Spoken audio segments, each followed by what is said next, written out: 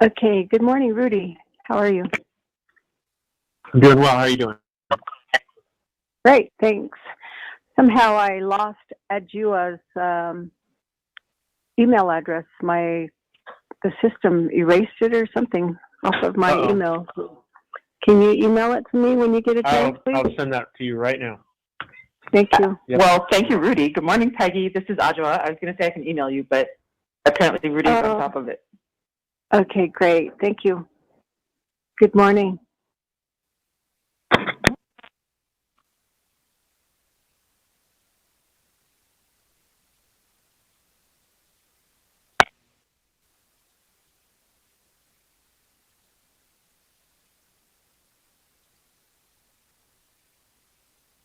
Good morning.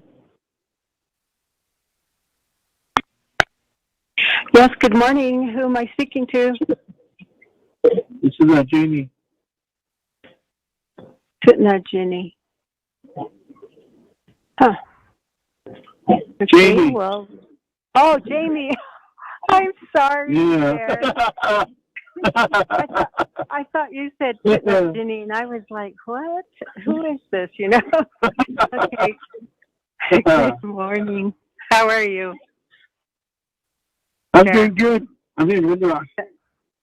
Oh, okay. Good. You have two other committee members that wanted to go ahead and sign off on legislations too, if you need their help. Okay. I'm sitting outside still in the parking lot. I'm gonna run in and sign what I need to sign, and then if the vice chair comes off, have him start the meeting if there's a form, and I'll join you in a little bit. Okay. Thank you. We'll do that. I can see that, but I'll be on a little bit here. Okay. Thank you. Sure. I can see that. All right. Are there any other Budget and Finance Committee members on the line yet? Good morning. This is Delegate Amber Tiners-Bakrati. I'm on the line. Good morning, Shadeja. We'll start as soon as we get more members coming in or calling on.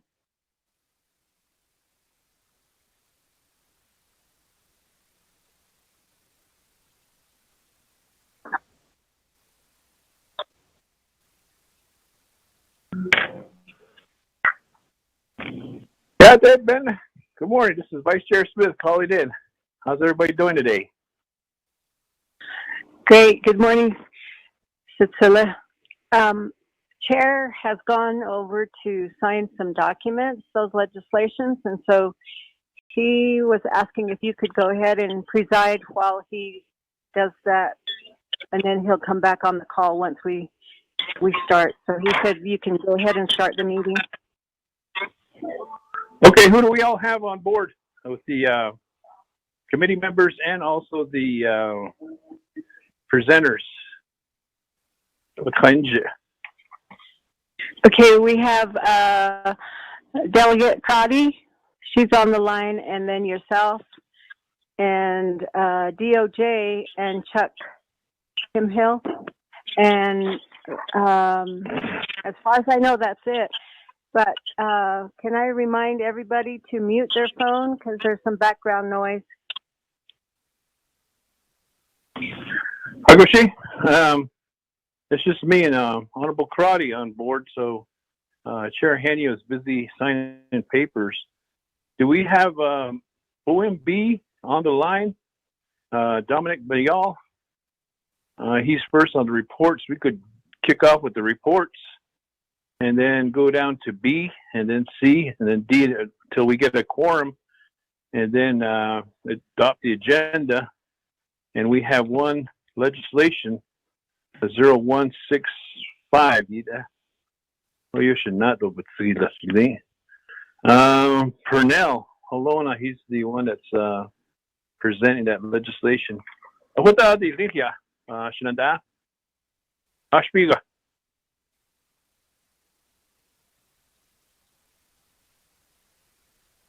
That's fine with me. If you want to proceed in that way, that's fine. I don't know what Delegate Crotty has about that.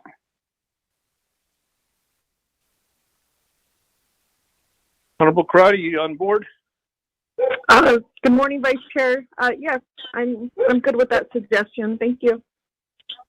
Okay, just want to make sure. We'll go proceed. We'll start with the receiving reports. Item A, FY 2021 budget process. Dominic Bial, Shada, call him in, and we'll start from there. Once we get a quorum, we'll go call the meeting to order, and we'll do roll call and invocation and go from there. Let's get started on the report. So, yeah.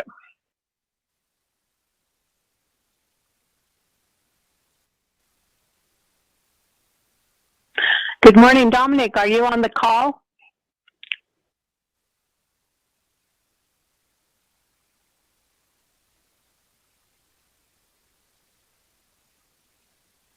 Vice Chair, I don't believe OMB is on the call yet. Hagoshi, let's go down to B. Tier B then. OOC, controller reporting on the COVID-19. Biggie.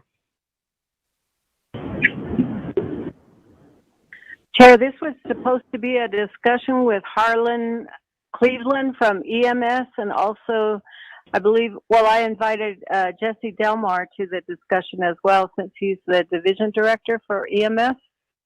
And I haven't heard anything back from them yet to confirm whether they're going to be speaking to this subject on the donations, the monetary donations. We were working on helping to make recommendations for the fund management plan. Hagoshi, doesn't sound like anybody's on for the reports. Let's try the drought insurance.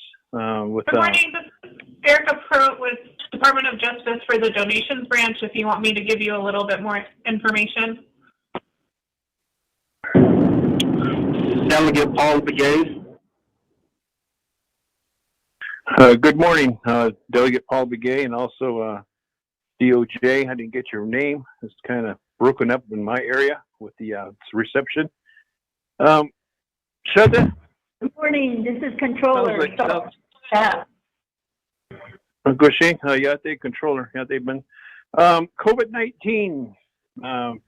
We need Jesse Delmar. We need Harlan Cleveland on board to give us a report on this. And I think we have DOJ here. Let's go back to budget process. Is Dominic Bial on board? Dominic Bial, Office of Management Budget for the budget process with Honorable President Jonathan Nez, Navajo Nation. And a slot. Anybody from there?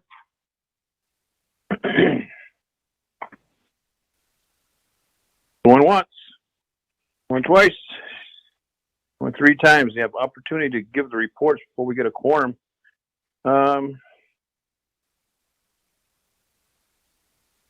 Leo Watchman, Sean, is he there? On the drought insurance? Delegate Smith, our Vice Chairman, this is Renalda Begay with CKP. We're online if you would like to hear.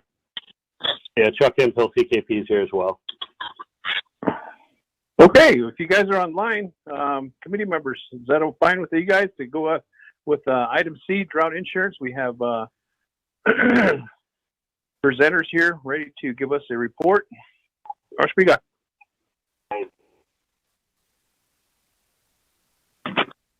Okay, I don't hear no opposition, so let's go with Mr. Leo Watchman and his staff, and Chuck, go ahead and start with the drought insurance program. Thank you very much.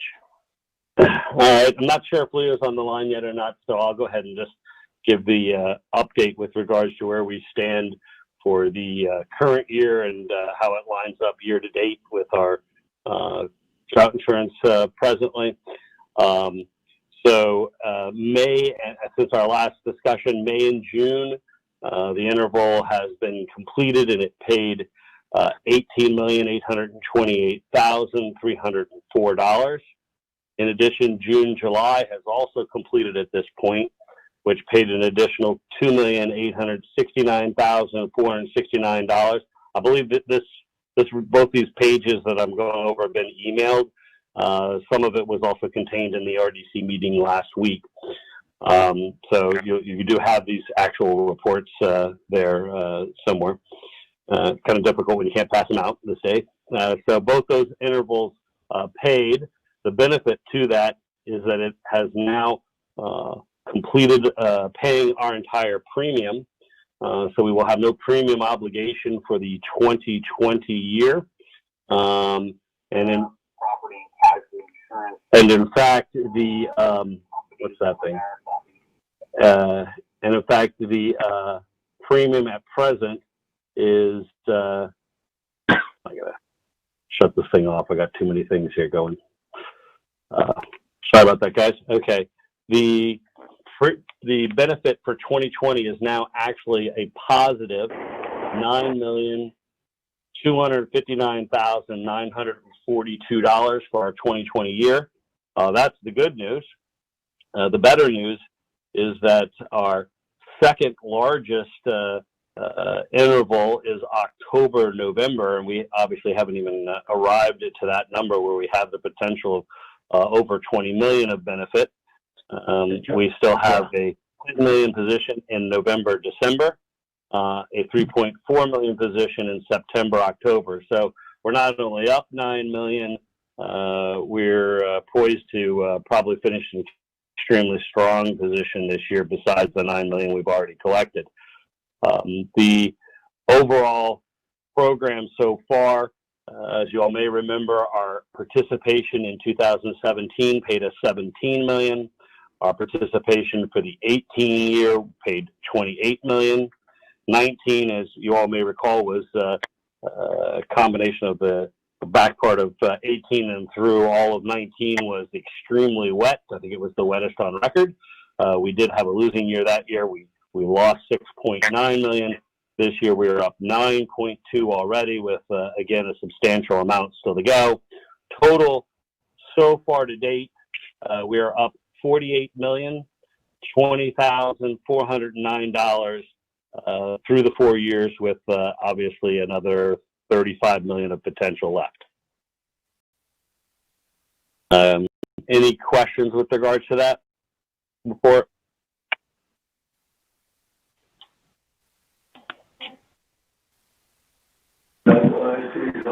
Hello. Committee members, any questions on the report from CKP regarding the drought insurance? Hey, Doc, this is Doug Elmer again. Good morning, Doc. Go ahead. Yeah. So that is it that $8.2 million that he's talking about, the insurance money?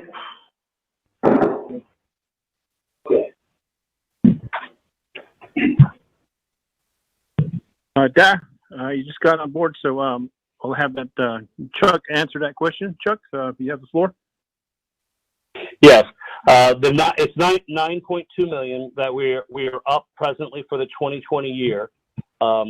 We have not received the actual funds, but the months have been completed. We anticipate receiving the overage of I guess it would be a little over 5 million of that, a little over 6, I guess, million of that will be coming in the next 15 to 20 days, it would be our guess, and then the other 2 million will be 30 days after that, approximately.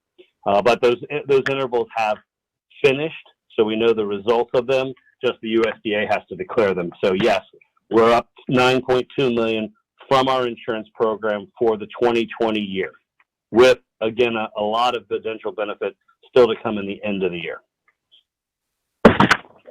All good news. Well, thank you, Chuck. Doc, do you have any other questions? Did that answer your question? Doc, thank you for that. I have a follow-up question for that. So as far as we know that the Alcon chapter was given a budget to work on the budget worth over $102,000, requesting for how they're going to use this funding. And we just we submitted it to Department of Agriculture, and these other chapters are working on it too. So, do you know when, how long is it going to take, or is it that are we going the right process they're doing? Are we doing the right process that we can, with the budget, with the resolution, submitting to the Department of Agriculture to how we're going to use this funding? Are we doing the right thing, or can you elaborate more on it? Thank you. Committee members, any other questions besides Shita? If not, go ahead, Chuck, with your answer on that. You have the floor. Thank you. I believe the question, although I'm going to make sure I have it correct, it was, are the funds being distributed to the various areas upon the request for money? That really falls more under Leo Watchman, Department of Ag, to answer that. I know that they are utilizing the Agricultural Infrastructure Fund, and they have a platform in place for submittal of requests that go through an approval process, and then the funds are distributed. I don't have the actuals on that. And when I also discussed the benefits, as an example, in 2017, 2018, the benefits come in over time. So while we received $17 million in 2017, I believe the majority of that money, while it was the time frame of 2017, did not come in until the beginning of 2018, the actual funds. Although it is predicated on a calendar year, the funds trail by about 60 days at the end of the interval, so there's always a lag period. Most of the 2018 came in 2018, although I believe the last $9 million of that was from November, December. And so that wouldn't have come until late March, beginning of April timeframe. We probably would have received the actual $9 million at that time. So we talk in calendar years, although funds do come in slightly later than that. This is Leo Watchman. I probably can clarify some of the questions. Go ahead, Leo. You have the floor. This is Vice Chair Smith. Okay. We did submit. Let me see here. Hopefully Peggy will have this here soon. I'm sort of floating around with what reports, but just kind of tailing off what CKP and Chuck Hempfield has mentioned. You did give a forecast what has taken place historically, also for 2020 year. We're kind of going back and just sort of just capture what we're doing here in reference to a progress report. We were asked to do how are we looking with year one funding from, as Chuck mentioned, there was $17 million as a part of a monies that could be allocated, which were in 2018, end of 18, calendar year 18 in December. So under that, we're currently expending monies from that year. And there is a breakdown. We do have a breakdown of those monies and how that's set aside. And just hear me through here is that when the Navajo Nation Council passed this fund, our legislation to engage in a policy, they established 2 or 3 funds. One was that they established 19.8 for a premium purpose using the CSN money, and that then translated over to a indemnity fund, which if we are successful, and that's what Chuck reported on, our indemnity fund to date has netted, as he mentioned, beyond $48 million. It also established the agriculture infrastructure fund as a part of this creation. So this kind of has a categorization to what we're talking here. The Navajo Department of Ag did receive around $6 million as a part of this fund for first year of the $17 million, as well as Department of Water Resources, and also Department of Fish and Wildlife. Within that, there has been some detailed reporting that has been done with other committees, but there were some questions asked on progress. We do have a breakdown, hopefully it will get to you, that goes into all of the projects that were funded. And the projects that were funded include water windmill. So the questions that probably have come up in the past was that, or continue to come up, is when the Nomination Council approved the expenditure of the first year, there were 333 windmills that were going to be worked on, inventoried, and repaired.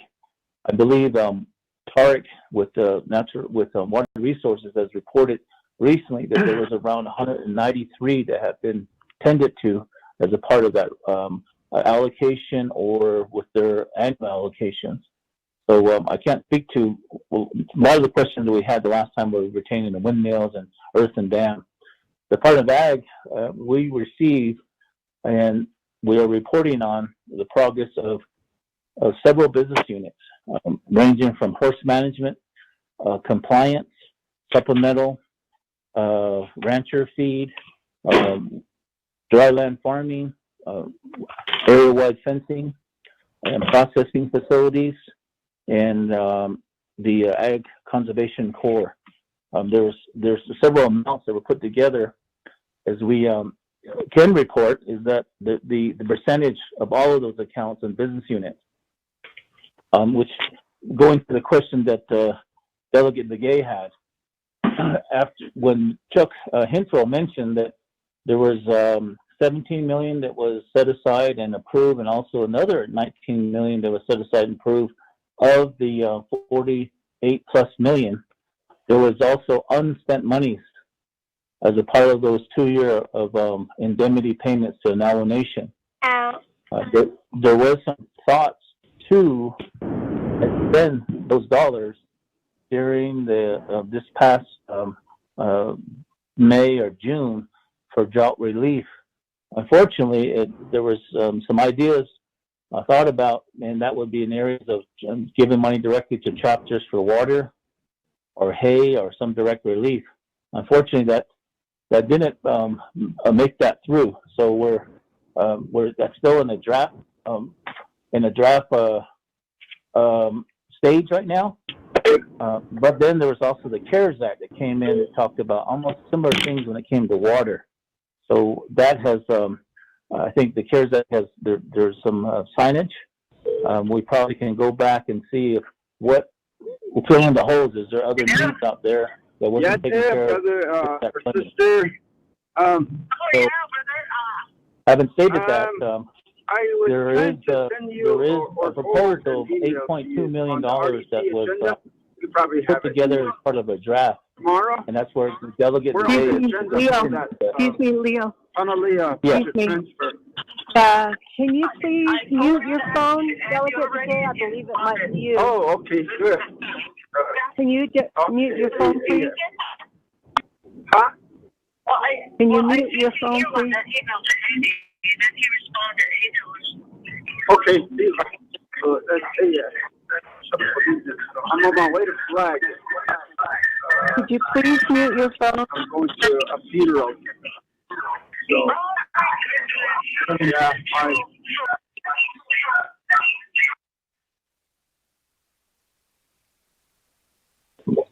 Are we back on? Yes, we are. Okay. I'll be specific to the question of Delegate Begay answered. Right now, I just have to explain where we're at in terms of those requests. There's been an intake of requests. Hold on, Leo. Through. Leo, hold on. Okay. Leo, hold on. Can somebody mute your phone? We can hear you talking. You're breaking up, sister.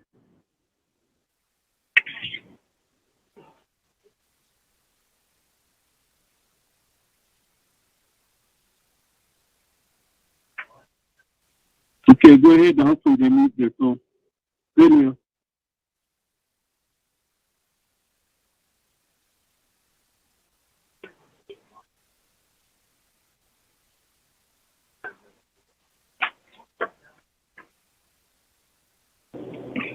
Go ahead.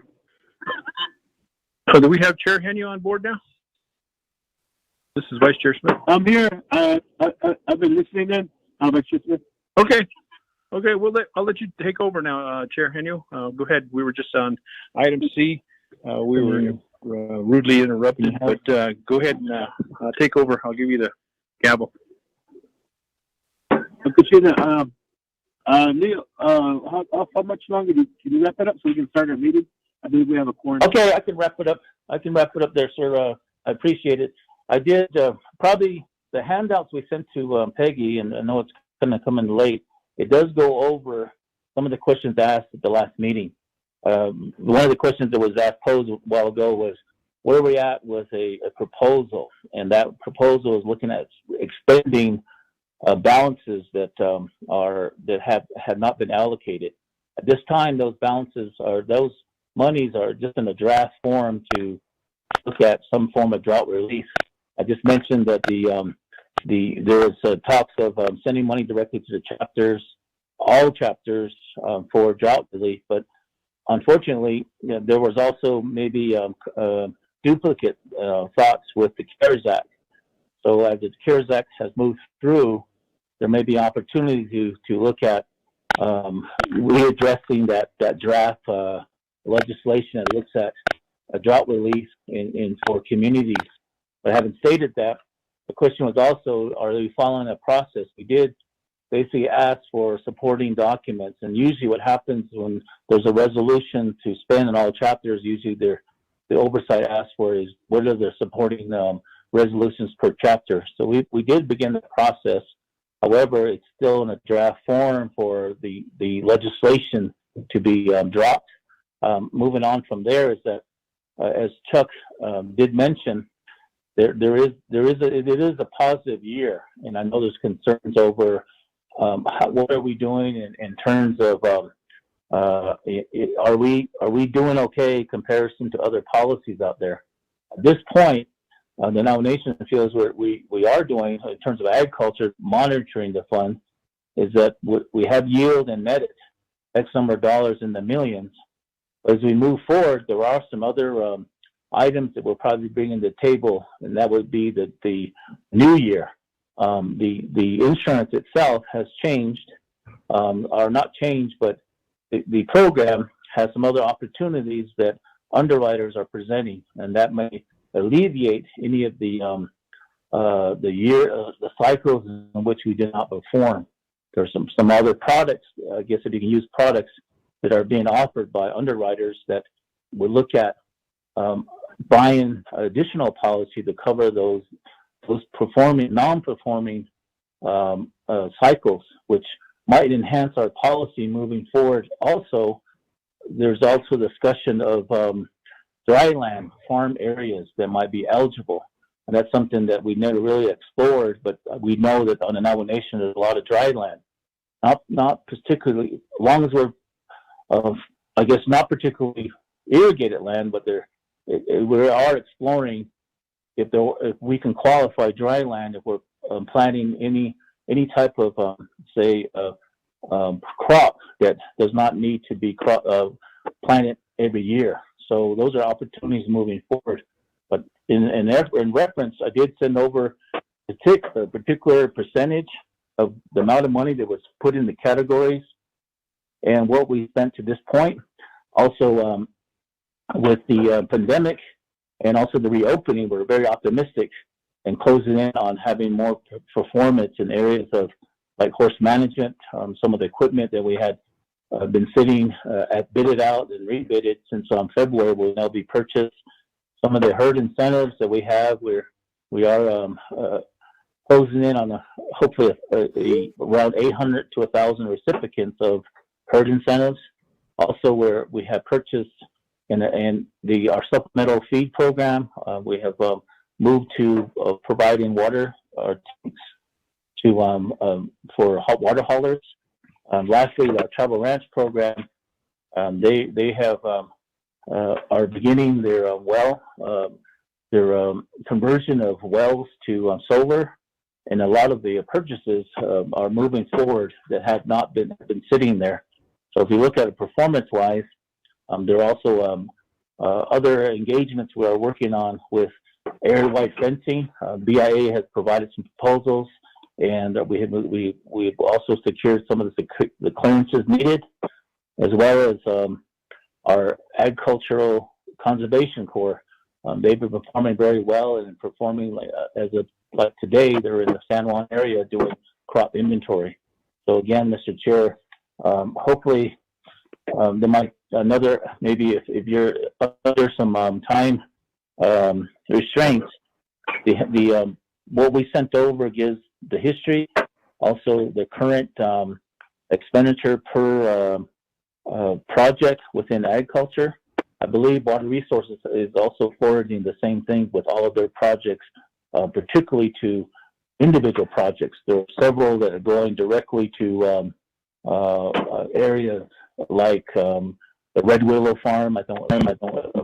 Delegate Holona has been very influential in trying to get done, as well as other individual projects. We do have a listing of proposals that have come in as well that are still on the table to be funded. With that, Mr. Chair, hopefully I do stand for questions. Thank you. Commissioner, enough for that. I believe we have a quorum, and so with that, what we'll do is, Ramona, are you on the line? Yes, good morning, Chairman. Okay, roll call? Sure, roll call for the Budget and Finance. Yes. Roll call for the Budget and Finance Committee of the Navajo Nation Council, regular meeting, August 18, 2020.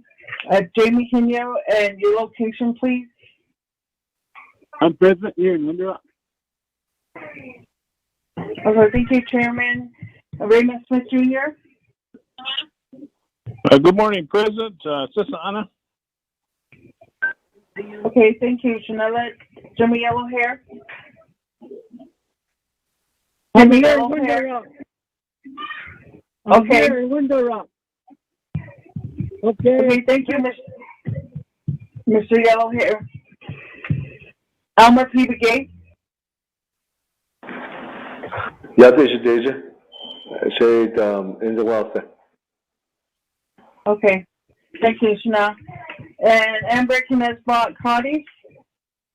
Oh, yeah, this is Delegate Amber Kenneth-Bott-Crotty. I'm calling in from Sheep Springs, Navajo Nation. Thank you. Okay, thank you, Deja. Nathaniel Brown.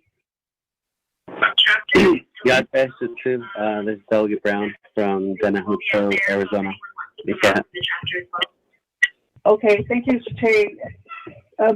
Chairman, we have 6 members present. Agustina, thank you for that. Ramona, for your roll call. We do have a quorum, so let's move forward. Call this meeting to order at 10:38 p.m. a.m. 10:38 a.m. And with that, so we'll go with Kadot invocation, and I'll ask Vice Chair Smith if you lead us in invocation.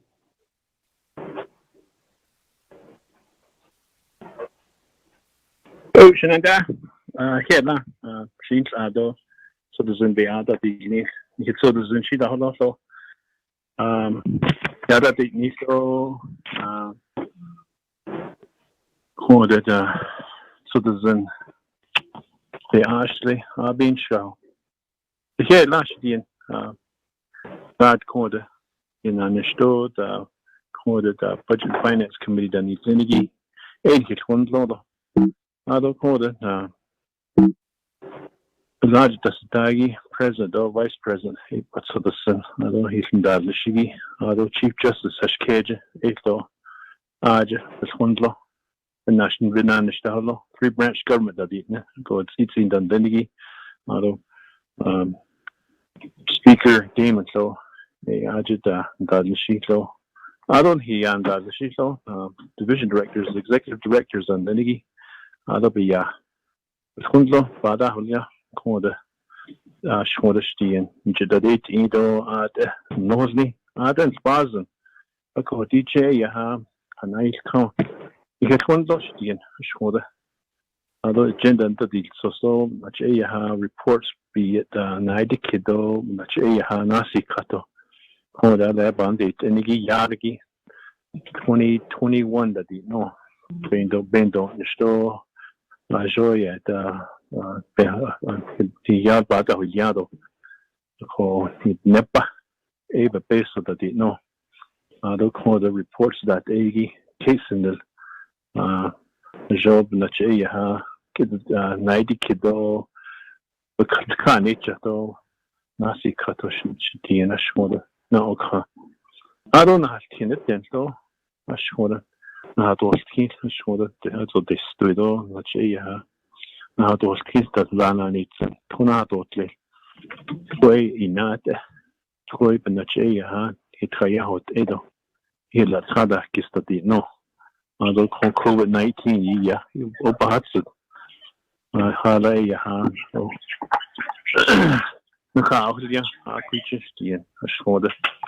I call Fada in a Shulod, staff and Lenigi, it's go back so the sun's called. Ego always asked they should have to go the Holoni do believe the Holo dyke at the or the Kadachi dyke at not that the Holo and I use the not what's the Ian at your brother who yeah because she wants sort of in Ghana shoulder inch to the symbol. He had yet Bishop Nature, Dishnido, Jesus Christ, Amen.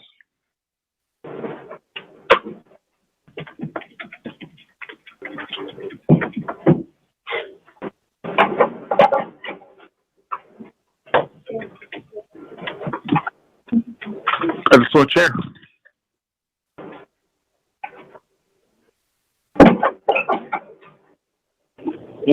Thank you, Vice Chair Smith. With that, committee members recognizing guests and visiting officials. Do you have any delegates on the call today?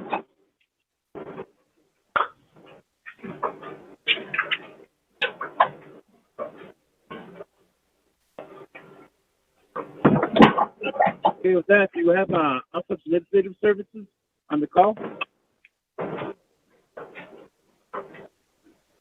Chair, we are on the call. Ramona and I, this is Peggy. Okay. If you would, Peggy, if you would read the agenda to the record for us. Okay. This is the proposed agenda for, hold on a second here.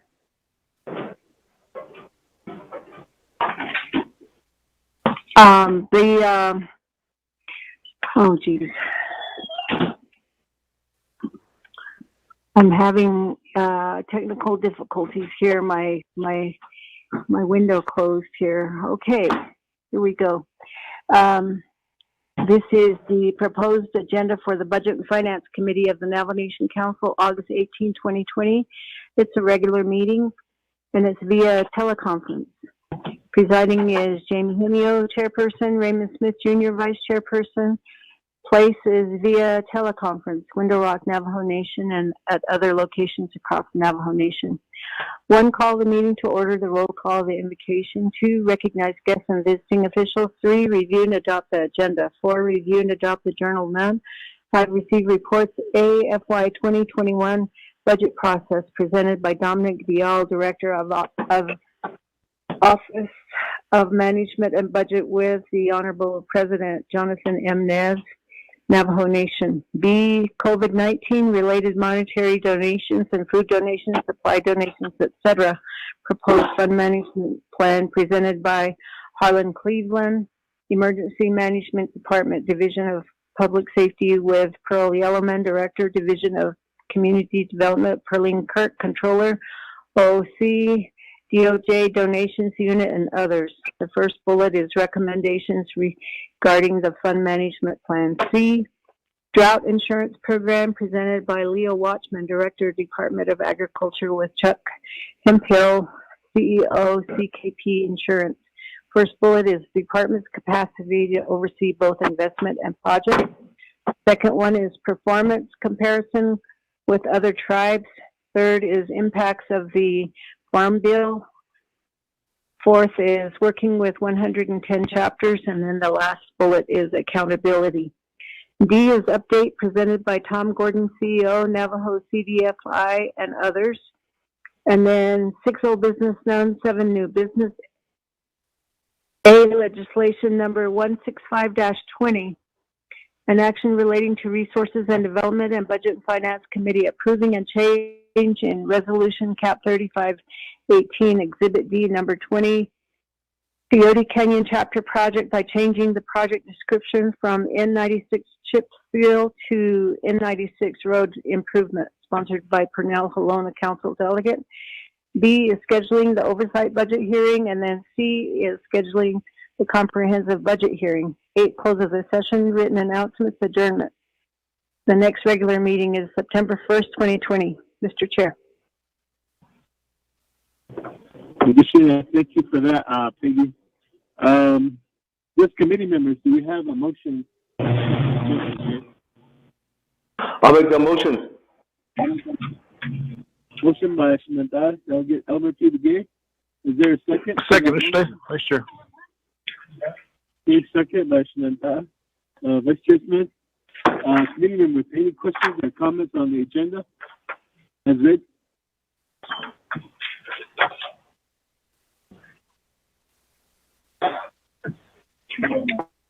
Hearing none, I'll call for the question. Accepting the agenda as read. Shenandoah, Delegate Yellowhair.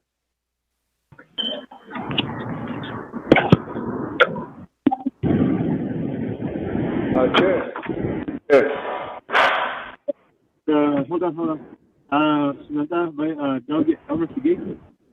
I think, Chair, I don't know where your location is. When you're talking, but others, that's, I just want to let you know. But my question is on that, the first one is,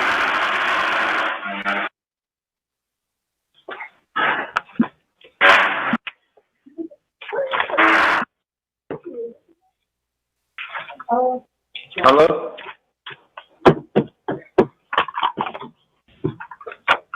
Hello? Go ahead, Shenandoah, Delegate.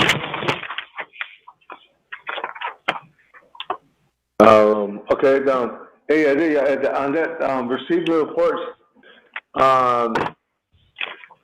so on that number B, receiving reports, COVID-19 relating monetary donations. Can we include something like so where can we get that full report stating that it's been approved, and then what does it mean right now? Like OOC, are they going to be ready for it, and how did they never start spending it? I think a lot of people are already requesting they need to deliver that. When are we going to start working? So can we get a brief update on it? Just as we're BNF committee, so everybody's looking at us and when are we going to get that report, or when are we going to start that funding? But in this case, maybe we can discuss that somewhere. So in this case, Chair.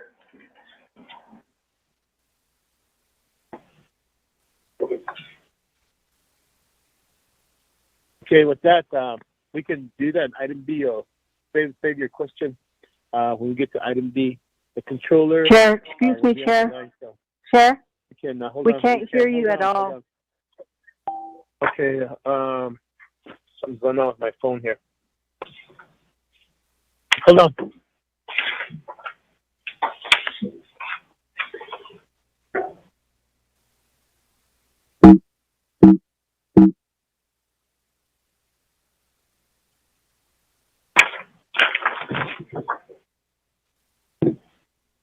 What about now?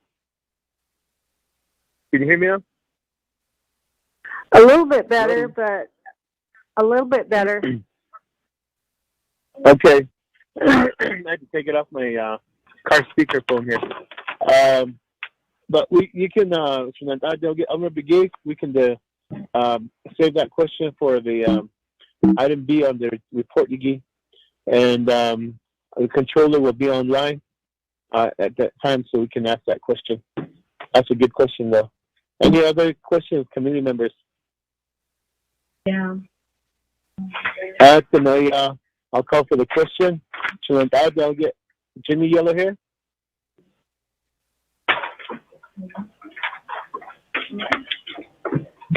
Vice Chair Smith. Green. Yellow hair on the line.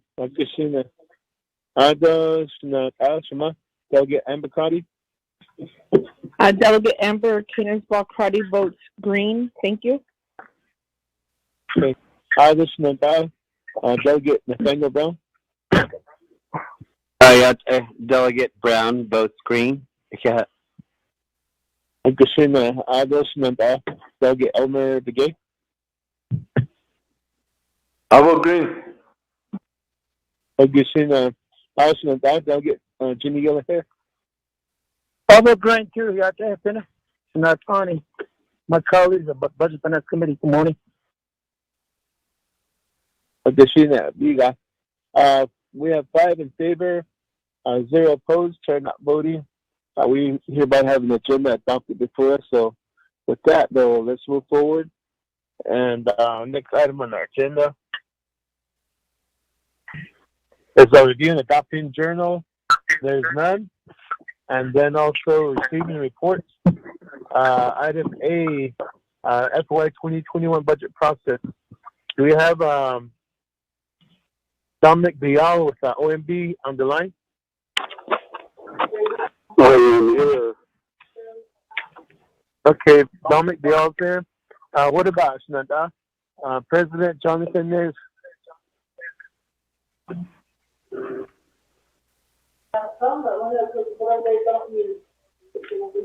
What's that, Mr. Bial? You would lead us in discussion.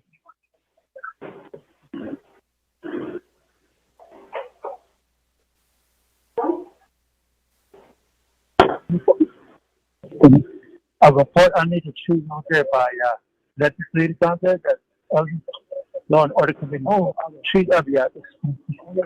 Maybe good idea with it. Dominic Bial, are you on the line? Yes, I am. If you would lead us in discussion on item A in this report.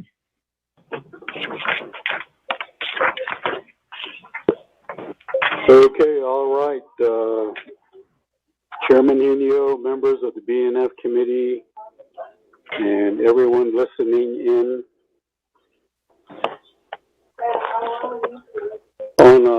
By memorandum dated August 14th, addressed to the Budget and Finance Committee and to the 3 branch chiefs, I provided a written budget process update explaining where we are in the process and so on. So I trust that many of you have that document before you. But it just starts off, my memo is that because of the coronavirus pandemic, the government closure, lockdowns, and essential, non-essential staff reporting to work, etc. The the budget process got started late. That's probably the main reason for that. So I explain there's a number of reasons for that. In addition to the pandemic, it caused the delays because the budget resolution, the BIM, the branch planning allocations, and so forth were delayed. Letter B, I have the original calendar call for all budgets to be submitted by August 3rd. But as of August 11th, last Tuesday, only about 50% of the budgets were in. Now, letter C, the original calendar called for the branch chief budget meetings to be held from August 10th to 13th. But because the budgets are not all completed, that has to be revised. So the new suggested dates are August 15th through the 17th. Letter D, the original calendar called for Oversight Committee budget resolutions to be dropped by August 14th. So the budget hearings could start on August 20th.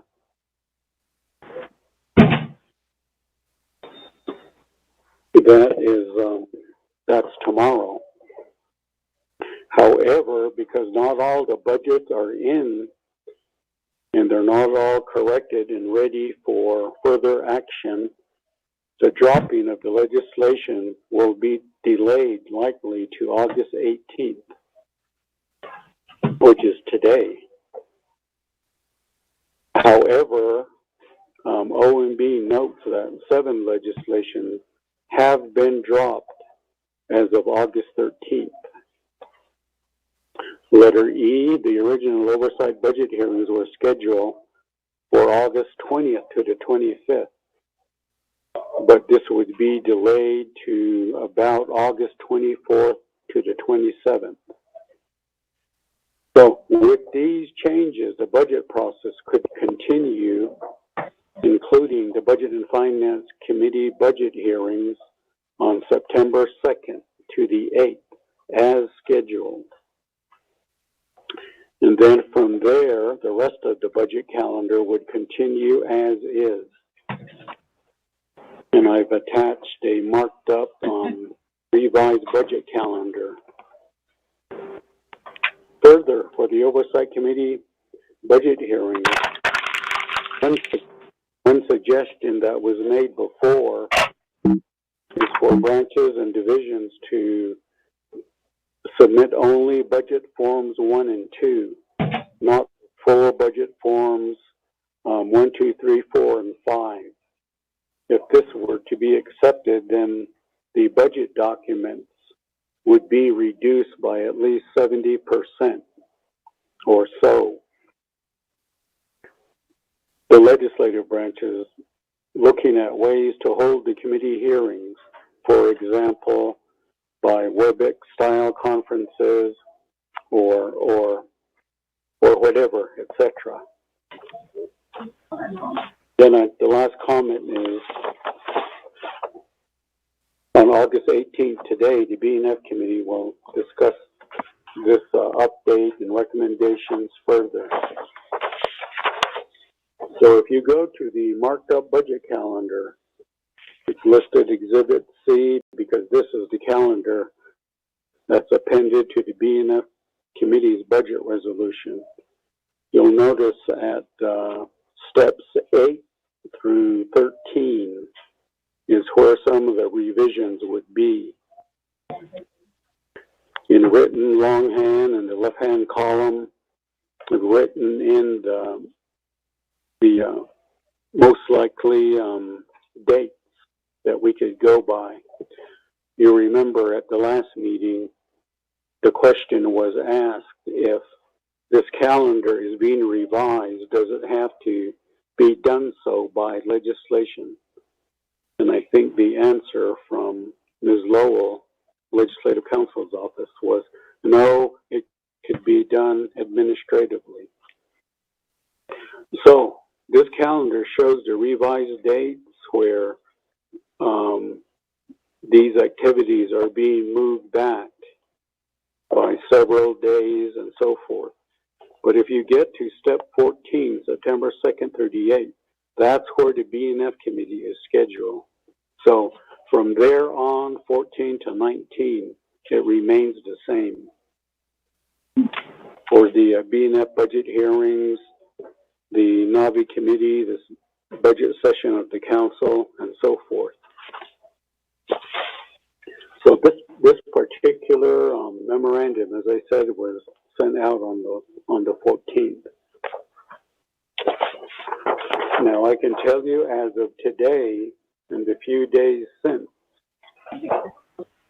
about 85 to 95% of all the budgets have now come in. Judicial is all ready to go to their oversight committee.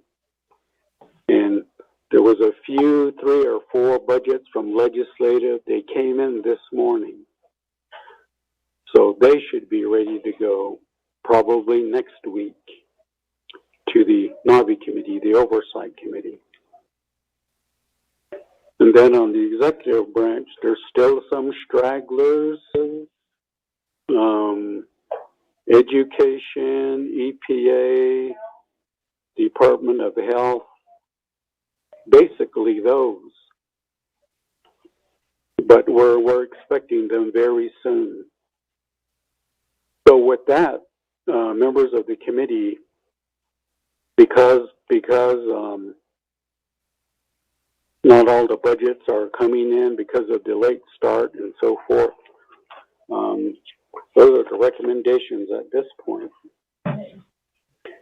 So it's up to the committee whether you would accept the recommendations on the calendar revisions. And then at the bottom of the page, there's a recommendation on budget forms 1 and 2.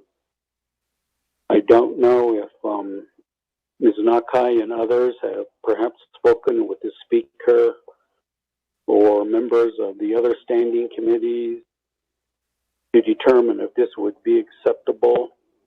Again, the reason it's being proposed is because we have a short time frame. We don't have time to go into a lot of detail.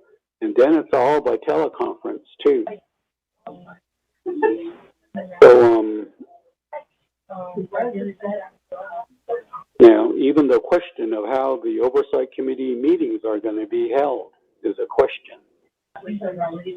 OMB has been getting calls from some of the divisions and even from some of the legislative advisors saying, does all of the divisions and branches, do they have to do the usual budget binders with all the full budget packages? As we all know, some of the big divisions, those are significant documents. And even at that, how many do they do? Is it for the whole division and advisors, or the committee and advisors, excuse me? And so that's the summary, the overview of the report, where we are, and some of the recommendations. Mr. Chair, that's the report.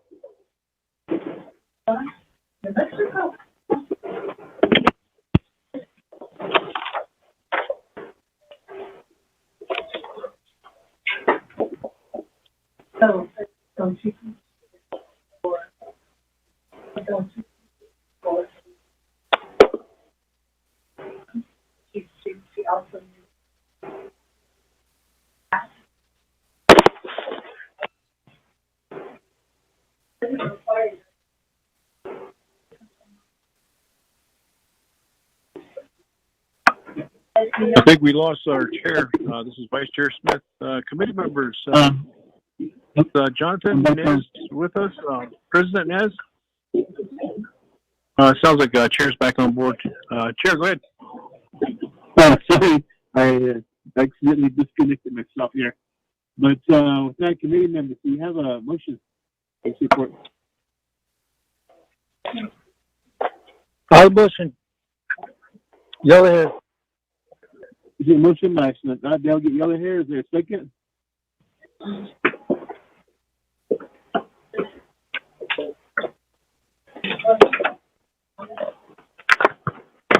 Is there a second? Committee member to accept the report. Chairman Henyo, this is Delegate Crotty. Yes. A second? Did you need a second? Yes, I do.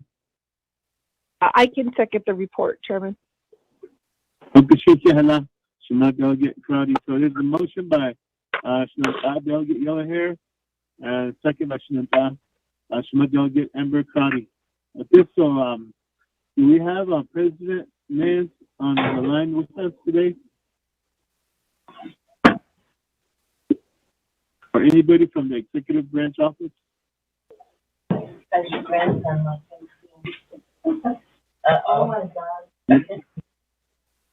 Not Benita. So with this committee members, first, Mr. Bial, you stated that you emailed us the revised schedule with the markings.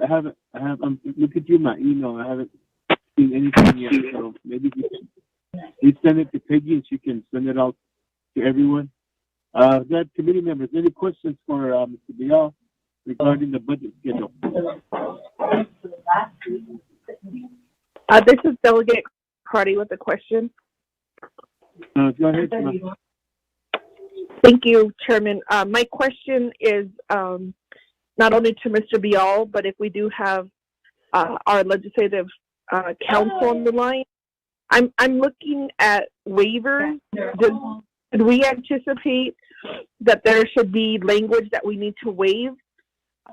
One area that I'm concerned about is the capital infrastructure plan. And we've had several meetings with community development, and they're not ready with that capital infrastructure plan. Are there other laws that we should anticipate?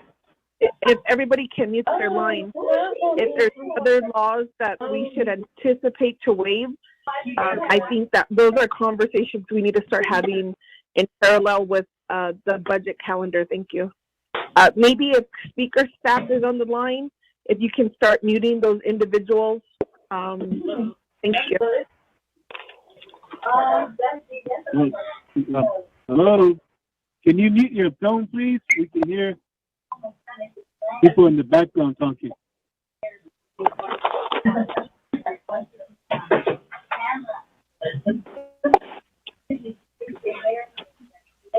Byron Shorty, are you on the line?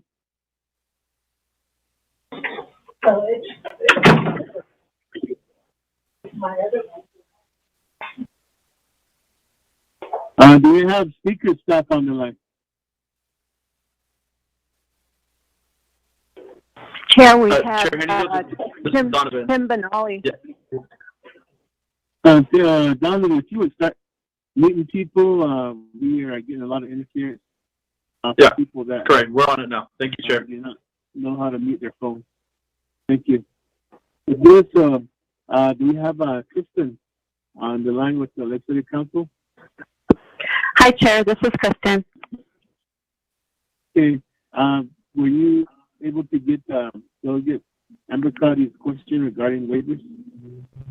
Yes, Chair. I can tell you in regards to just last year alone, what we waived for fiscal year 2020 that we're in right now, we waived 820I, which related to the capital budget, and we also waived, I'm talking about 12 NNC. So we waived 820I and 860 of 12 NNC. Both of those pertain to the capital budget and the capital improvement process. And then we also waived Council Resolution CF 0711, which pertains, that's the Personnel Lapse Fund. It was used for additional items that were not specified in that particular resolution. And then 12 NNC Section 2001, which I have to look and see what that was. I don't know that one off the top of my head. Bear with me just 1 second.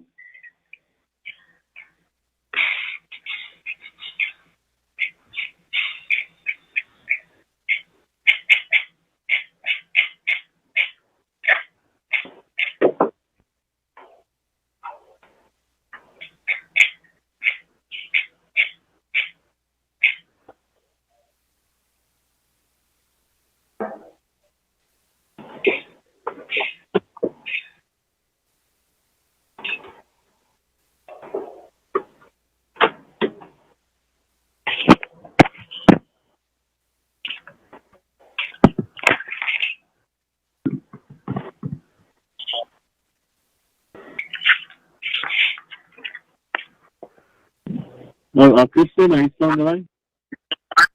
I am. I'm still looking it up, but Okay. I can get back Okay. to you on that. But that's, for example, those are things that we waived in last year's resolution, Mr. Chair. Okay, so I guess the question would be, what kind of guidance that we need to begin those waivers again? Especially, I guess there was a mention of community development not being ready. Yeah, so capital, if they're not ready, then capital improvement, capital project, that's going to have to be waived again this year. As far as some of the other waivers, it depends on what happens as we're going along. It depends whether we need to waive CF 0711, depends on what the committee decides to do to spend on those personnel lapse funds. So the consequence of having waivers has in the past has been that we've implemented a 2/3 vote on that. And I know that the Chief Legislative Council has somewhat rethought the way that we're the vote requirement on some of the waivers, but that would be a determination that would be made by the Chief Legislative Council as to whether it was a simple majority for the waivers or 2/3 vote on the waivers, Mr. Chair. Yeah, thank you for that, Kristen. Mr. Bial, do you have anything to add regarding the question from Shemad Delegate Amber Crowdy?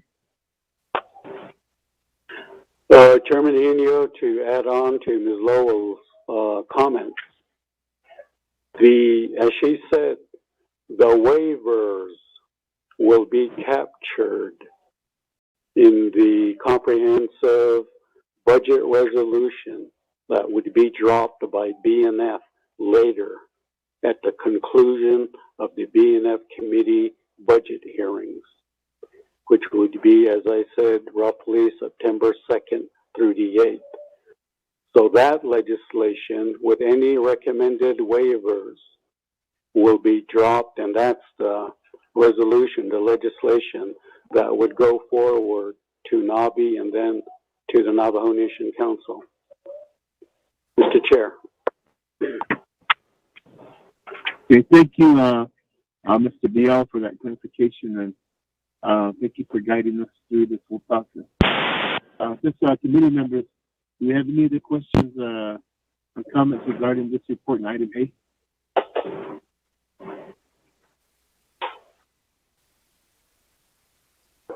Chair, I have a question. No, go ahead, Peggy. This is to Dominic. As far as going back to the budget calendar that we're looking at, I did send this Dominic's email last week, and then I sent it again today. So all of the committee members ought to have this information. But I was wondering if OMB knows whether the branch chiefs have started to review the budget. Have any of those budgets been reviewed, like say legislative if Speaker has reviewed any of these, because you have that listed as the 14th through the 17th, and we're on the 18th today. And then I know that there are some oversight legislation already posted. I'm not sure who's making those noises, but anyway. But I know that some of the oversight budget legislations are in the mail already. So I was wondering what he was recommending on that. Okay. With that, committee members, any other questions or comments?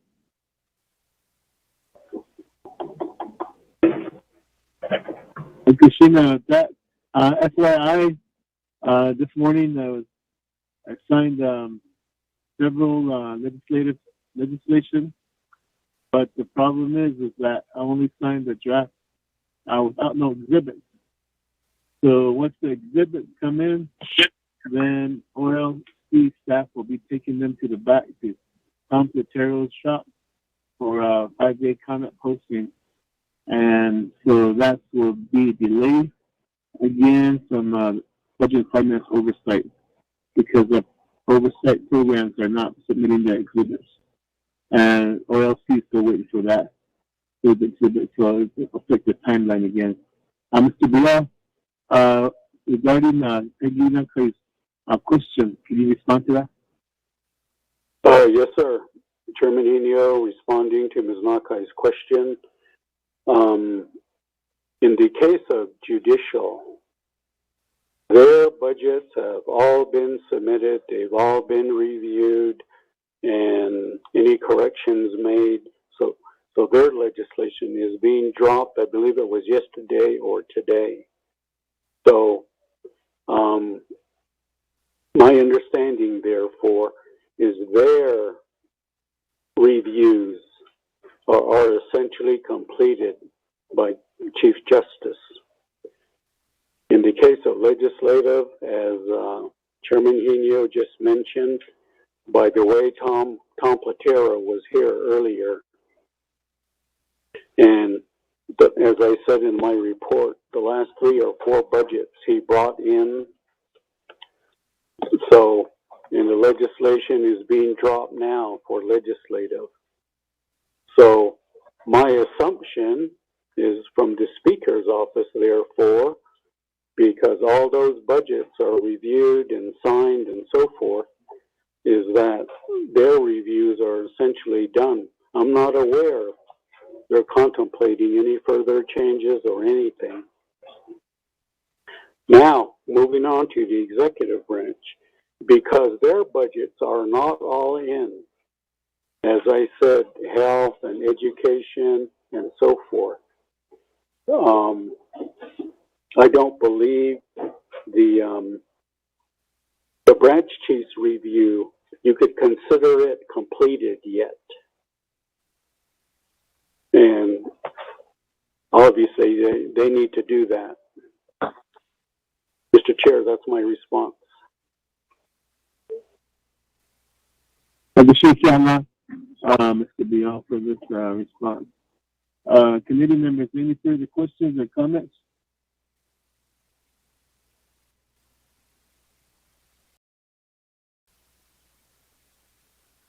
Okay, with that, I'm not hearing any, so I guess we'll move forward to the next report. There is a motion and second to accept this report. And I'll call for the question. Committee members. Delegate Jimmy Yellow here.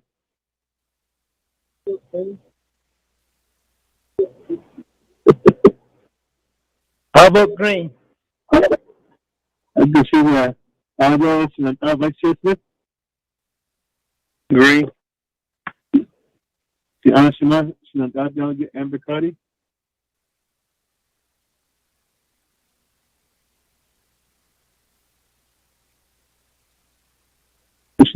Delegate Amber Cardi. Delegate Nathaniel Brown. Delegate Brown votes green. Yeah. Delegate Alvin P. How about Green? Mr. Shina, back up, Shema, Delegate Amber Crotty. We do have a vote of 4 in favor,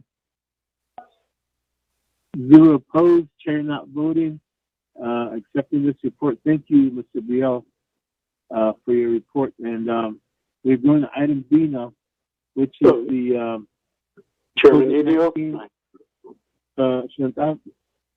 Dominic Biel, go ahead. Yeah, Chairman Hideo, let me ask a question. By accepting the report, does that also mean the recommended revisions to the budget calendar are accepted? Yes. Okay, I'll do a formal memorandum then to all the chiefs and committees as well as divisions. Yes, that was part of your report, and there was no comment, so it became part of your report, which was accepted by DNET. Okay, thank you. And thank you too, Mr. Biel, for everything that you're doing for us, trying to get through this budget process, you and your staff at OMB. Thank you. COVID-19 related monetary. Chair, this is the Vice Chair. Vice Chair, Vice Chair, go ahead. The question that Dominic Bial, OMB, asked on this report, and we're going to be accepting the change of the schedule. Wouldn't that be proper if we were to have an amendment as an action item? This is just receiving the report. Maybe Legislative Council can kind of guide us on this. Right now, the BIM is already been distributed, and it has the current schedule. Now, this is going to be a different schedule. How does that work? Do we just do it by reports now? That's my question, Chair. Can you see let's just for that report and clarification? Going back to Kristen, no? You would guide us with this question?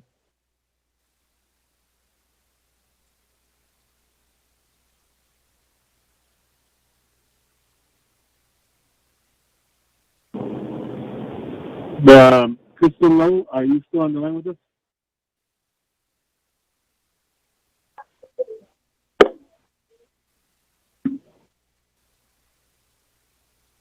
You have the Office of Chief Legislative Counsel on the line?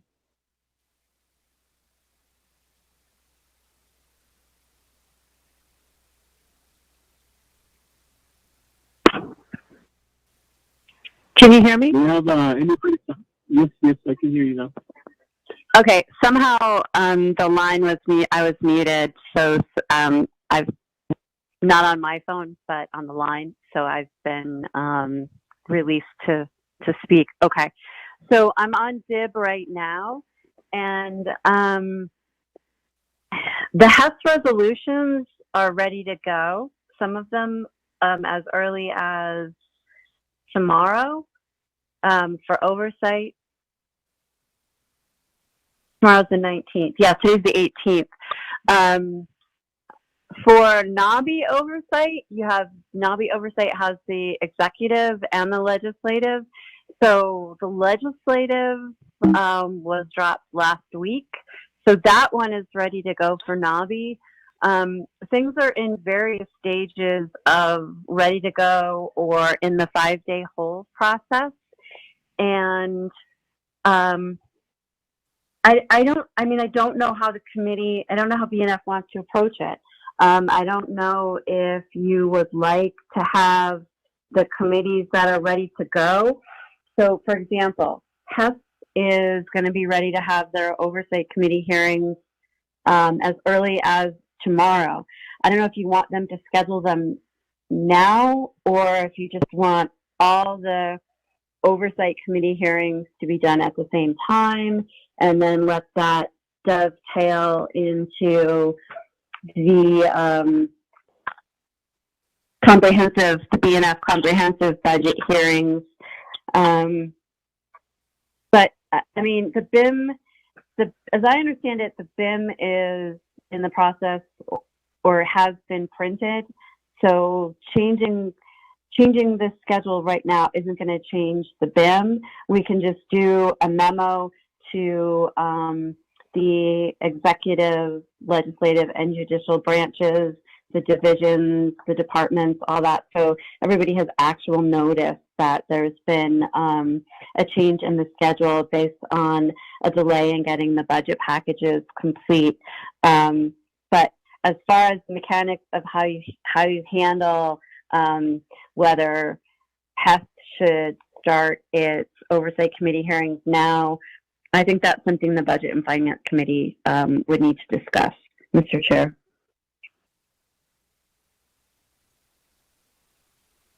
Okay, thank you for that, Kristen. And then the other one is regarding Vice Chair Smith and his question earlier in Mr. Biel's report. He proposed a change in the budget schedule and made statement that it was red line with a new date. So upon accepting his report, he asked if this budget schedule, that the change he proposed, had also been accepted. And my response was, since it was part of his report, and the committee voted to accept the report, this change in the budget schedule that he proposed will also be included. So Vice Chair Smith questioned that any changes to the schedule, would that need to be an amended action to the BIM, or can it just be accepted along with a report?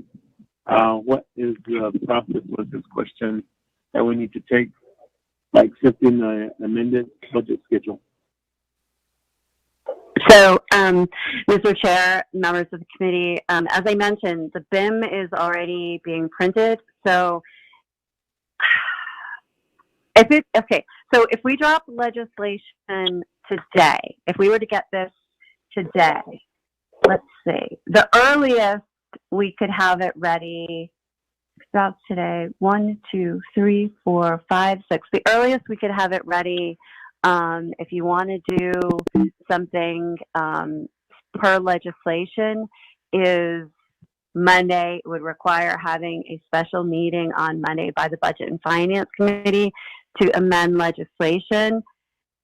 And it still wouldn't be in the BIM. We would still have to go out and give every individual that would receive a memo the notice of the legislation. So I think the best practice is to do it by a memo. As far as whether you want it done by merely accepting the report or by issuing a directive, I would say the better answer is to issue a directive to OMB rather than merely accepting the report. But that, I think the legislation would not be necessary and would not be the way to go, especially since it's predominantly an administrative item rather than you're not amending a law, you're not amending a plan of operation. It's an administrative and scheduling issue, Mr. Chair. Chris, has a copy of your budget status submitted status thing. I don't have all. Chair Hanio, this is Vice Chair. Okay, hold on a second. Find out who was not meeting themselves. But thank you, Kristen, for that clarification. Vice Chair Smith, would you like to issue a directive? Thank you, Shenandoah, Chair Doe. Thank you, our Principal Attorney, Legislative Counsel, Ms. Lowe, on explaining what's going on. I guess I'd like to make a directive to OMB regarding the change of the schedule to send out a memo to all executive judicial, legislative, so that they will be in concert, I guess you could say, in regards to the new schedule, rather than going through legislation. That'd be my motion, Shananta. Thank you. Appreciate you, Vice Chair Smith, with that directive motion. Was there a second to that motion? I'll take that second motion by Delegate Yellow Hair. See, there's a second by Shananta, Delegate Yellow Hair. Committee members, any questions or comments regarding the directive motion by Vice Chair Smith to OMB, Office of Management and Budget?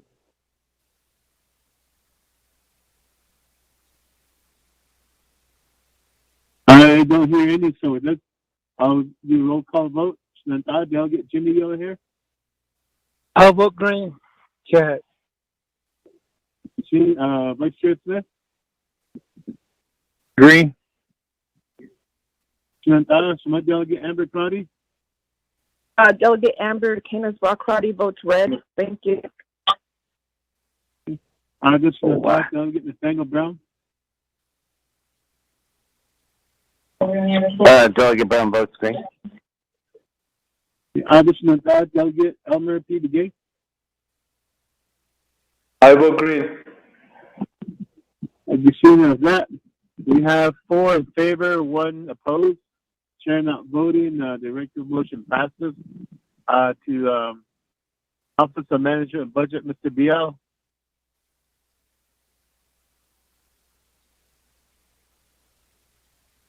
Are you still there?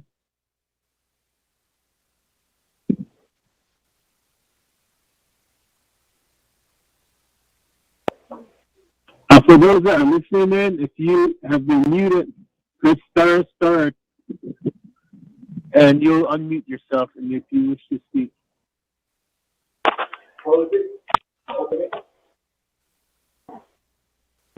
Okay, with this, let's move on to the second part of our report, item B, which is the COVID-19 expenditure.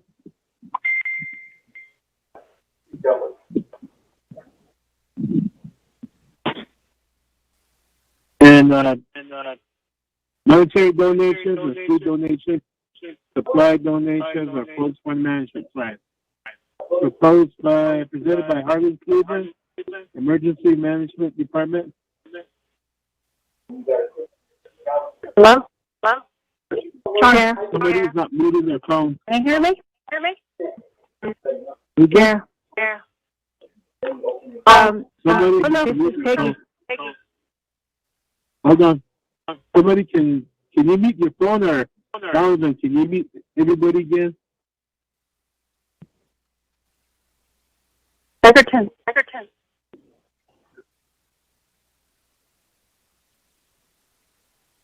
Chair. Okay, Peggy. This is Peggy. I spoke with the division director, public safety, and Jesse Delmar. He's going to do this report. Okay. Thank you. And I've also invited Pearl Yellowman, Ms. Martin, and their staff to also respond. I think that's based on what the Budget and Finance Committee had asked for last week, to have this discussion with those folks as well on how the monetary donations could be distributed to various entities like hardship cases at the chapters and that sort of thing. Okay, thank you for that, Peggy. So do you have Mr. Jesse Delmar on the line? Yes, Chair Henio. I am here, sir. I can see. Thank you, Ken. Good morning. And then do we have Dr. Pearl Yellowman on the line? Good morning, Chair. This is Ms. Yellowman. I'm on the line as well. Thank you. Okay, thank you. Good morning. And then I believe we have Shananta Shitajan, Madam Chair, Eugenia Charles Newton on the line also.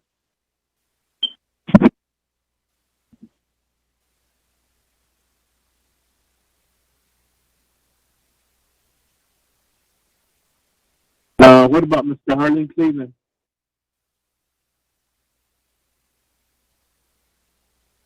Okay, this, Mr. Delmar, would you lead us off on discussion on this part of the agenda, the report? Yes, sir. Thank you very much. I know that the director of Department of Emergency Management was struggling trying to call in, so I did give him a call, and I believe his staff may be online right now. Doug, are you here? Or Lavina?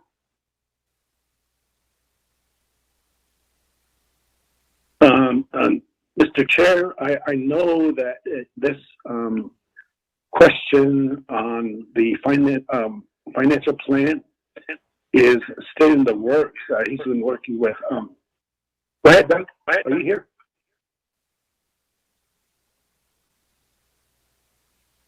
And I think the plan would require the review of our attorneys. So the plan is in the works still. The plan is to discuss how the donations are going to be managed from the Navajo Nation side. Excuse me. And I know that we have been receiving monetary donations, some food, supplies, and so on. With regard to the monetary donations, I understand that that topic is with the Navajo Nation Department of Justice to review and to implement in helping us implement a plan. So let me call out to my staff again. Is one of you online right now?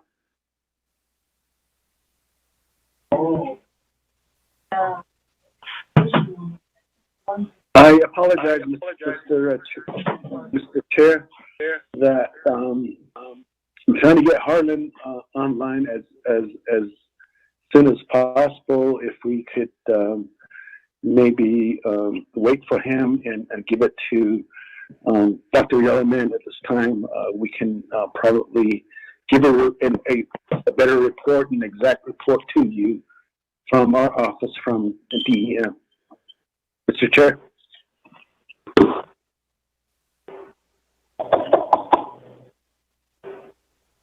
Thank you, Mr. Delmar. We have Dr. Yellowman. Do you have anything to add to this discussion? Here, Nana, Yate Benadil, basically, here had the callers on the line.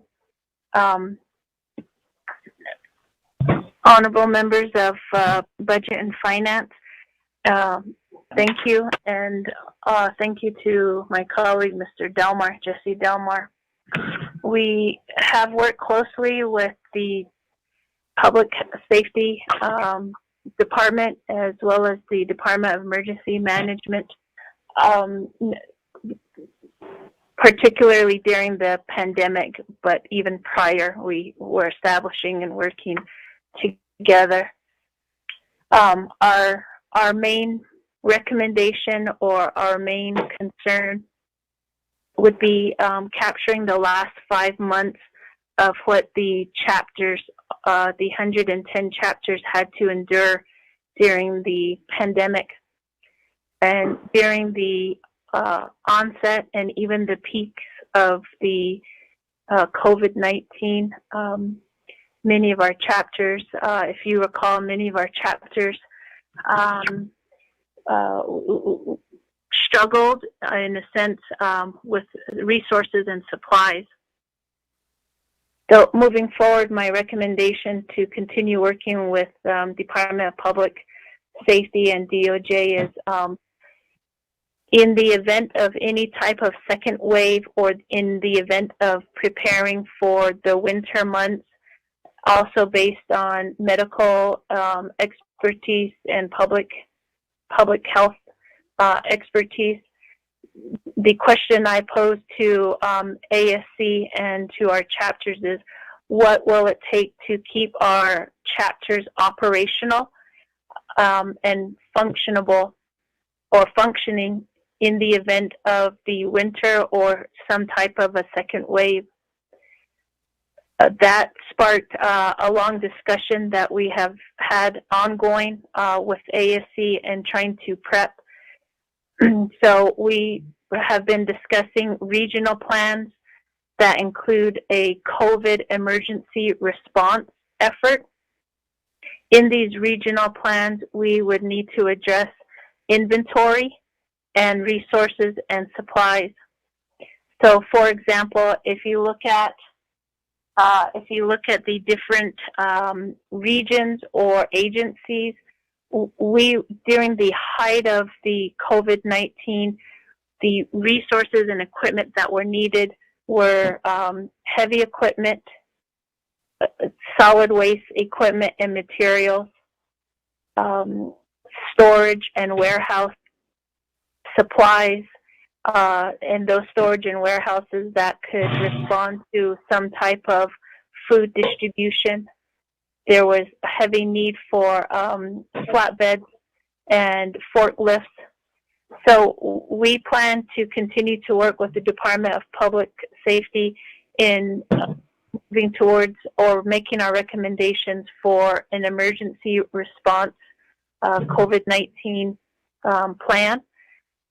We also make recommendations for emergency response teams. Also, during the height of the pandemic, we seem to have needed labor. Respectfully speaking, we needed individuals to assist in moving large food items, large food bulk items, and distribution to community members. We also believe that there's a need for additional trainings, safety trainings, additional trainings from DCD. We've utilized members of the Blackberry or the original team that went into Chilchimbato. They were able to have an operation that distributed food and distributed resources and then established a communication method. So we've reached out to them on different occasions. When the chapter branch was first established around mid-May, the chapter branch was a point of distribution site. That team was able to assist in providing training, safety trainings, and we believe that if there's any type of indication or support to keep our chapters operational or functioning during the winter, we're going to need training. So we kindly request that those considerations be taken into this plan in preparation for any type of winter months or even just the establishment of a COVID-19 emergency response team and emergency response efforts moving into the winter months, and then overall addressing our emergency response efforts. If Ms. Jim Martin is on the line, she may add to that, but those are our continued conversations and recommendations for the plan. Thank you, Chair, Vice Chair. Thank you. Thank you, Dr. Yellowman. Do you have Department of Justice on the line? Yes, good afternoon. This is Erica with the Department of Justice for donations. Okay, thank you. We are discussing the fund management plan for the donations, monetary donations that we have received, and the BNF committee would like an update on that progress.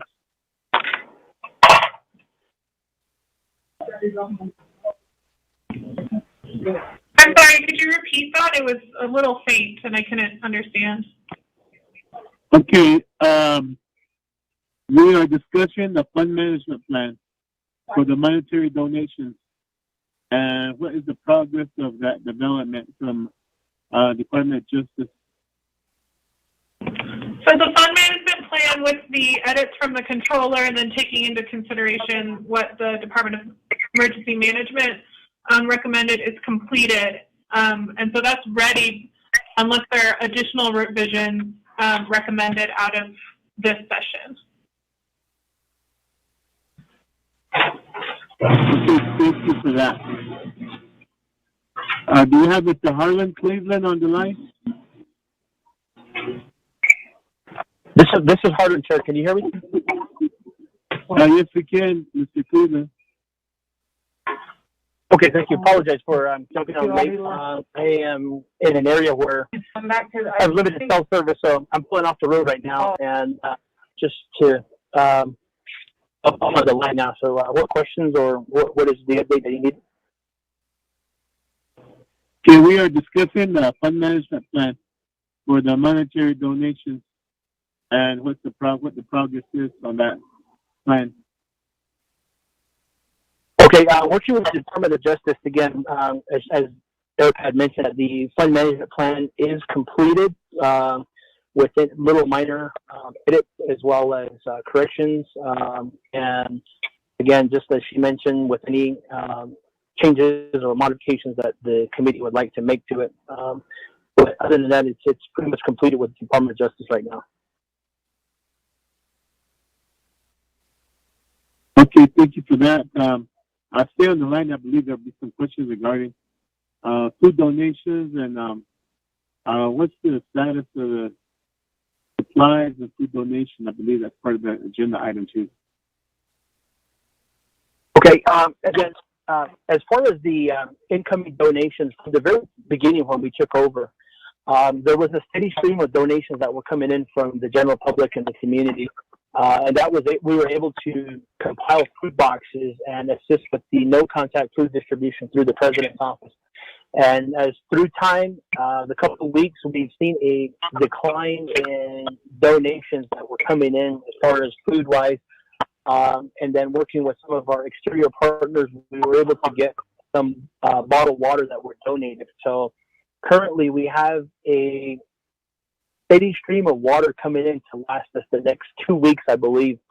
We're into our second or third week of receiving some a semi-truck of water. So with that, we've been pushing that out to chapters. So we've been kind of working with the regions. Just recently, we completed a region with the Southwest region. We were able to give out some food boxes as well as pallets of water directly to the chapters. So that's kind of been our goal, is trying to adapt with the limited donations. We were able to use our general fund budget to purchase around, I believe it was close to $12,000 worth of food, which is comprised in the care package that we're able to bill. That's just basic non-perishable items: spaghetti, noodles, macaroni and cheese, canned food that we're able to push out, and we're able to complete about 500 food boxes with that. That includes flour, yeast, baking powder, salt, everything, just to keep them over for around 72 hours to last. So we've been working on that, and as well as pushing out some hygiene kits. We're able to purchase some hygiene kits that's being delivered this week. So part of the food box or the care packages that we're building are comprised of non-perishable food items, basic hygiene kits. Whenever we get cleaning supplies, we're able to put some cleaning supplies with it. That way we can distribute that, and those go out directly to the chapters. And we're also working with making contact with some of the existing pods that are still out there working, such as Rama, Stanley Rock, reaching directly to the chapters in the Utah area, working with Mexican Springs or Mexican Water chapter. So that's kind of how we've been moving forward with the donations and what we've been receiving. But again, like I mentioned, with the decline of donations, we have to think outside the box and how are we going to continue supporting those areas in the chapters, identifying their high-risk individuals, whether it's COVID positive people or the elderly, to make sure CHR gets the food boxes out to them. That's all I have, sir. Thank you, Mr. Cleveland, for that update report. Do we have our office controller on the line?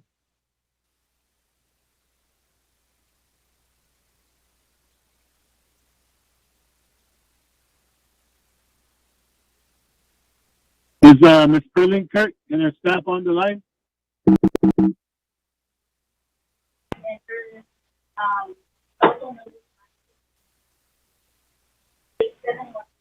Okay, I guess we don't have the controller's office on the line. So let's move committee members. Is there a motion to accept this report? Motion by Yellow Hair. There is motion by Shanantha, Delegate Yellow Hair. There's a second. Chair, I have a question. Are you going to second, Shanantha? I'm going to begin. Second, I'll go ahead and do the second. Okay, there's a motion by Delegate Yellow Hair, second by Shanantha, Delegate Elmer P. Begay, to accept this report. Shanantha, Delegate Elmer Begay, with your question.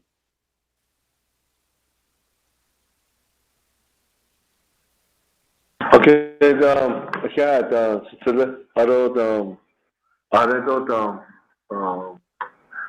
BNF committee, the report presented by Dr. Element. So right now, our concentration or main thoughts and thinking today is the COVID fundings that was approved. In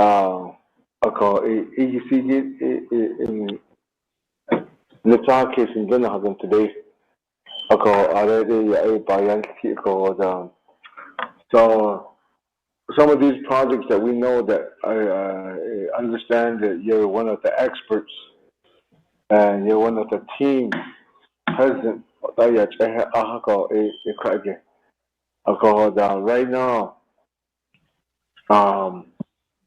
the thing that I don't have with you is, for example, house wiring. I don't to build a home. I have no under the community development alcohol, the credential of replacing a home within 1 month, because I've seen this happen here with these contractors that we have on the Southwest. By the initiative of general contractors and many Navajos, business owners, and many they have credentials. They did that before. The companies that the electricians and the business owners and they did that before too. Depending on the house, depending on how much rooms they have and what kind of it can be total electric or partial electric. But they can tell me this is how much it's going to cost. This is how much hours we're going to have to. This how it's done neatly. From your side, 8 at 10. About this. So when do you think those kind of information you can share it with us, with the chapters, so we can rely on your program? You guys are the expert. You guys are the team. So I think we need to know, find out this before I'm gonna start sharing this with the chapters. Chapters are waiting. No, I don't. That's just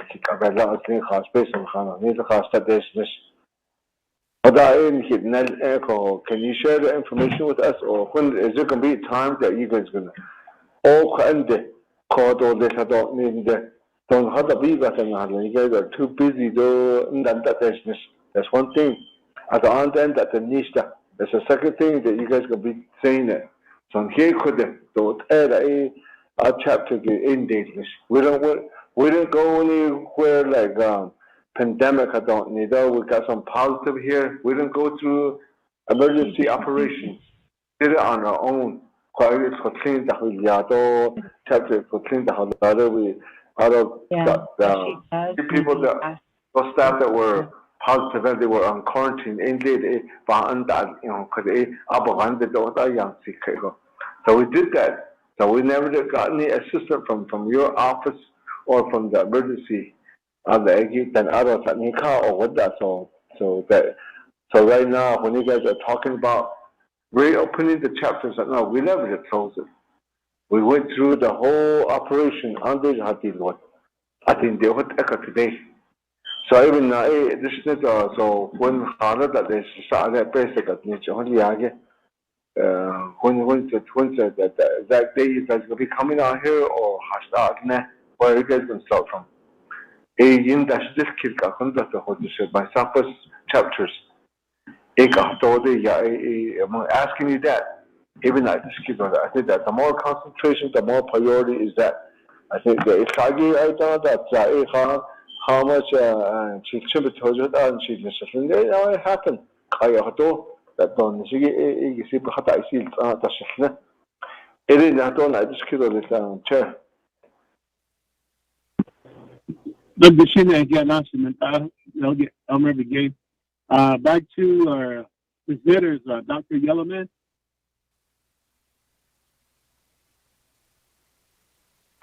Thank you, Chair. Delegate Begay, Elmer Begay. What I can do or what I can recommend is offline here to set up a conference call for additional clarification. And as you mentioned, house wiring and information needed for your area. I'll need to get proper staff on the call to assist in answering these concerns or questions or addressing specific projects that are requiring the schedule of completion or the approach as to how those house wirings will be completed. So Delegate Begay, if we can have a meeting scheduled or set up, I can work with your LDA and set up a time that's most appropriate for staff and yourself to coordinate these questions. I do want to comment that during the pandemic, there was quite a bit of early frustration and challenges and quite a bit of efforts to reach out to all chapters and to reach out to all areas. We were able, and I'd like to also rely on Mr. Harlan here as well, as he was instrumental in needing to provide responses to the chapters and continue the services of the chapter branch during the pandemic. When the chapter branches under HCOC Command Center was established, they were established strategically so that they could be a point or an area to provide some type of resources and relief. However, with Mr. Harlan Cleveland taking over, I also need him to be assist in responding to those areas, and in particular your chapters, and how they were responded to and how they were assisted. I know we have SPPS staff who have been on those calls in your area, and I've been on those calls in your area providing information and providing updates. So Delegate Begay, if we can schedule a call and also rely on Mr. Harlan to answer some of those questions as well as to some of the transition of the humanitarian efforts for your area. Thank you. Thank you, Chair.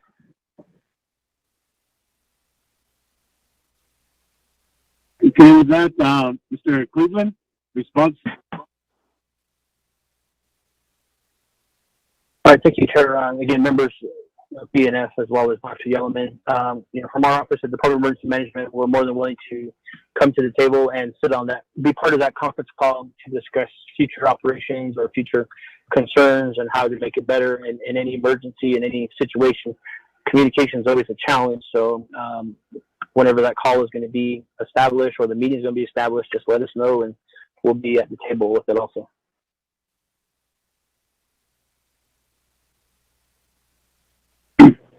Okay, with that, thank you, Mr. Cleveland. I believe we have Madam Chair, Jimmy Charles Newton on the line also. Yes, this is Dr. McGee again. Hold on. We have Delegate Charles Newton on the line. Oh, yeah, Deshana, I'm on the line listening. I'm here. And if given the opportunity, I'd like to ask some questions. Okay, Susanna, we'll make time for you. Okay, welcome to our Budget and Finance Committee meeting. With this, Delegate Elmer begin. Thank you for that, Cecilia. Cecilia, the element, thanks for your response. We're going to send you an email right now, maybe Thursday, and Mr. Cleveland, your brother. So I know that we got, I would recall on it that tires have been hit out with the forms, emergency tires for the water truck. So we can have it on Thursday then. Thank you. Yeah, thank you, Shananta. Delegate Elmer Begay. Do we have our controller's office on the line? Chair, this is Perlene Kirk, Controller. We're on the line. Christina, thank you. Earlier, when we were adopting our agenda, there was a question that came up regarding this item on the agenda, which is since President Nez signed into law the CARES expenditure plan, the items that he did not veto, when will those projects be given the green light? Meaning the money will be made available to begin the projects for water and different projects outlined in this legislation.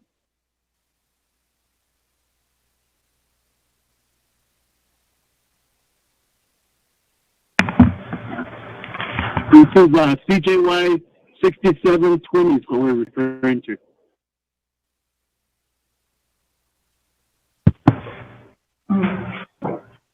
Okay, Kadesh Ako. Oh, go ahead, Mr. Yaz, Chair, and Budget and Finance Committee. I believe the main thing that needs to happen is before, OOC gets involved, is the budgets need to be set up. And I don't know where OMB, I don't know if they're on the call. That would be the question for them is, whether they have any problems doing so, because I know some of the others have been passed, not with this legislation, but previous legislation. And I haven't heard of any budgets being set up. I know yesterday we were trying to get one set up, so I'm not sure the status on that. Although in terms of, so there's a big budget issue that needs to be addressed.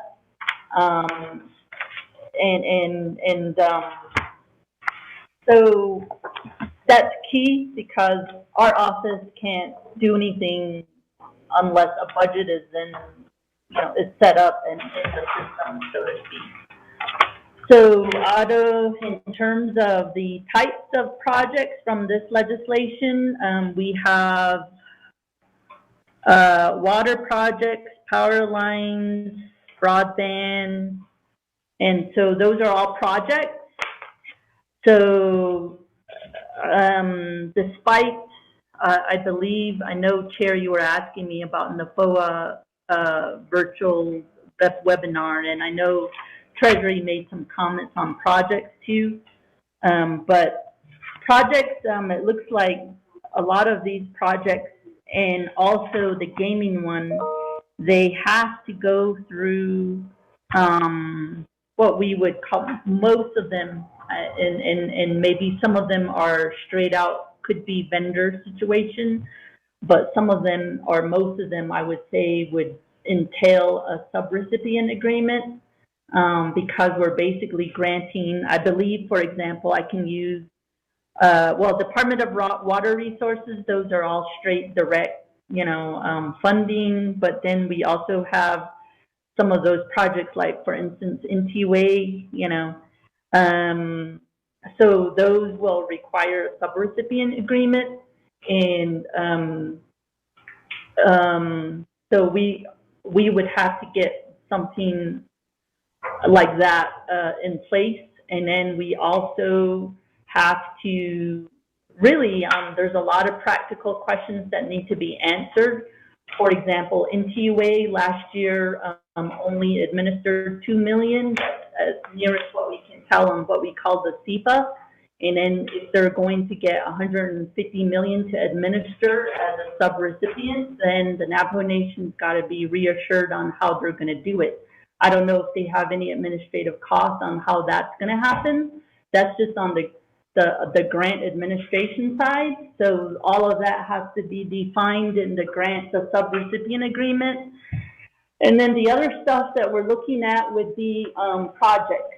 Not sure how these projects will go through with timing, because some of the other questions our office has would be the reality of how many of these projects will get done, because there's real possibilities of some of these projects not getting done, so we're mid-project, and then we have the reality of having audit findings, because a project's a project. They need to go from start to finish, and right now, without any extension, these things got to go start to finish by December 30th.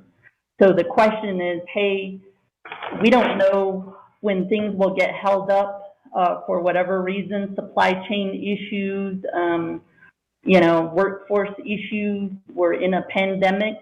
So if we've started some projects and then they can't get finished, the question then becomes, what do we do? Do we back out CARES money? What other monies can we use for mid-project? Because you can't use CARES money for mid-project, uncompleted projects. So those are all the real questions we would need to answer. So because we're heavy on the projects right now, I'm just looking at the list, and we're heavy on the projects. All of that requires work, and right now, I know OPVP wants me to just budget $10 million. I don't think that's enough for my office to function and carry out all this work.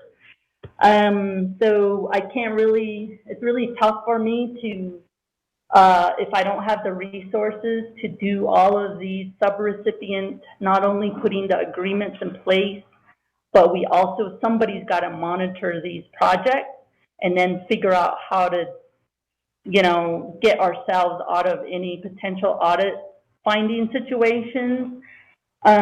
So those are a lot of questions we have. The other thing is, I use NTUA as an example. If they've only administered $2 million last year under SEPA, and now we're giving them $150 million or so, do they have the capacity to administer that amount of federal funds? Those are the questions I have too. And then of course, we're ultimately responsible, so we've got to figure out how that's going to happen. So those are some real questions we have from my office. So so I'm just looking at the list, and I'm looking at mainly the projects. And then the same thing with NNGE. We have to come up with, and it's not going to be your run-of-the-mill grant agreement or MOU that we normally do. This is a certain sub-recipient agreement. Of course, we have to be take into consideration some of the we want to give them flexibility on the usage of these dollars, but how do we set it up? So that's something we need to address for gaming. And then the other thing is, like, for example, the small business financial assistance program, that's $60 million. That, like I said, we're working on a portal, but I'm working on a portal without a budget, and that's a problem for me. So that's where I don't think people realize the practical implications of trying to deploy these funds from our office, because I'm talking about a portal, I'm talking about, you know, how many people, I mean, I'm looking at DED, and I don't know, last I heard, if it takes 12 people, they're going to work around the clock for 7 weeks to reach the small business owners. So I don't know if that's the case. So those are all the things we're working on. But like I said, it's really hard to work on all this with at least OPBP telling me to work on with using only 10 million. So I don't think, I'm just saying this because those are the practical implications of these funds. They're not unrestricted, they're restricted, so we have to go through all of these internal controls and compliance matters. So, so that's, I don't know if that's the answer, you know, that you want, but I'm just kind of going through what we need to do to get all of these dollars out. So I think that's all I have on that question. So I don't have. If there's any other questions, I can answer some of those. Okay, thank you for that response to that question that was posed by Delegate Elmer Begay earlier. With this, committee members, any other questions or comments?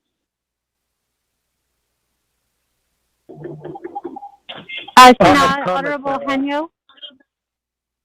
This is Delegate Claudia. Okay, we'll go with Delegate Jimmy Yellow here, then we'll go with Delegate Amber Crotty, and then Shadeja, and Chair Charles Newton in that lineup. So, Delegate Yellow here. Yep, yes, to the chair, to vice chair, the Madam Chair, Shemayaja, to Crowdy, to the Budget Finance Committee, colleagues, my colleagues, thank you. Chair Crow, deep in the Sayel Kiddish, so then Southern here, Nahot, to the Yego. Hashin Zago, he is Congo, that's when he says, the COVID-19.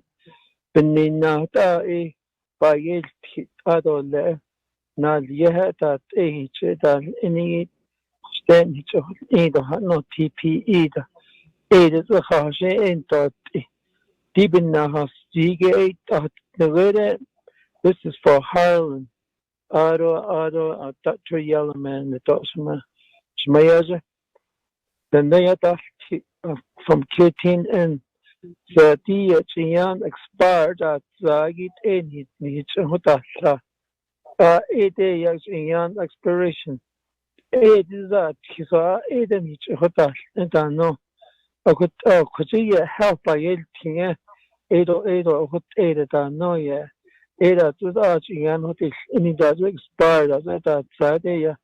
Which Honata ain't all this, so yeah, just is the way black method hotza until that all trash is card trash possible expiration that solid food $80,000 this question here now not any very I think a medical brought us to Mr. Speaker Damon with a teleconference too. These are quarantine no 14 days nego. I could decide to car later. I want us I want to the Pagano. Open set and the Ohoni. Okoti when I asked Mr. Damon, he could you get man just his care funds to get it out of the capital on Sunday based on steam. Isolated facilities. Put on the Nilada H. Ninda, Nevada, Tuba City, and Chinley Shipwreck. Joti Hawashin, he says. He heard several thousand and thought, touch it at its end, special medicine at all, not overhaul just saying very is a cheat, is a bahon, is a cheat as the Sapa Pasa Aliagita. Don't the non states it on 8 hours a year, sure that on the non. Eh, Crebatis, and so out that 2 year man, out over Mr. Harlan too, and this fruit too. She is this, I think we don't have an isolated facility that's really important. When you build these buildings, that will be really good for our young nurse to come in here and use that building for practice too. Our nurse, Navajo young nurse, though doctor that all this. That's my concern. Out of place of donation, last time about to see deep funding, we need to have a report from the controller to all the money that was sent to a Justice Department and controller to bring a spreadsheet and how much were calculated not at this time. I was seeing stuff Yobasa, I see that the link we could use that money. Since CARE Act fund is very tight in the record, we go by the federal law. The law is by their law. Out of which very short duration, December 30. Top a year that they con that was say into peso. As a budget committee member, Jimmy Yell here, Jim Bagare, a share not on it. It's not signed off. Thank you.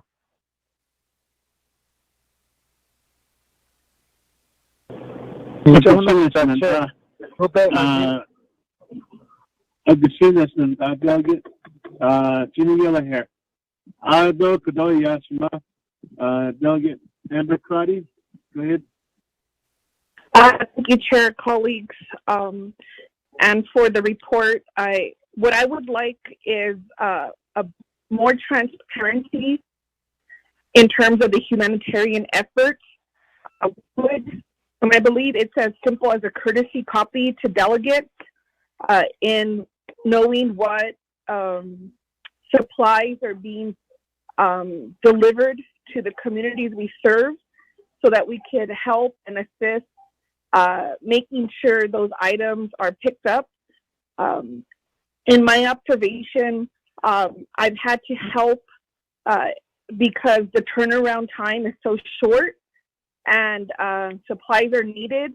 And so what I found myself is not participating on my scheduled calls to help with the humanitarian effort, which I don't mind, but it also reflects that there needs to be more coordination in terms of delivery. And so that would be my recommendation and how we can help.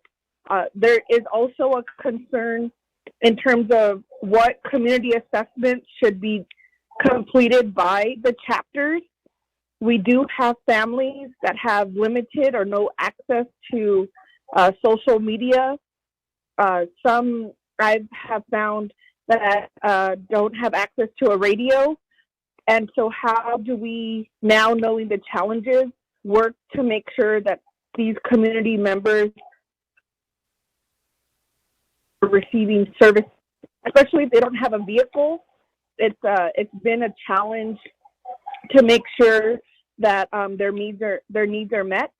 And then the second area, Chairman Henyo and Budget and Finance, I'm very concerned with the line item veto of the $90 million to payroll, because that was a low-hanging fruit.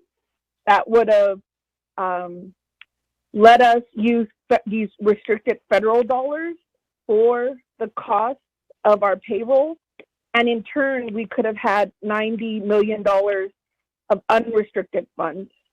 And so I still see that as a missed opportunity, and maybe, Chair, that we should have more public education and educate to the president and vice president on how that could have assisted and assist delegates who are now pulling together a $90 million spending bill.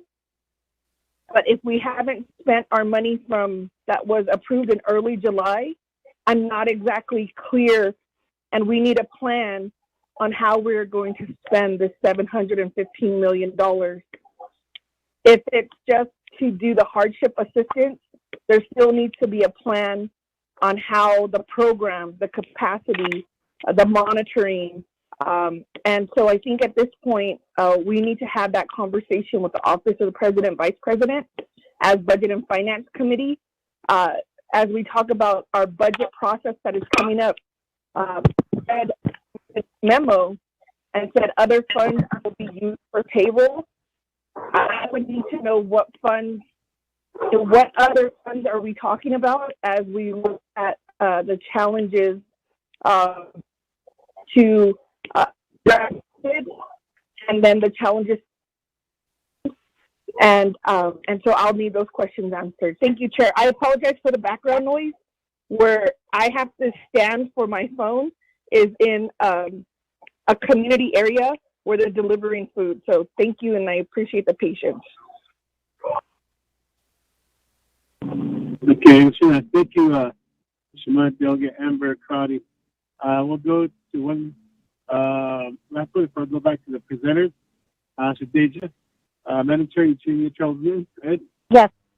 Oh, yeah, Shana. And then thank you, Budget and Finance Committee, for allowing me to ask questions. We actually, the Law and Order Committee did call upon Mr. Cleveland. I believe it's 3 times that we've called upon him. The first time he did come before us. The second time we did have an agent of the office, and then we called upon him on Monday with no response and nobody from his office to respond to the questions that we had in regards to the plans that were submitted. When the agents provided information to the Law and Order Committee, we were told that a calendar was going to be developed, and this calendar was going to let the communities know which community on what days and at what time was going to be receiving donations. And we were told that it would be forthcoming in the next few weeks. The committee never received a report on where they were at, and also the calendar for donations. And we also asked for a plan. I know that when Honorable Charlene So dropped legislation at the beginning, at the beginning of COVID, there was a concern about the expenditure plans and the way that the department was working and some of the things that they were lacking. So with that, we did make that request. Honorable Otto So and I did drop legislation to have the donations go towards Mr. Cleveland and also his department. But again, we haven't received any reports or any information from his office. So when I saw that he was on Budget and Finance Committee, I wanted to listen and to hear what the plans were.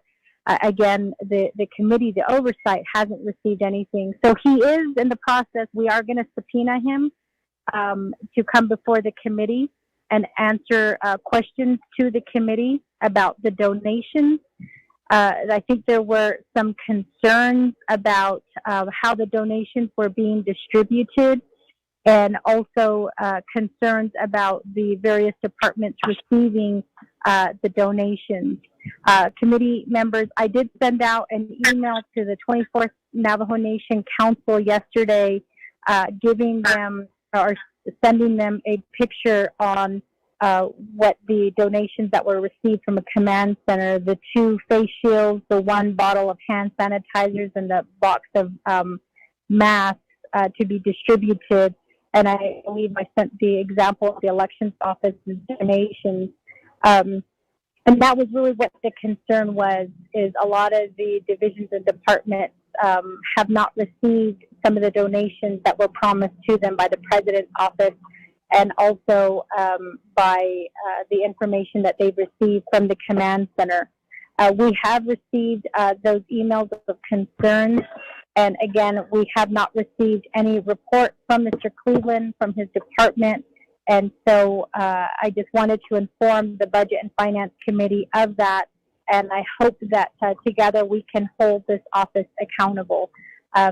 So with that, Shana, Honorable Hanyo, I apologize, but I felt like the Budget and Finance Committee needed an explanation as to why the expenditure or the plan actually has not been put in place. Again, we have not been informed of anything aside from the promise that a report would be sent, but we still haven't received that yet. So with that, I will go back on mute, Shana, and thank you, Budget and Finance Committee. Okay, with that, thank you for those questions and comments from Shananta Delegate Yellow Hair, Delegate Amber Crotty, Madam Chair Charles Newton. Just back to our presenters, Mr. Cleveland, would you respond to the comments made by Delegate Yellow Hair and Delegate Crotty, and then Madam Chair Charles Newton? Also, I would like to add to Delegate Yellow Hair's comments regarding expired food. That was a picture by one of my chapter's community service coordinator, showing me pictures of melons that were partially rotten,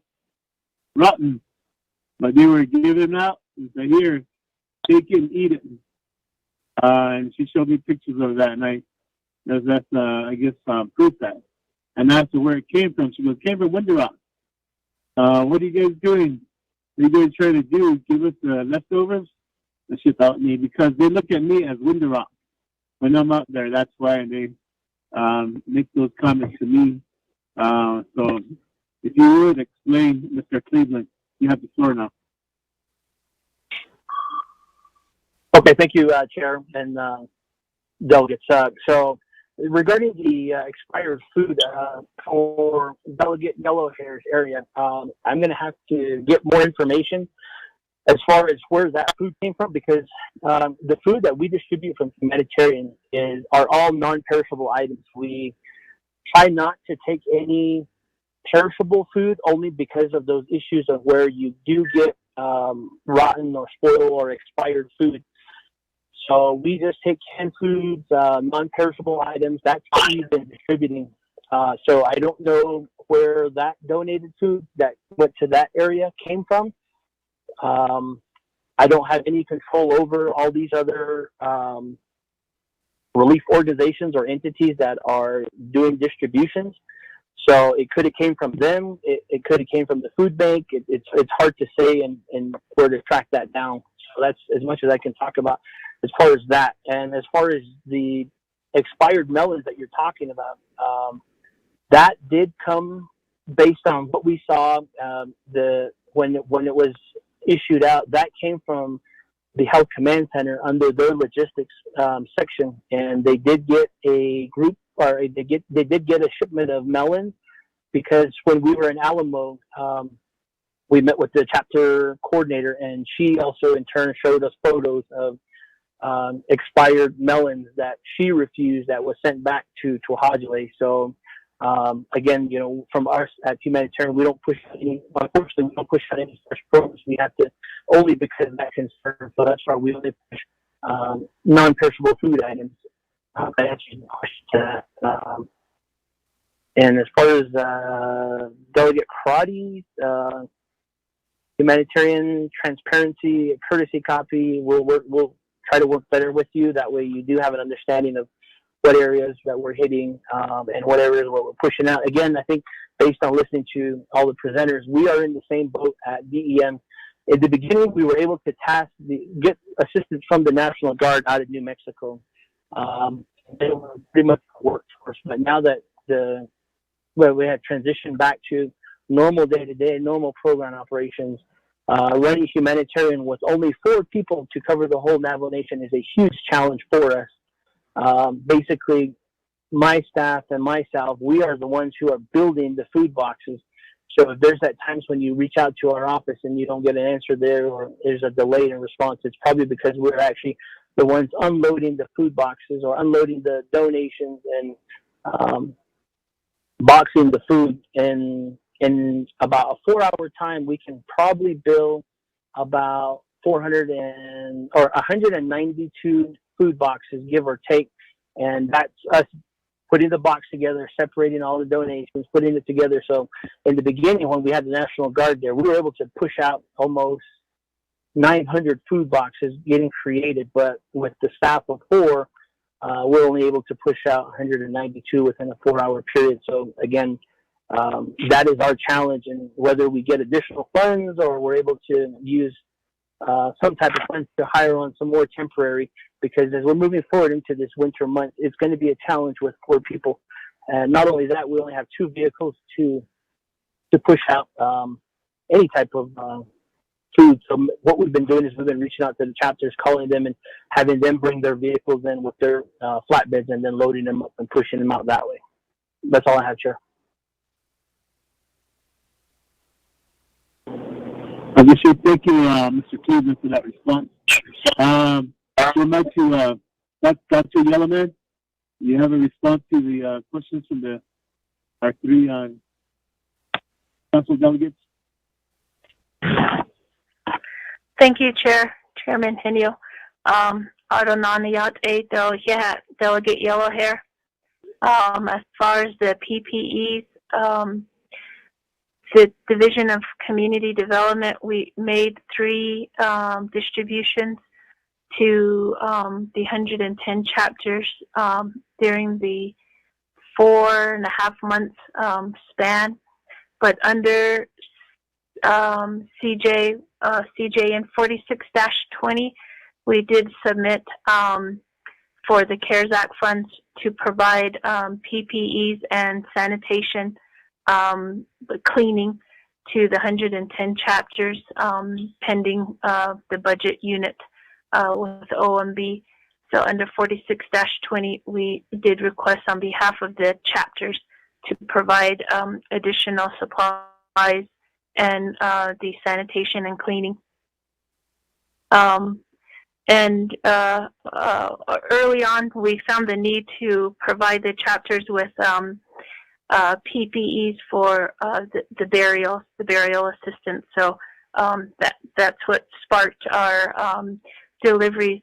In total, we delivered close to 23,000 masks and 4,500 gallons of bleach that are still ongoing and being delivered as well. Delegate Crotty, I agree, and also believe in the transparency of the distribution and the challenges with families with one vehicle and etc. I recommend or believe that it's needed that at some point, whenever the HCOC or the command structure allows for there to be a debriefing, we do need to debrief and look back at all elements of the emergency, elements of what worked and what areas need improvement, and how to plan better for the future. And there's many moving parts to the emergency command center, and how we can improve on some of these areas. So I am looking forward to an opportunity to express some concerns as to where and when we can make those recommendations of areas to improve, and then plan for forward any type of emergency response efforts moving forward. But particularly how DEM is connected or related to chapter relief efforts. And then thank you, Delegate Crotty. I'm sorry, Delegate Newton, for the update on the calendars and the plans.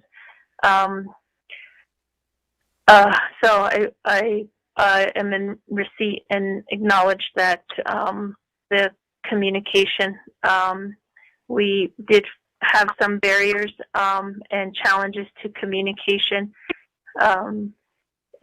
Once the chapter branch and the humanitarian efforts were transitioned over to the humanitarian efforts, we were communicating with DOJ. There's a continued communications with. However, at that point, we just believed that Mr. Cleveland and his team were out in the field, as at that point DCD and ASC transitioned and relinquished some of the staff to return back to some of the ASC duties. So there was a transition that occurred. There was a transition that occurred with the understanding that those operations to the humanitarian efforts or the humanitarian branch would continue. So our efforts to maintain communication with Mr. Harlan was necessary and needed. So I appreciate that information and update. So thank you, Chairman. That concludes some of my responses to our delegates. Thank you. Additional, thank you for that. Ms. Kirk, our Controller's Office, do you have a response to the questions that were posed by our three council delegates?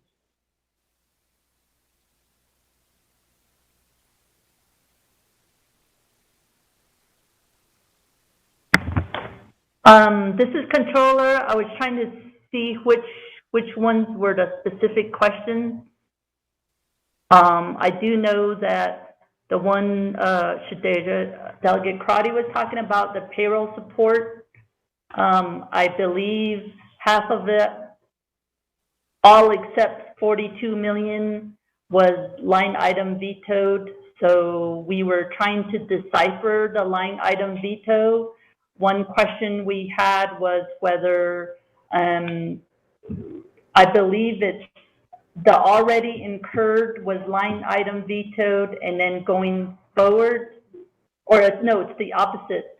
Okay, so because part of the 90 million was 638, so I think the best bang for our buck, so to speak, would be to go after the general funds that were already incurred. Is kind of what we were looking at, which will be recouping all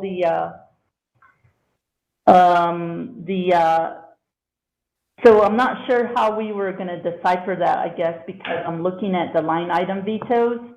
So, but the whole point of that was to, going forward, to supplement the rest of this 20 budget, and then also to supplement the 21 FY21 budget. But there's lines across that, so I'm not sure. We're still trying to decipher the intent of the line item vetoes. But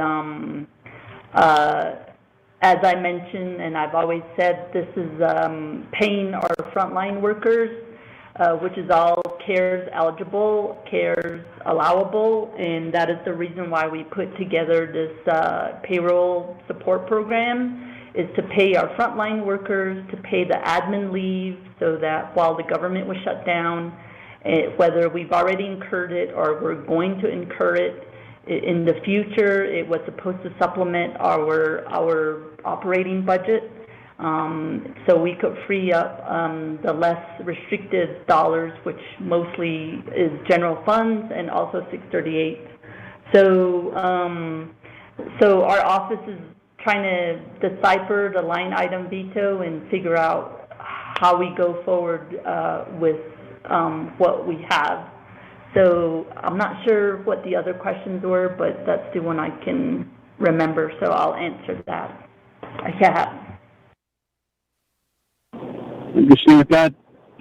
Thank you, Controller Kirk. With this committee members, back to our committee, but if I may, committee members, I'd like to ask just one quick question to our controller. There was a mention of CJN 4620, and I believe there was 20 million that was allocated for immediate spending. To the controller, how much of that immediate spending has already been identified for and spent and allocated? Excuse me, Chair. Provide us that information. Hold on. If you would provide us that information, controller, in your next response. Peggy? We couldn't hear you very good. You were fading in and out. As Controller Kirk, were you able to hear me? I believe your question was from the CJN-46-20. I believe it's the special duty pay. Adila, has that been identified to be spent, or has that been, how many was spent? I think that's your question. My question was, out of that allocation, how much has already been spent and allocated, given out? That's one of the questions I want to pose. But I'll go back to the committee for their question, and then you can answer my question along with your response. So, committee members, can you hear me? Yes, I do hear you. Yeah. Okay, Sheena, any other further questions, committee members? I had a question, Chair, to Little Vice Chair, from a colleague. Today is the first day, or yesterday, what already happened, going back to the employees, back to their job duties, not all 100%, maybe just 25% are coming into back to their job. This is related to a Pinion chapter house. They requested probably to Dr. Yellowman, they request for, before they go open back to the chapter house, they want all chapter to be sanitized. That's what they want for safety. Dr. Yellowman, as your things about this time. Dr. Yellowman, I share to the chair. Chair, this is Vice Chair. Vice Chair Smith, go ahead. Thank you. Committee members, Fishma-san, and those that are listening. My question is, how far along is this proposed fund management plan? I haven't seen a draft, or maybe there was one sent. How far are we to complete that? Because it's got to go through BNF, and BNF will either endorse it or vote it down, because these donations are at amount of $7.8 million. And just like Shenandoah Shade, Nenegit Al, clean the chapters. We could use money for cleaning the chapters out of that and helping the chapters. Chapters, emergency funds, some have depleted. They're sitting patiently, and they're wanting to know when and how they're going to be given some money. So there's monies there, 7.8. I think that expenditure plan should go right direct services to the chapters for them to provide emergency services on behalf of that. That's the question that I have on that. Where is the expenditure plan? And if Harlan Cleveland's supposed to develop it, we need it ASAP. And yes, there is complaints about the food. There's complaints about the expiration date. There's complaints about not even getting services out at 110 chapters. completely for the folks that really need it. The other one is projects. I hear that some of them have been initiated. And I know Dr. Yellowman, I want to say this again, because the health is badgering me. They even put me on the front burner. And if I don't say this, you know what I'm going to talk about is the bathroom additions. If we could use the COVID money or this CARES money, donations, get those workers out there. I'm sure people would like to have jobs locally. Get those bathroom additions done. Still have not seen or heard anything. Chapter's still waiting. They haven't heard anything from CPMD. Yeah. So that's the two-part question on that, Chair. Thank you. I'd like to have a direct answer on those. Yeah.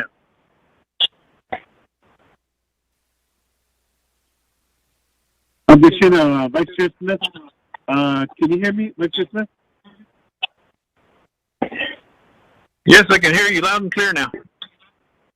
The fund management plan, as we discussed earlier at the beginning of this report, DOJ has completed the fund management plan.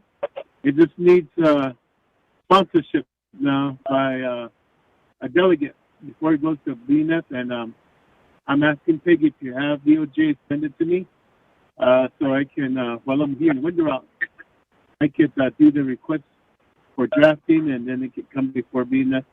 Hopefully that answers your questions, Vice Chair Smith. But as far as the bathroom additions and the other projects, again, Dr. Yellowman, you have a response for that?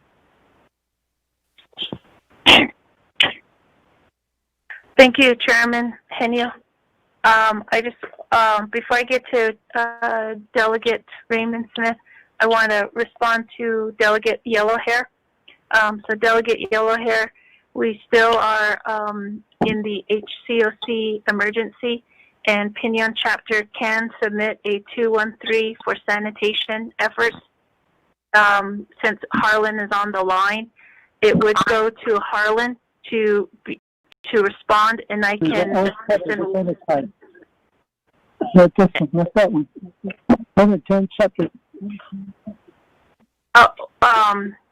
If it's just for Pinon chapter, we can walk through a 213. However, under 46-20, DCD did submit a budget for sanitation, a relief or sanitation services, pending movement on 46-20 to adjust 110 chapters. Thank you. That's my response to Delegate Yellowhair. Delegate Smith, Raymond Smith. Nana, yeah, thank you. And yes, I was anticipating bathroom addition questions. I do know that there was a conference call last Friday, the week before last week. I know that there was a update to your chapters, and I do recall your response on the call. I also know that the budget forms for those bathroom additions were signed, and we are moving forward on, I did request for DOJ, our EDCU attorney, to be on the call, and Mr. Adekai to be on this call in the event that questions came up regarding projects. I do know that we are trying to move forward on one, either hiring a local or hiring the laborers for those bathroom additions in your area, or to working on those contracts to hire NECA or a contractor. But in this case, we're trying to do a emergency procurement with NECA with the help of the Controller's Office. We have been meeting with the Controller's Office, and we have received a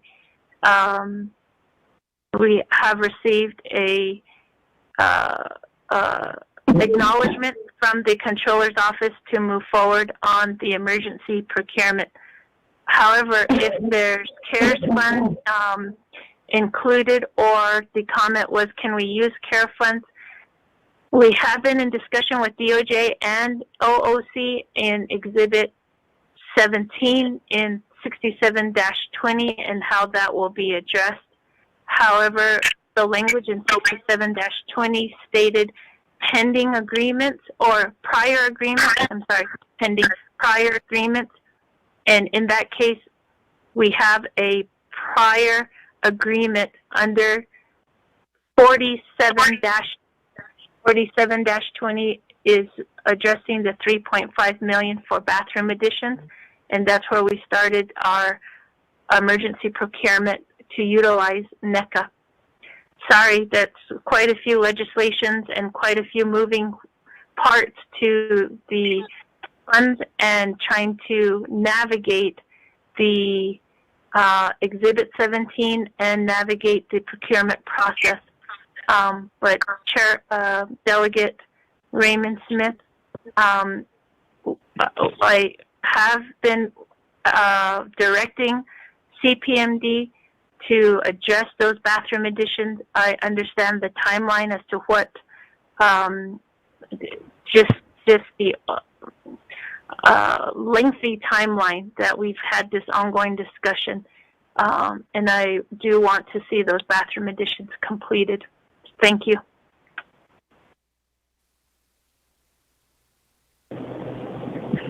Sure, thank you, Dr. Yellowman, for your response, and then to our questions. Mr. Controller, Shemai Curlington, I asked a question earlier, if you would respond.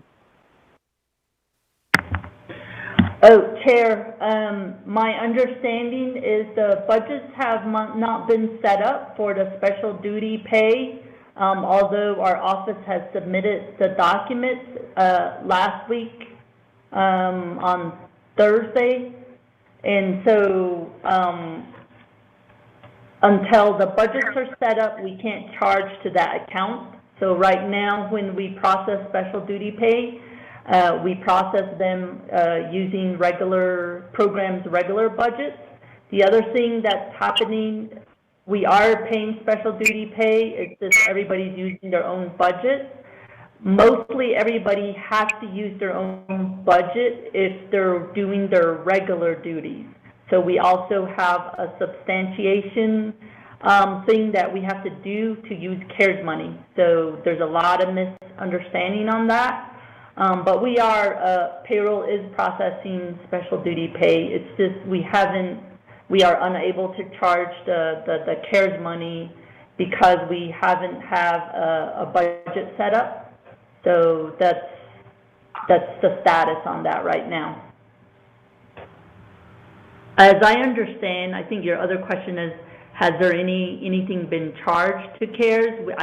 I think as of today, I'm not aware of any budgets that were set up for CARES, and if there's no budget set up, then there's no expending occurring, and that's as of today. But I don't know if OMB has a better update than I do. I haven't heard of any. And then the other thing I will just add that CJ in 47-20, that's about $20 million that's going to go away in 5 business days. And we were trying to get one $2.5 million budget set up. I don't know, it has to be paid, expended, I think is the language, and I don't know if we can expend any of that $20 million from that legislation within the next 5 days. So just kind of wanted you to be aware of that as well. Yeah. Thank you, Shema Controller Kirk, for that response. And committee members, it seems like all this money that we're trying to allocate here and there, we have failed. As the first allocation under the 47-20, $20 million is expiring already. and we haven't expended anything. So, any questions or comments, committee members? Hello, Chair. This is Delegate Yellowhair. So go ahead, Chinanta. The budget of set up with our Nenigi to the controllers and to OMB, and especially this budget should be coming forward from OMB. How many budgets are ready to be submitted to controllers so the budget will be set up? So I think this comes to Budget Finance Committee too. I'd like to make a directive sooner the better to get this budget be set up as soon as possible, so the controller can set up and expenditure will be available for a CARE Act fund. If this is a directive. Now, I'm very happy. I'm not playing politics. I want to say thanks to Mr. Naz. That we to land army like. It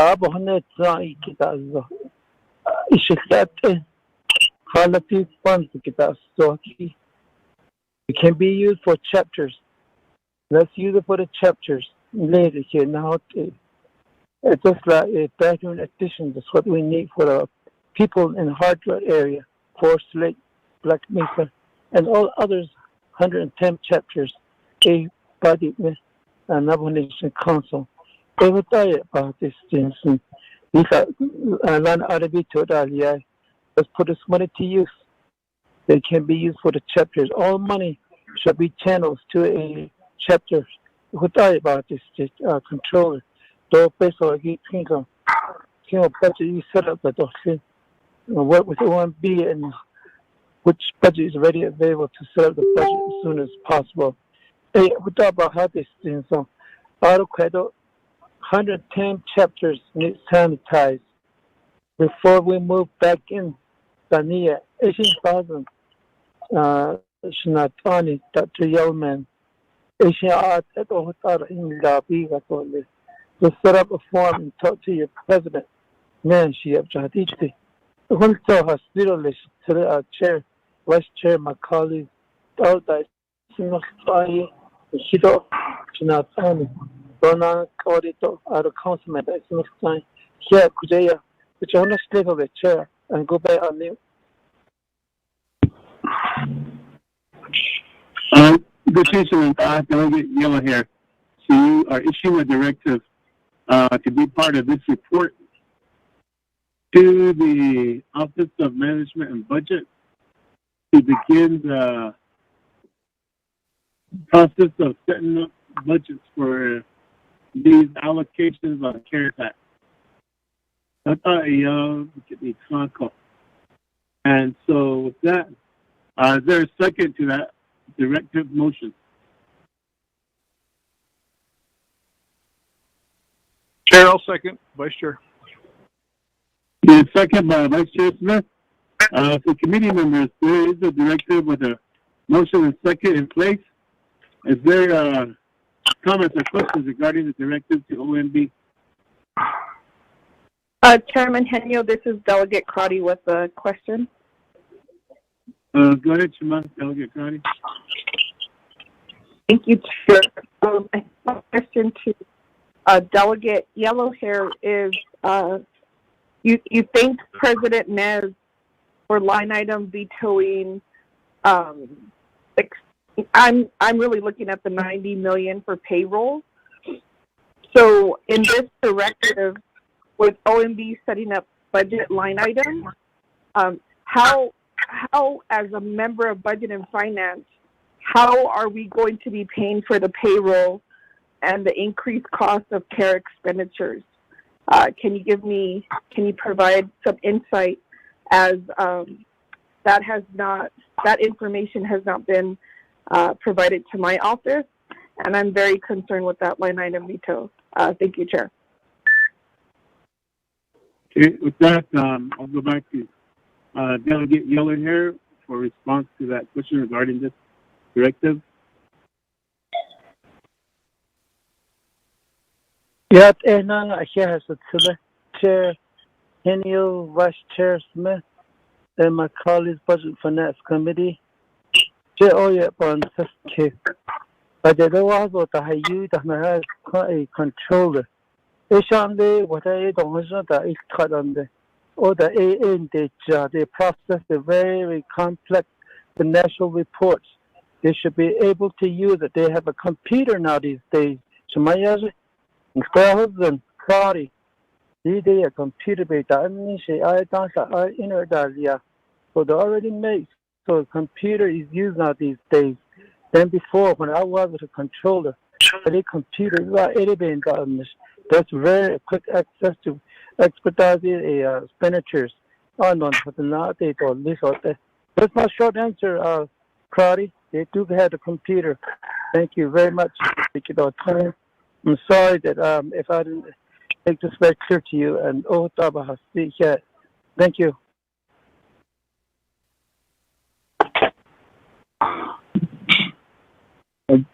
Good Delegate Yellow Hair.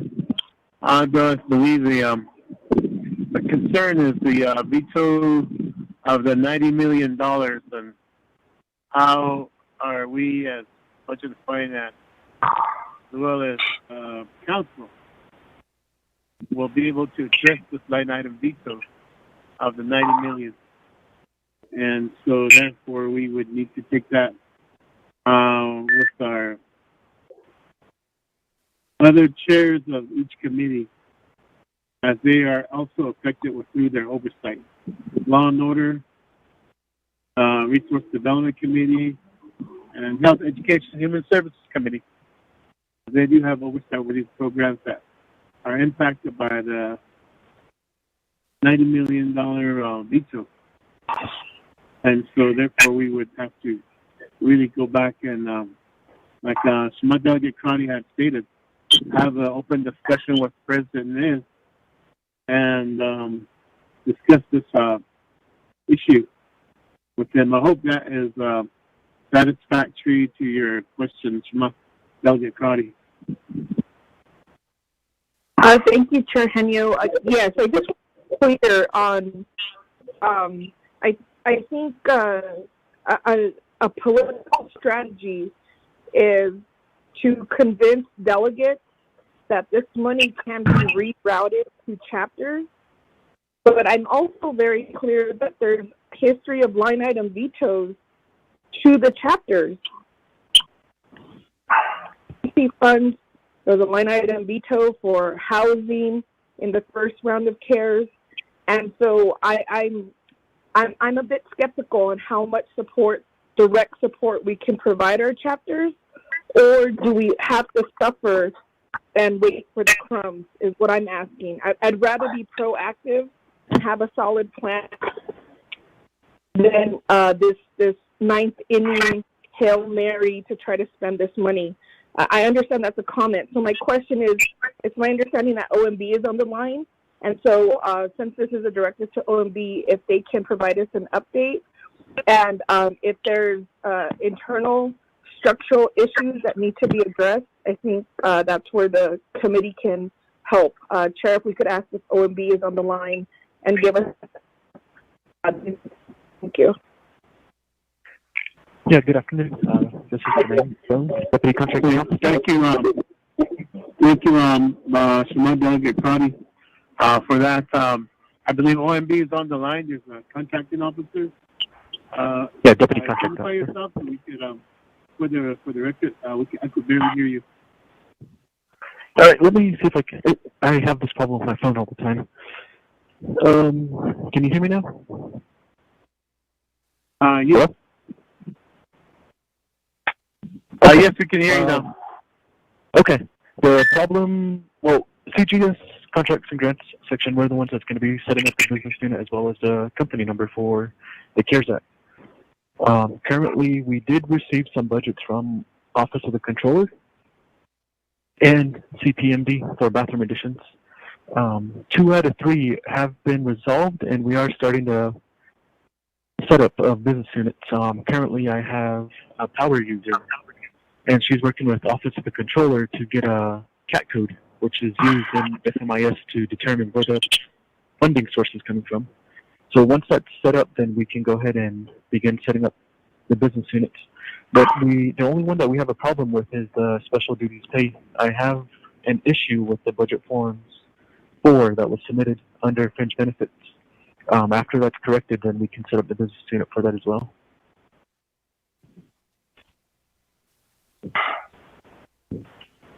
Thank you.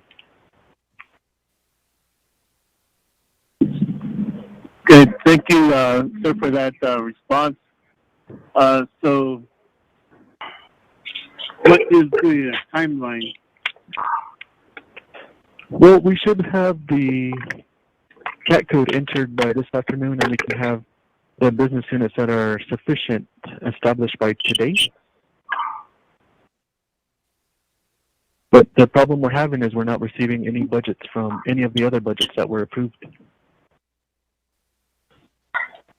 That goes back to the program? Yeah, that's correct.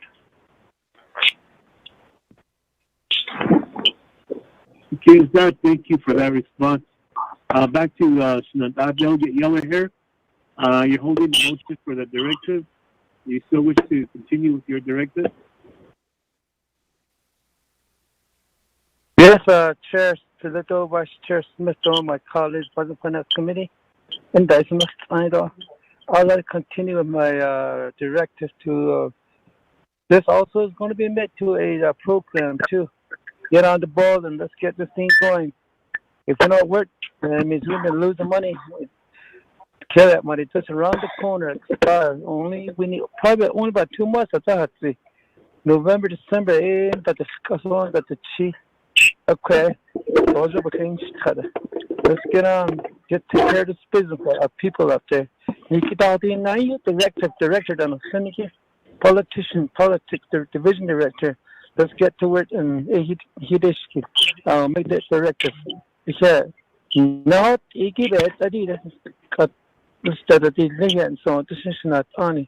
let's vote on it. The Budget Finance Committee, your support is very important. Thank you very much, Chair.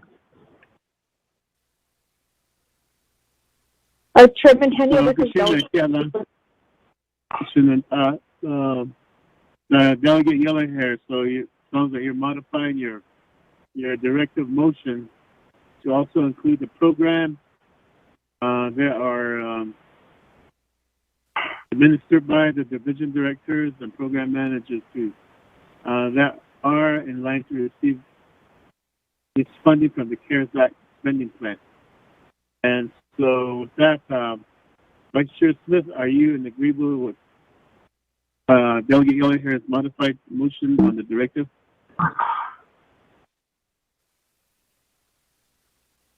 Chair, not in the amendment. We're getting a little bit of static over here. Okay.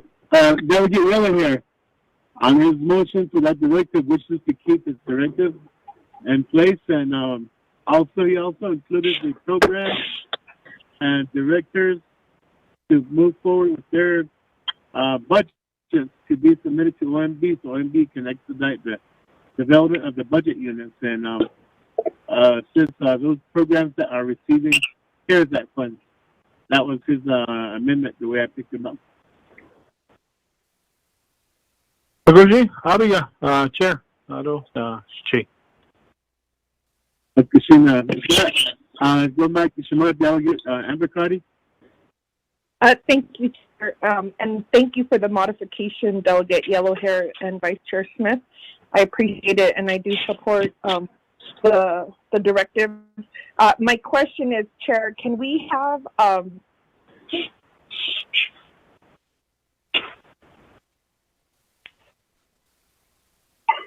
been approved and the timeline on my calendar for certain items, August 31st. That's my concern. August 31st is less than 2 weeks away. What accountability and transparency of these funds, if the programs are not submitting budget, maybe it's a capacity issue, but we are on week 6 of funds being approved, and we have less than 2 weeks before, with the recommendation of President Nez, was the August 31st deadline. So is there a document that the committee can refer to, a high level on what our outstanding budget and then the deadline? And is there then going to be a move? What do we do when this funding expires?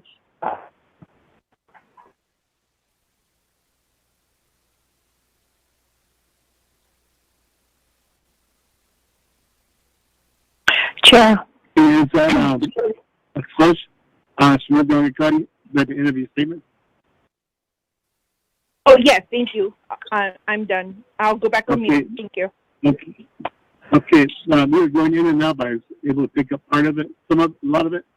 And so this is back to our controller and also to Office of Management and Budget. The request is this with 47-20. There's a deadline of August 30th or 31st. If money is not expended by then it goes back into the big CARES Act funding that we have. So the request is that there be a high-level report given to Budget and Finance on what is outstanding, at what level. Is it at the program level? Is it at OMB? Is it at OOC? So to our controller, Ms. Kirk, and also Mr. Bial, can this report be generated by both offices working together? So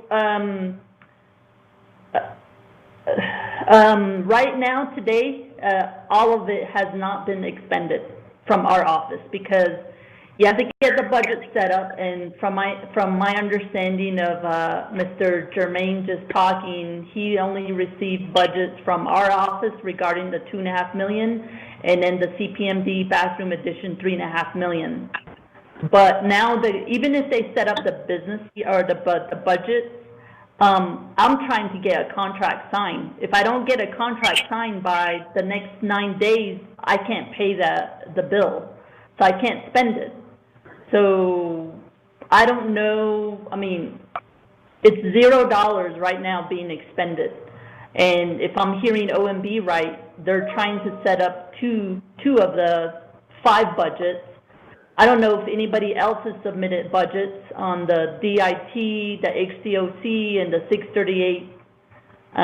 So if on August 31st, none of it gets expended, because it's one thing to put up the budget, it's another to get goods and services and pay it, because I believe the legislation says it must be expended. That means you have to pay the bill by the 31st. So I don't know if any of it will get spent, you know. So, but it is. We can give a report, you know, week by week or something. You know, on August 31st, we can give a report, you know.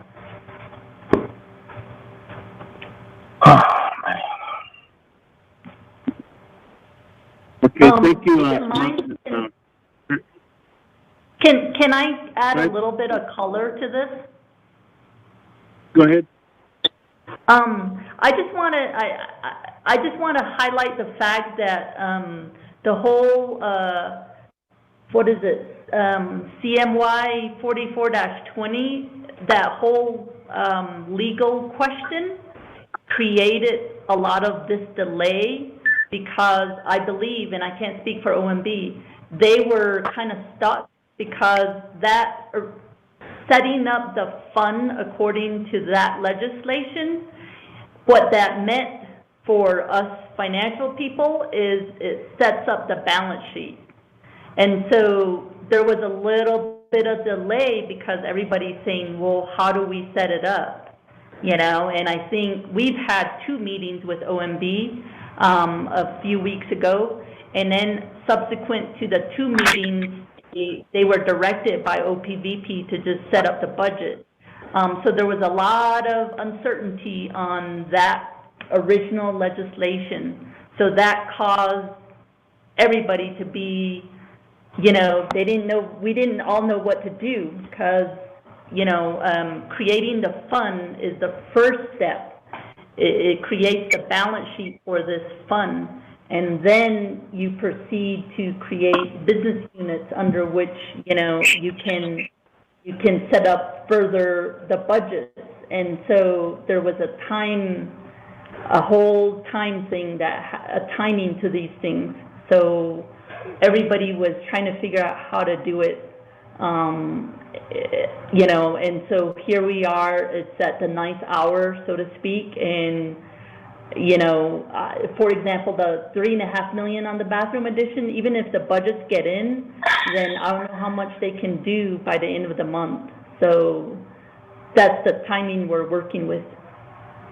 Yeah.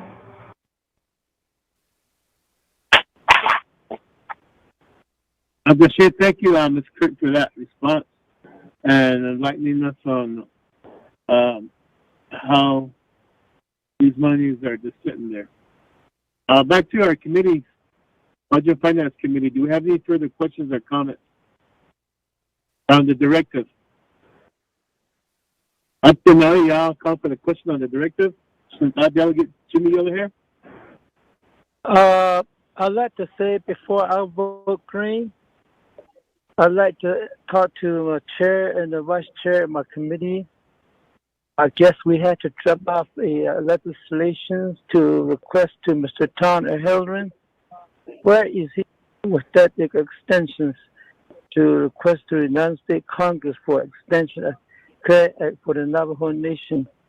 I'd like to talk to, make it to maybe our attorney can answer that one to the chair and vice chair and the committee before I vote to the chair. Do you understand? Okay. With that, do we have Lowell still on the line?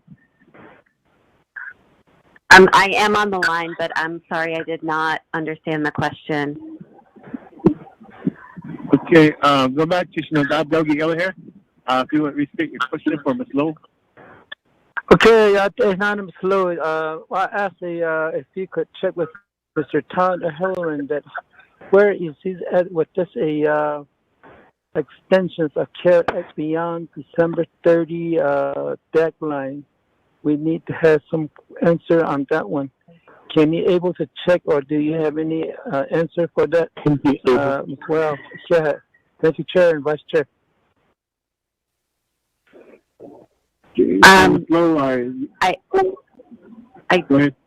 I heard the question, and I understand the question is to check with Representative Tom O'Halloran and find out where we are with the December 30th deadline. Is there legislation proposed that is to extend the deadline? Because the law right now is December 30th. So I'm not sure what I would be asking. Okay, Ms. Lou, maybe work with Manuel Rico or Tom Potero's office. I believe he would have a lot more information. Or even Hope McDonald or Shirley Nyasi, because they are also looking for these types of legislation. And even extend your reach to our lobbyist, Carlisle Begay. He has the insight on what's happening at Washington, D.C., or even to our Washington office, Ms. Santi Lewis, to see what's the status of Tom O'Halloran's bill on extending the deadline on the CARES Act funding for Indian countries. Okay, what I can do is send a request to the Speaker's office to contact or get a report from the nation's lobbyists to see what the status of that legislation is in Washington, D.C. Mr. Chair, Mr. Yella here, members of the committee. So with that, Sean, Delegate Yellow Hair, ask me out your question. So, Abiga Hanjani, I'll vote green. Okay, that. Delegate Yellow Hair votes green. Delegate Vice Chair Smith. Green. Kashina, Vice Chair Smith votes green. Delegate Amber Karate. Thank you, Chair. Delegate Amber Kenneth-Bakrati votes green. Thank you. Okay, Delegate Karate votes green. Delegate Nathaniel Brown.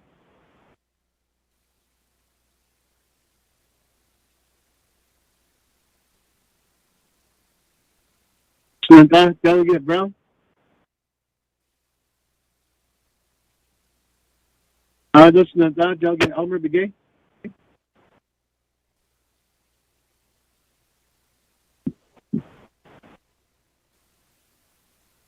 Delegate Elmer P. Begay.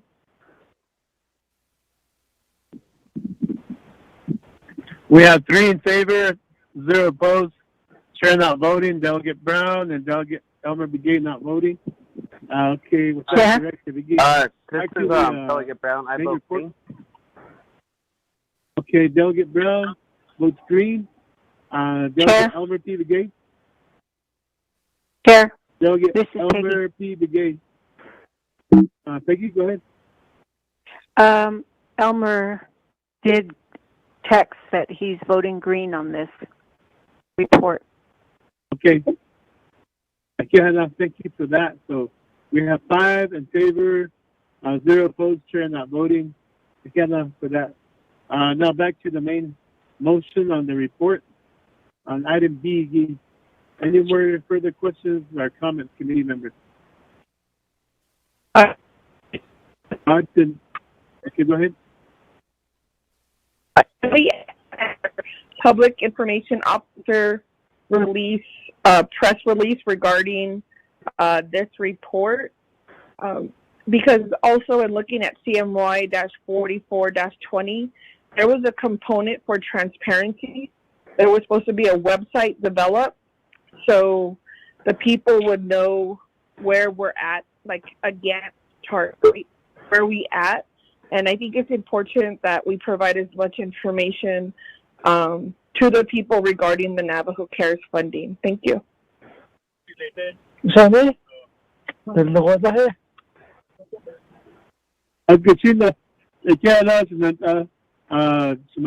Crowdy for that suggestion, and I believe we have Donovan Henley still on the line.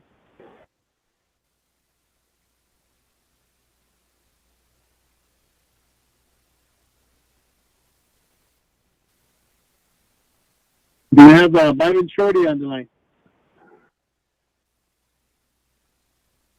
Chair, I don't think that Byron's not on the line. It's Tim. Okay. Tim, are you and able then to also Donovan. relay this information to Mr. Shorty and Peggy? Yes, I could. I can. Okay, thank you for that. Okay, with that, committee members, any further questions or comments? Okay, I'll call for the question accepting the report. Delegate Yellow Hair. I'll vote green. Delegate Yellow Hair votes green. Vice Chair Smith. Green. Okay, Vice Chair Smith votes green. Delegate Amber Crotty. Delegate Amber Kenneth-Bakrati votes green. Thank you. Okay, Delegate Amber Crotty votes green. Delegate Nathaniel Brown. I got Delegate Brown votes green. Yeah. Delegate Brown votes green. Delegate Elmer P. Begay.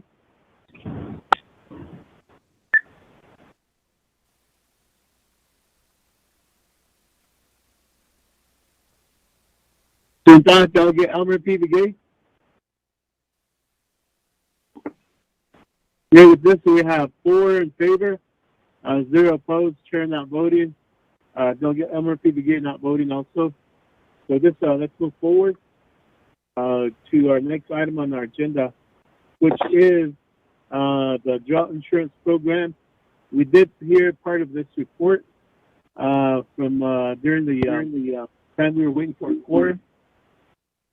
So is there a motion to accept this report before we continue further? Delegate Brown, I'll motion. Okay, motion by Delegate Brown, and I believe second by Yellow Hair? Yes. Okay, second by Delegate Yellow Hair. So with this, back to Mr. Chuck Hemphill. Are you still with us?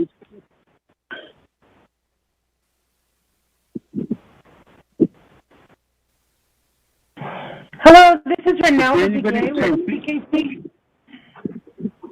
Hello, Renaldo Begay. How are you doing? I'm doing very well. It's good to hear from you. Good. Thank you for being on the line with us. We still have Mr. Leo Watchman on the line. Yes, Mr. Chair. Do we have it? Okay, good. With this committee members, I believe we were at the tail end of their report, and there was a last response was from Mr. Watchman regarding the question from, I believe, Elmer P. Begay. Are there any questions regarding the drought insurance program, committee members? Chairman Chenille, this is Delegate Carter. Go ahead, Delegate Carter. Yes, thank you. Please let me know if I start cutting out. I have to move my phone. But I did have a question to the insurance company regarding would be the that was a question that I asked. Okay, is this better? Cut out your whole questions, go ahead, try again. I just need my question answered from last week. What were the projections versus the actual?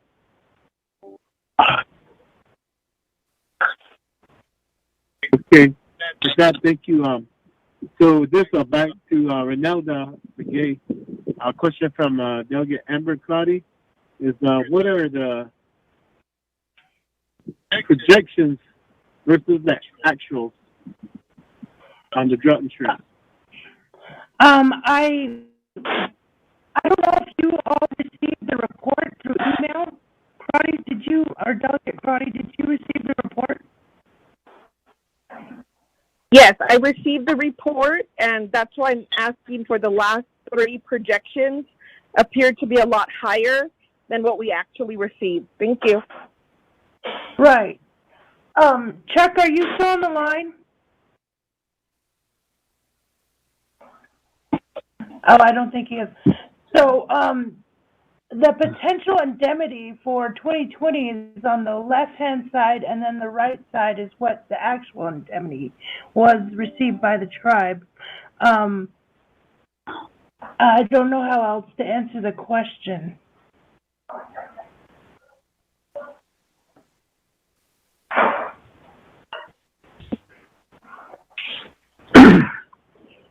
Well, is that the extent of your response?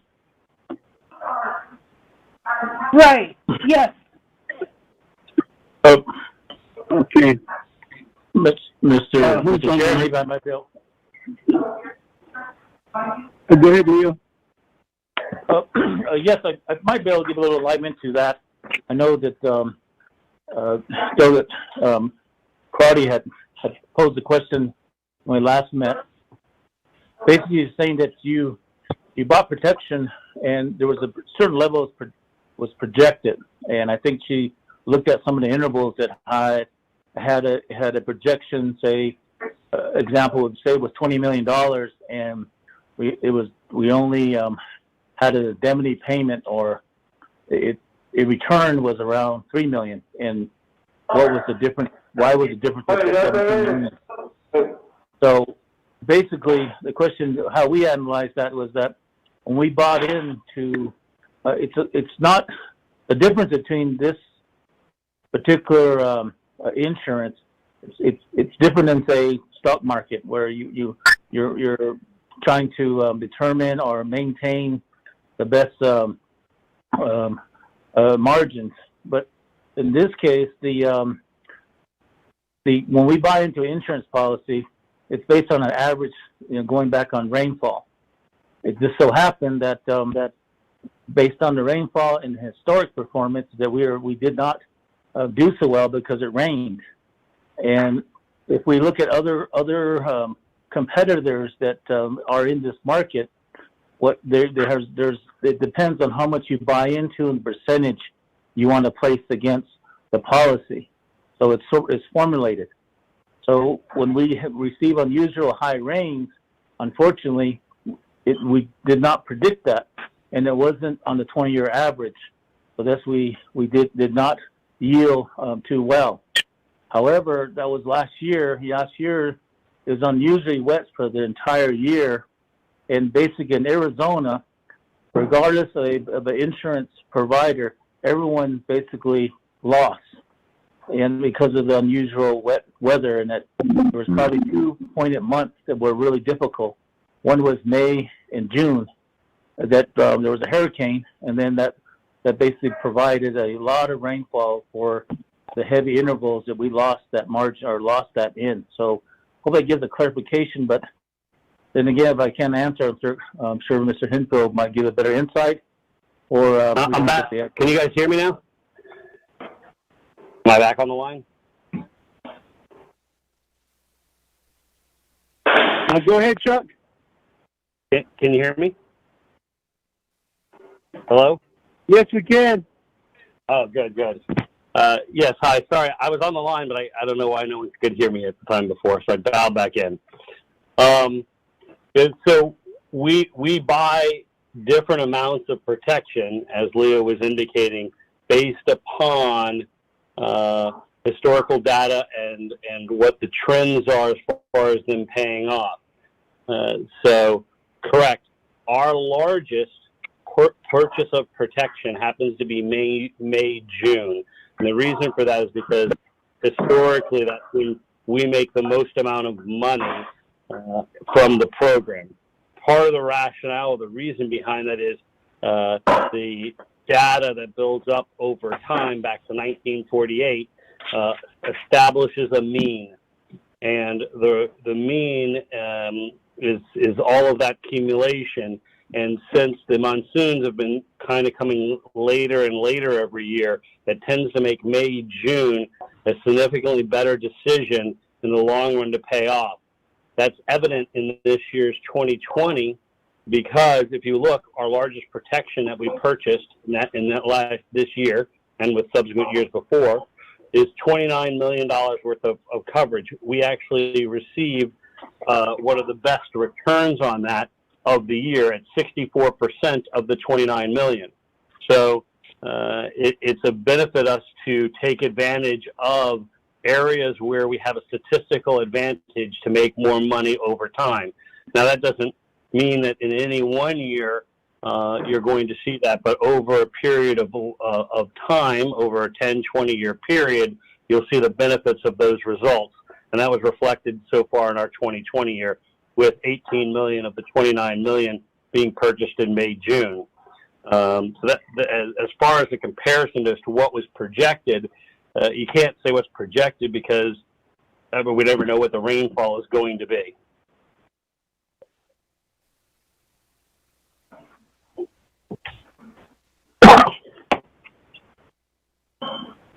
Hopefully that answered that. Okay, thank you. Thank you, Chuck, for your response. So my delegate, Amber Crotty, is that satisfactory? Yes, thank you, Chair. My last question will be, there was permanent trust fund dollars set aside to pay the premium. When does that expire? And when do we expect this program to be self-sustaining? Thank you. Thank you for that question. It'll be to Leo Watchman on the expiration of the TTF that was initially used. Or maybe Chuck can answer that too. Mr. Chair, the legislation that was put forth in 018 was utilized in the CSN side, the settlement money. That has a sunset of 5 years out, so it would be 2023 when that was a decided amount for the use, the designated use. Within the legislation, there was a built-in set aside to try to give the fund an advantage of being self-sustaining. So anytime we receive an indemnity payment, $2.8 million goes into a special fund. And right now, the special fund has around a little over 8 million, almost 9 million. So if we were to look at a annual projected premium, we're about roughly 9 million short of having a full fund, so we would not have to utilize the CSN money that was set aside. It would be then self-sufficient at that time, and we're projecting it that to be around 3 years from, or 3.5 years from today.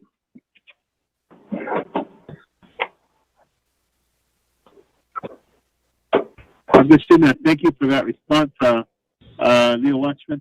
So back to the committee members. Is there any further questions or comments?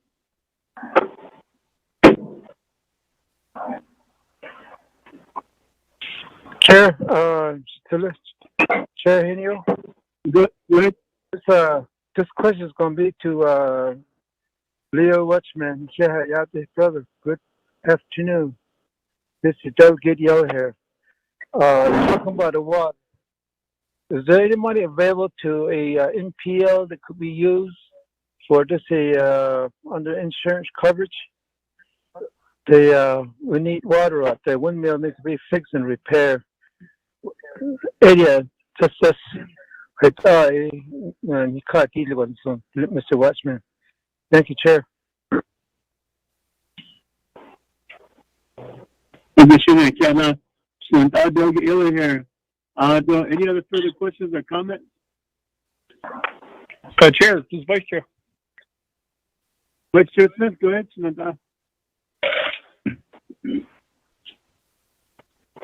Chair, Shenanda. Large doesn't die. So the Bishmas on BNF, out of the Snow Sagi. Not okay,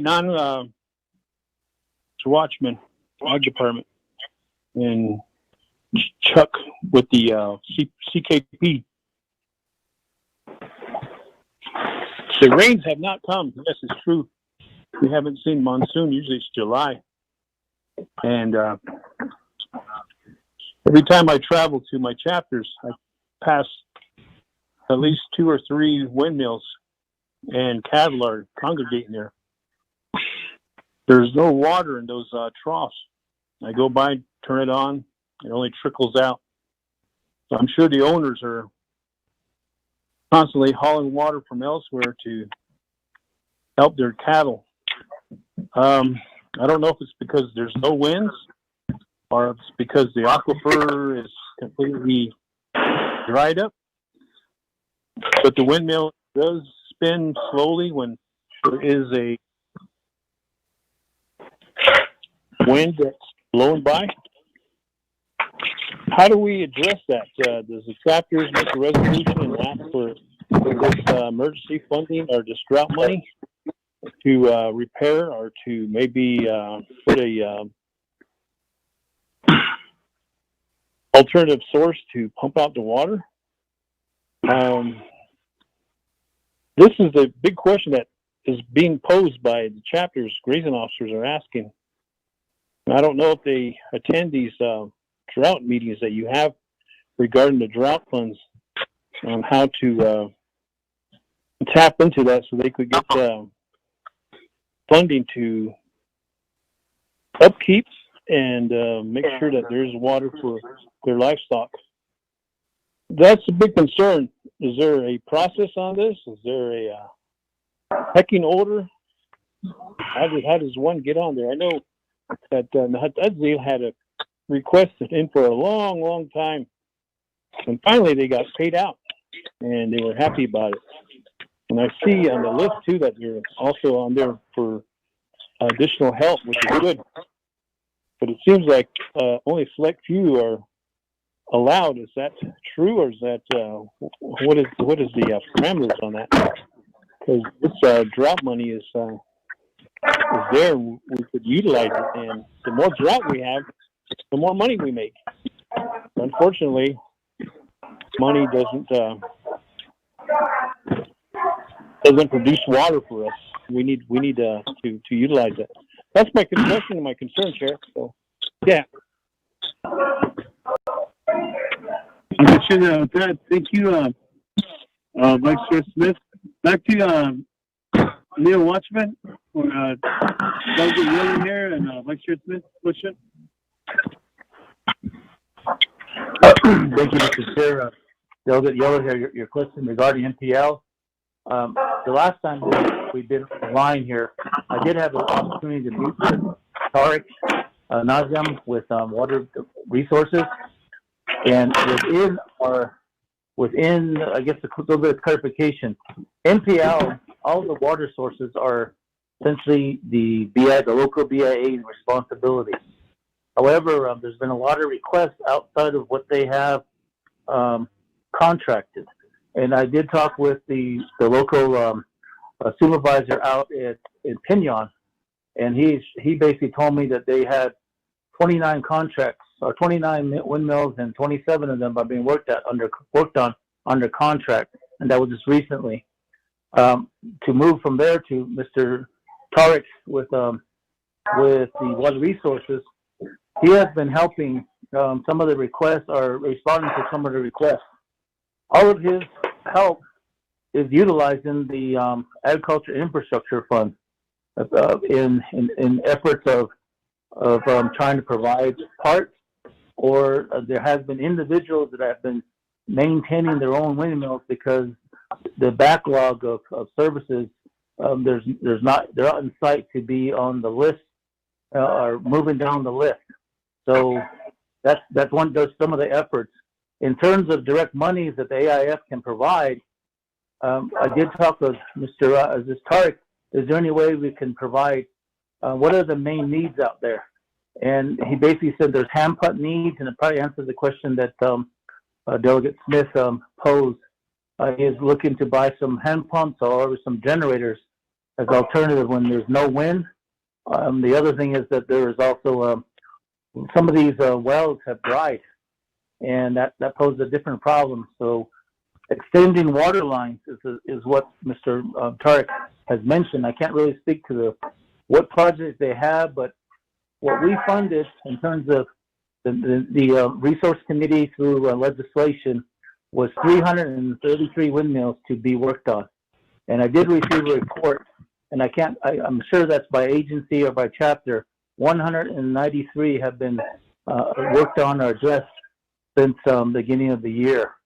So I guess I would need to defer more specific questions to the Water Resources, but that's what they shared with me.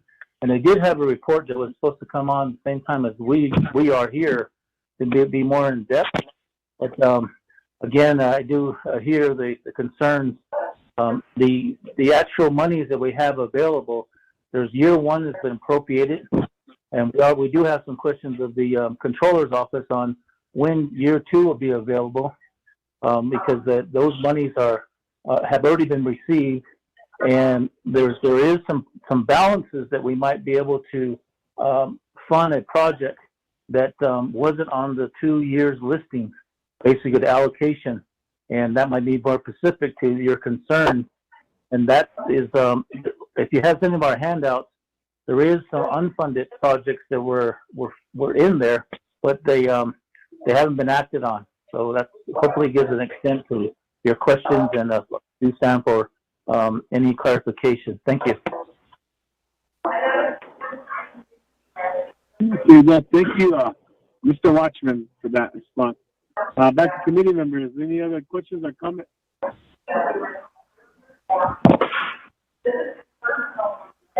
Committee members, if I may, a real quick question from me to Chuck Hill.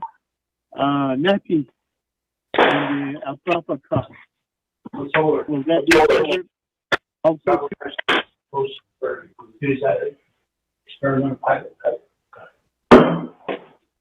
Somebody, can you mute your phone, please?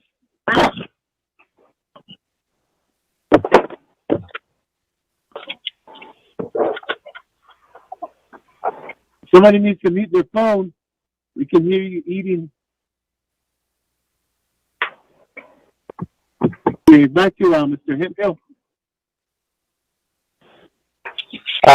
Yes, I believe the question was, have we looked into some of the hay fields for Nappy? Is that correct? Yes. Actually, correct. We were scheduled to meet with them and gather the information and go through that with them. Unfortunately, that was I believe in April, and of course everything kind of went a little haywire with travel and the rest of it at that point. And we're hoping to reschedule those for the beginning of September so that we can get them to participate. It would be a separate policy, but they would be able to participate in that.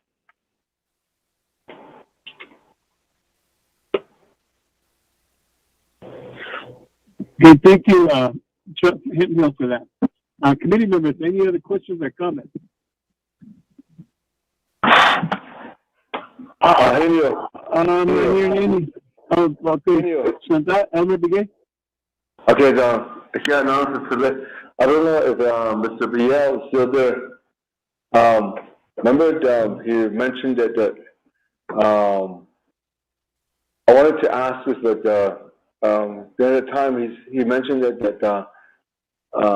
during the budget hearing that he said that we haven't really do a plan on how we're gonna do the budget hearing conference. You know, yeah. So I was gonna ask you. I'm pretty sure that people are back to work now. So can we have the maybe we have a laptops in custody. So how can we zoom in where we can maybe video conference, teleconference on the Kegoshan? How can we get to there during the budget hearings? Since we have IT back to work, and I'm pretty sure other ITs can help us. Hey, this is a recommendation, so yeah, thank you.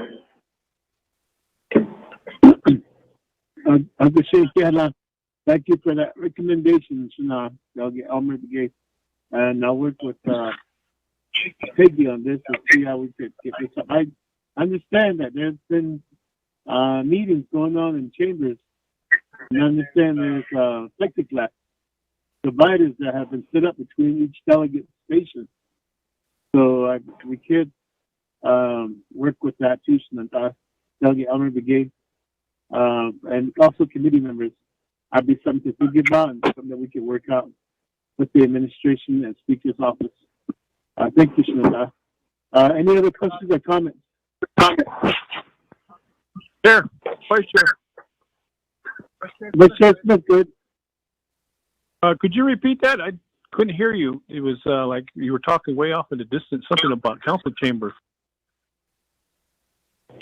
Yes, I understand there has been meetings going on at council chambers.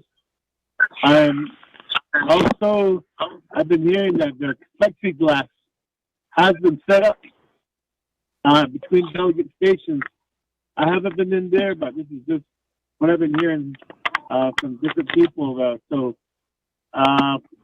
Delegate Elmer Begay, I asked if we could all somehow come together on the teleconference on the budget hearings.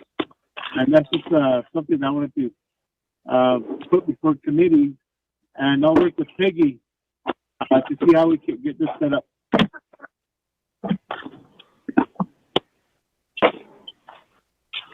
Thank you. Vice Chair Smith. Okay. Thank committee members. Any other questions or comments? Chair, can you hear me? Oh, Dating Chair, to Senator Vice Chair, Satsui Raymond Smith, those not on the Budget Finance Committee, my colleagues, those notifying you. I had questions, maybe I didn't hear right. This is about a special fund that agriculture set it up that's saying about $9 million in it. Is there any investments has made this $9 million setup? Hey, now just kidding. So back to Leo Watchman on your earlier response regarding that $9 million and the special funds account. Is that money currently being invested? Is the question. Mr. Chair, Delegate Yellow here. Earlier, I did mention how when the legislation was passed, they basically set up 3 avenues, 3 accounts, or 4 avenues for use or monitoring. One it set up was the authorization of the CSN money of $19.8 million. That's primarily for premiums on whatever application we submit annually. Second one was to set up the IAF, which is the Agriculture Infrastructure Fund, basically allowing us to receive an indemnity payment, which we're talking about. Currently, what we receive to date is around $54 million. Of the $54 million, we have appropriated $17 million in year 1, and also in year 2, $19 million.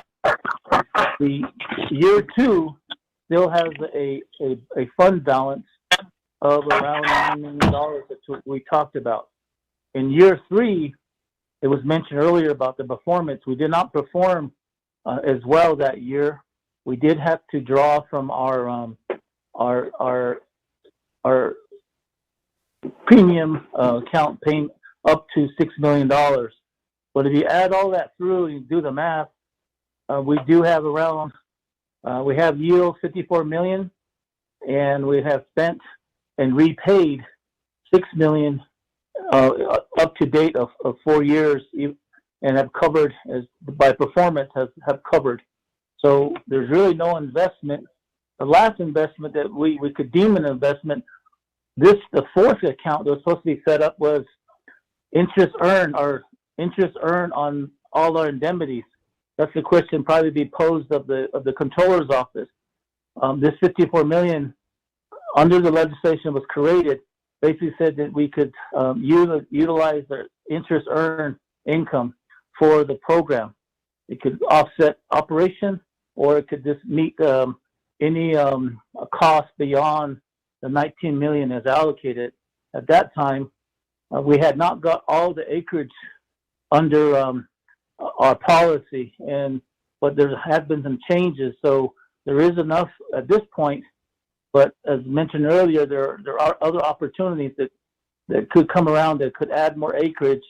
And if we were to go beyond the $19 million, we would hope to utilize interest earned.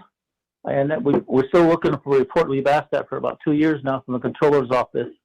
So hope that, but the short answer is there's no investment outside of this delineating those 4 accounts for the purpose of the fund.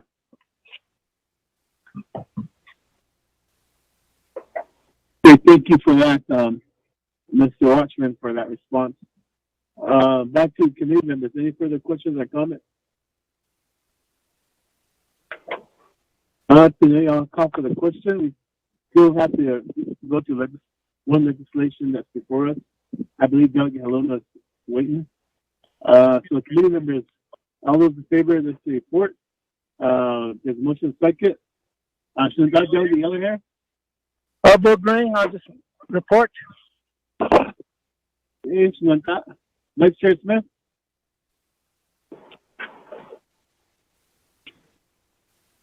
Green. Delegate Amber Karate? Delegate Amber Kinners-Balkrati votes green. Thank you. Okay, Delegate Nathaniel Brown? Delegate Brown votes green. Additional Delegate Elmer P. Begay. I will agree. Okay, with that, we have 5 in favor, 0 opposed, chair not voting. With this report, thank you to Mr. Hemphill and Mr. Watchman for providing responses to the questions and comments. Next item on our agenda is, do we have Tom Gordon on the line?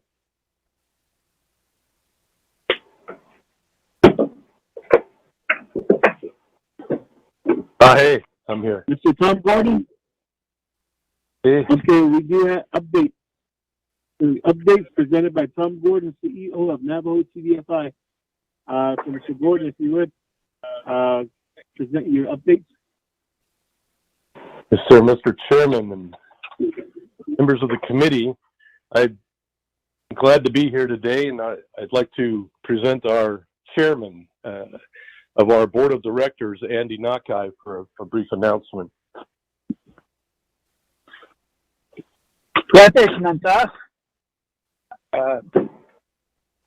So, Andy Nakai here. We just wanted to, I'm going to make this brief and short. We got officially certified by the Treasury Department as a certified CD5 lender. And CD5 certificate. So we have that. And I don't know if you guys had the chance to go over the the thing that was sent to you, each and every one of you, just to give you a quick update. It's been a long, hard process road to get to this certification.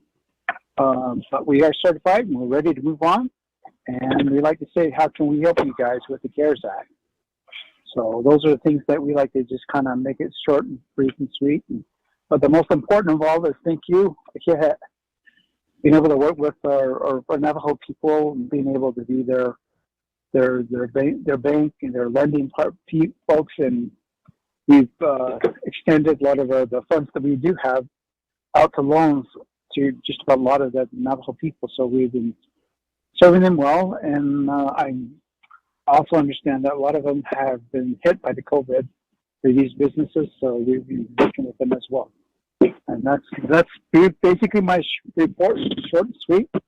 And then if you have any questions, Tom Gordon, our CEO, will I've instructed for him to answer any questions. Mr.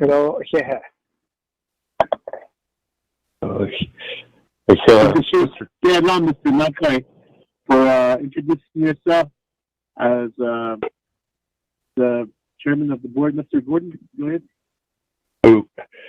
Yes, Mr. Chairman and honorable delegates, we're very happy that we're able to share this news with you. As Chairman mentioned, it was a long, hard process, and thanks to several of the delegates pushing us along, we were able to get it done even in this time of COVID. I was kind of amazed that they actually got it through and processed, but I understand most of the federal government is working from remote locations. Just a quick update of what's on the ground, where Mr. Chairman gave you an update on the strategic view of being certified by Treasury. It was a rigorous program we had to go through. They had to check our accounting processes and our internal controls and all those good things, and we passed the test for that. And now we're able to help our loan clients here at Navajo Nation. Most of them have been hit very hard, as you can imagine, by COVID. What we've done is we've put in forbearance any loan payments during this time until we all get out of it. And we're working on that. And the other thing I need to mention is for the last couple of years, we've had a online system in place to take applications online. I know a lot of people still prefer the hard copy and paper, and we're ready to help with that too. But I know that the council had designated DED to help with this, and if they need any hand doing these type of applications online, just to streamline it, because I know you're under a deadline of December, and we need to get these things out into the small business community. It's very large. And the other part that I want to mention, that just to keep in mind a little bit is quite a number of our clients are farmers and ranchers, because we run the gamut from micro enterprise loans to small business loans to even chapters that have projects going on underneath them. But the ones that have been hardest hit have been the farmers and ranchers, and I don't know if that was delineated in the money that was allocated for DED for small businesses and artisans. The farmers and ranchers, we were told, would be helped through the agricultural department, the U.S. Agriculture Department, but they pretty much run out of their funding too. So we're trying to help them stay afloat and be out there, and just wanted you to know that we're here and we're ready and able to assist any way we can. Thank you, Mr. Chairman and committee members. So with that, thank you, Mr. Gordon and Mr. Nakai, for your report. Committee members, there a motion? Motion, Yellow Hair. Okay, motion by Delegate Yellow Hair. Is there a second?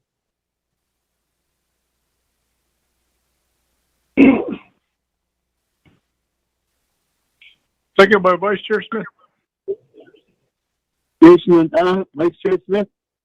Seconds this motion. With this, committee members, questions or comments for Navajo CDFI? This is Delegate Crotty with the question. Go ahead, Shema. Delegate Amber Crotty. Thank you, and thank you, Mr. Nakai and Mr. Gordon, for the update regarding your certification. Can you let the committee know what's your certification? What are your plans to secure additional non-Navajo dollars? I did hear, you're wanting to help distribute the Navajo CARES dollars. What I want to zero in with CDFI is what are your plans to maximize the dollars that have already been invested in CDFI and how we can move forward. Thank you. I'll go back on mute. Thank you, Chair. Okay, thank you for that question, Dr. Crotty. We'll go to Mr. Tom Gordon or Mr. Nakai for response. Okay, this is Tom Gordon. I can answer that.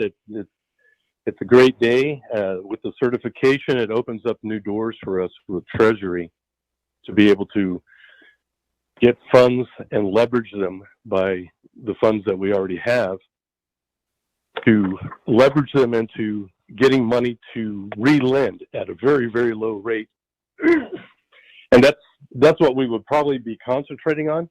And as far as the CARES Act, no, we don't plan on distributing any of those funds. We simply wanted to suggest that we could help out in a few places with our technical experience getting loans out into the community in a streamlined manner. Besides the relending capacity that we would have, there's a new program called, it's not a loan guarantee, but it's a bond guarantee program that many CDFIs have used to fund larger projects that would, Navajo Nation, that would never be able to fund on their own or separately, but working together as matching funds and leveraged by these funds from Treasury. And the guarantee program that that we're now afforded being a certified CDFI, we'll be able to extend the funds that were allocated to us further into the community. And that's what our main plan is, our main drive is to do that and to leverage any monies that we have to the benefit of the Navajo community.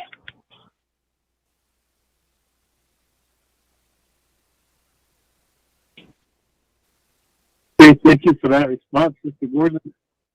Back to committee members. Any further questions or comments?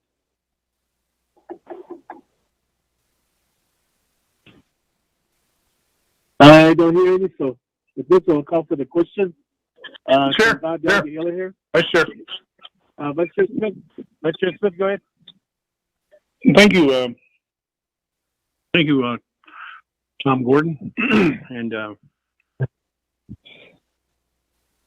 eating a sandwich here, so I don't want to choke. The question I have is CDFI. You said something about forbearance, and COVID-19 is, you know, that people are not readily at work, or their business, even the small business people, they're suffering. I know that they were doing okay before COVID-19, and how is that forbearance working if they have a loan out? Is it for the duration of the COVID-19, or is it just basically maybe 6 months? The other one is if they do apply for a loan and they're a small business, like say a vendor or livestock owner or whatever the case may be, are they subject to, is it going to be hard for them to get a loan, I guess you could say? And I heard you say that you're not looking for COVID money or CARES money, but you just want to help with the small business. And I know that there's a lot of small businesses out there that are hoping that this COVID-19 will pass by and people can go back to normalcy and they can go about their business. And I'd like to see that happen too. That's my question I have, Chair. Thank you. You see, for that question, thank you, Mr. Smith. Back to Mr. Gordon. Yes, sir. Mr. Chairman and members of the committee, you're exactly right. Forbearance was that we are not taking any loan payments from basically any of our clients at this moment in time. As you can imagine, it's, you know, they have a lot more payables than they do receivables right now. So we, with instructions from our board of directors, we put them, every single one of them, on forbearance for the duration of COVID, and then on a case by case after that as they get up on their feet, because we don't, we want them all to succeed. And you mentioned the CARES Act. I mentioned it in the course of the council allocating that money to DED to give out to the small business community, that we will stand behind them if they need our assistance at all for like taking streamlined applications. I know they're working hard on that right now to try to get an application system up and running. So we're glad to assist if they need it. The other part that affected us, not in a good way, was the CARES Act actually set aside several billions of dollars for CDFIs, including Navajo CDFI. And the minute we jumped on it, the problem was they amended it at the very last to say that banks that had under $50 million in assets could get it. So all that money was gone by the next day. They kind of got in, they blocked their way into getting money. All the small banks, they have, you know, big giant departments that can handle all that kind of thing. So hopefully they're going to reallocate some more money specifically for CDFIs, and we'll be able to spread that money around through the small business community at Navajo. So I hope that answers your question. Well, thank you, Chair. Thank you, Mr. Brewer. Vice Chair Smith?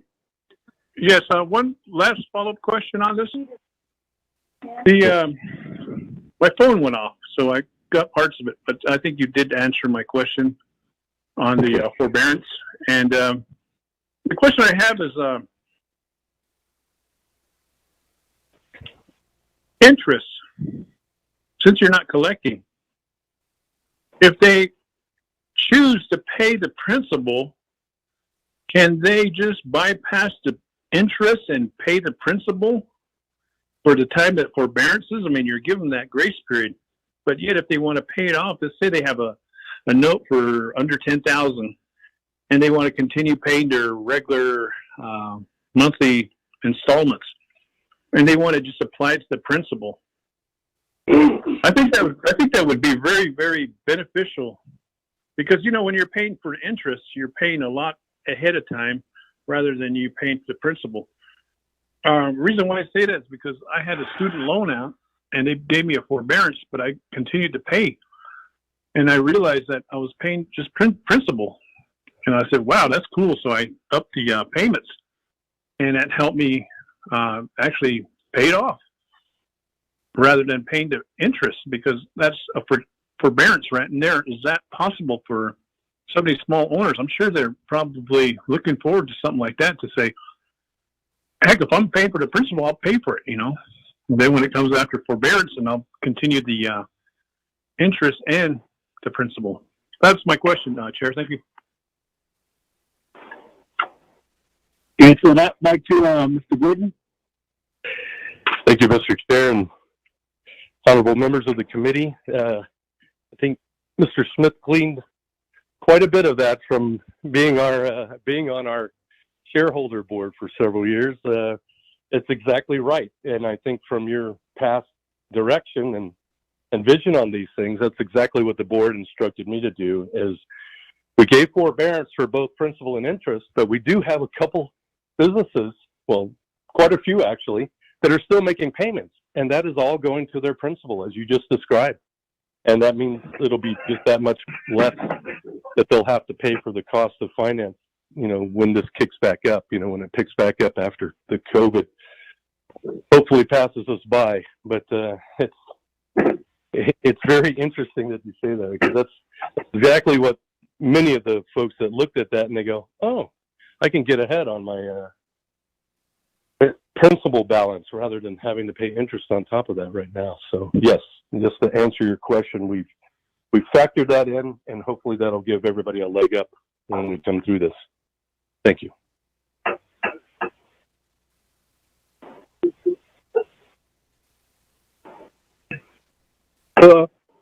Okay, Caroline, thank you, Mr. Gordon, and Vice Chair Smith, for your questions. Any other questions, committee members? I'll call for the question. Delegate Yellow Hair. I'll vote green for this report. Thank you very much, Chair. Vice Chair. My colleagues. Christina, Delegate Yellow Hair votes green. Vice Chair Smith. Green. Vice Chair Smith votes green. My delegate Amber Crotty. Delegate Amber Crotty votes green. Thank you. Mr. Chair, Delegate Amber Crotty votes green. Delegate Nathaniel Brown. Delegate Brown votes green. Okay, Delegate Brown votes green. Delegate Elmer P. Begay. I vote green. Okay, Delegate Elmer P. Begay votes green. We have 5 in favor, 0 opposed. Chair not voting. Thank you, Budget and Finance Committee members. With this, we are finally done with the report section. Committee members, moving on to old business. There's none. Then we have new business, and we have one new business. Is Delegate Pernell Halona on the line.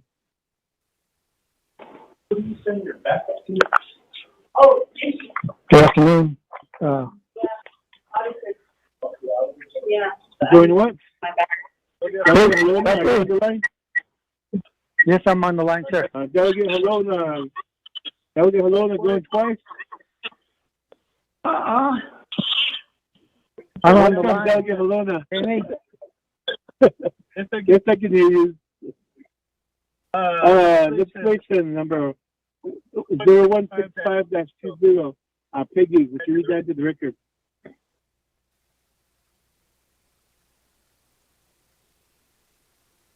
Chair, legislation number 0165-20, an action relating to Resources and Development and Budget and Finance Committee approving a change in resolution cap 3518 Exhibit D number 21, Coyote Canyon Chapter Project, by changing the project description from N96 Chip Seal to N96 Road Improvement, sponsored by Pernell Halona, Council Delegate.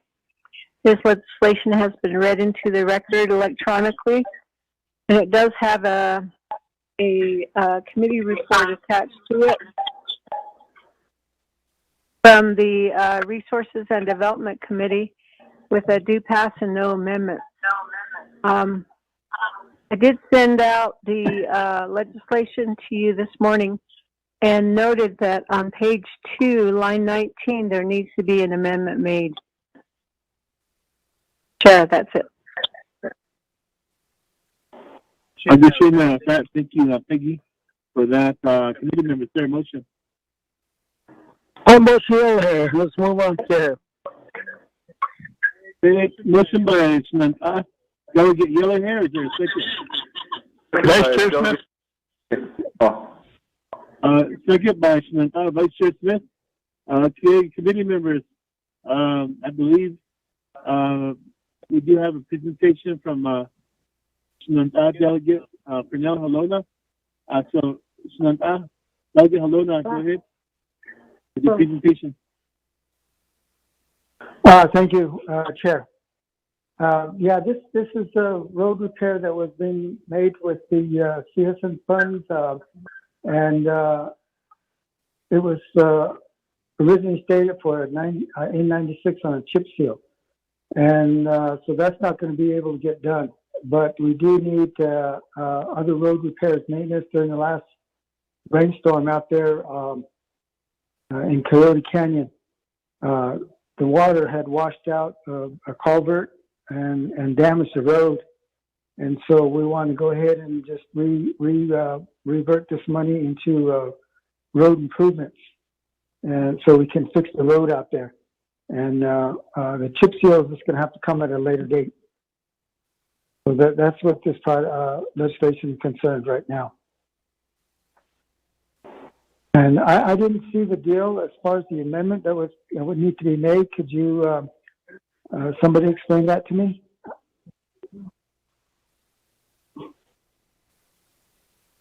Okay, with this, Delegate Halona, back to Peggy. Delegate Halona is requesting clarification on the amendment that you were referring to. Mr. Chair, do you all have the legislation in front of you? Legislation 0165-20. I emailed that out to you this morning, and on page 2, I'm trying to find my document here. On page 2, line 19 in the resolution, it says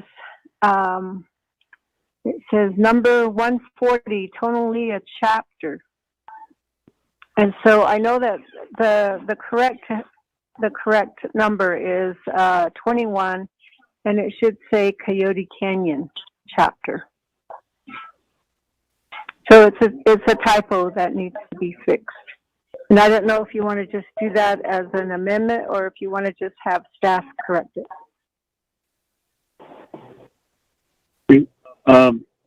Thank you, Peggy, for clarifying that. I'll leave it up to the committee as an amendment to formally make this change. Mr. Chair, this is Kristen, if I may. Kristen, go ahead. Yes, Mr. Chair, members of the committee. I would recommend that it be done by an amendment through vote of the committee. It is a typo. It's clearly not talking about Tonalia, but for consistency purposes, I would recommend that it be done through an amendment, Mr. Chair.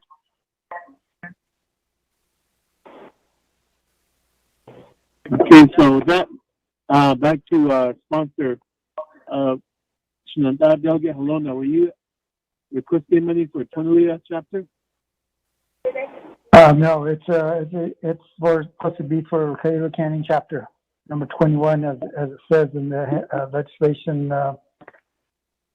So, for your direction, sir, can I move to make that amendment? Shenandoah Delegate Halona, it'd be a committee, BNF committee action. So I'll have one of the committee members entertain that motion and second. Thank you.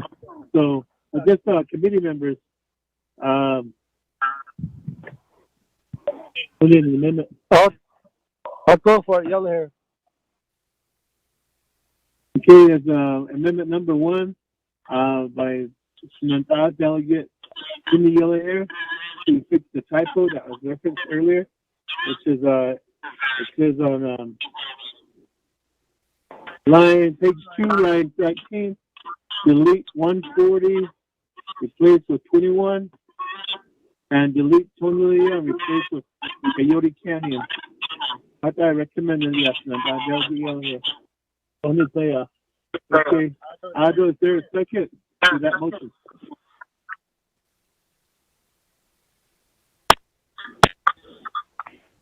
Chair, do you hear me now? Yes. I was muted. Yes, I'll be up. This is a second by Vice Chair Smith. With this amendment number 1, committee members, any questions or comments? Delegate Yellow Hair, how do you vote? I voted green. Vice Chair Smith? Green. Smith Delegate Amber Crotty? Delegate Amber Crotty votes green. Thank you. Delegate Nathaniel Brown? Delegate Brown votes green. Yeah. Delegate Elmer P. Begay? I vote green. With that, we have 5 in favor, 0 opposed. Chair not voting on amendment number 1. It passes. So back to the main motion. Committee members, any further questions or comments?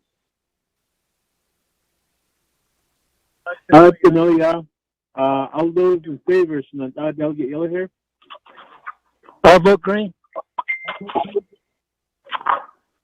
Delegate Yellow Hair votes green. Vice Chair Smith? Green. Hope it was Lipton. Vice Chair Smith votes green. Delegate Amber Crotty? Delegate Amber Crotty votes green. Thank you. Delegate Amber Crotty votes green. Delegate Nathaniel Brown? Delegate Brown votes green. Delegate Brown votes green. Delegate Elmer P. Begay? I vote green. Okay, that Delegate Elmer Begay votes green. 5 in favor, 0 opposed. Chair not voting. Legislation 165-20 hereby is approved. Delegate Halona, congratulations. Thank you. Thank you, guys. Appreciate your support. And I'll be there to help you guys out one of these days. Yeah, Shawnee. Thank you very much. Have a good day, guys. Stay safe too. Thank you, Delegate Halona, and I will be over for smoke ribs later on this year. Okay, bro. Talk to you guys later. Thank you. I'll get you that. Item B, scheduling oversight budget hearing. Peggy, if you would give us some information on this. Yes, Mr. Chair, members of the Budget and Finance Committee, as you know, we had our discussion with OMB this morning regarding the budget scheduling calendar. And OMB was recommending that August 24th through the 27th would be the new dates for the oversight committees. And so one of the last meetings that we had, the last regular meeting, I believe, the committee voted to have our budget hearing starting this Thursday and Friday, the 20th and 21st. But because of the fact that we don't have our legislations, completing the 5-day comment in time, we're going to have to extend that date to a later time. So we need to figure out what 2 days might work for both, for our Budget and Finance Committee next week on the 24th through the 27th. Mr. Chair. I appreciate you, thank you for that information. So committee members, as originally stated, we had the 21st as our oversight for Budget and Finance. Now we have to move it up. So as committee members here, what are the preferred dates? Any suggestions or recommendations, committee members?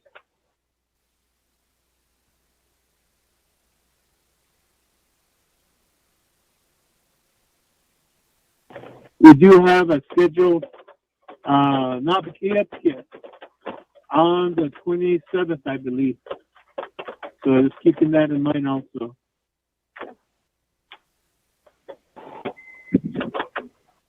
Mr. Chair, this is Peggy.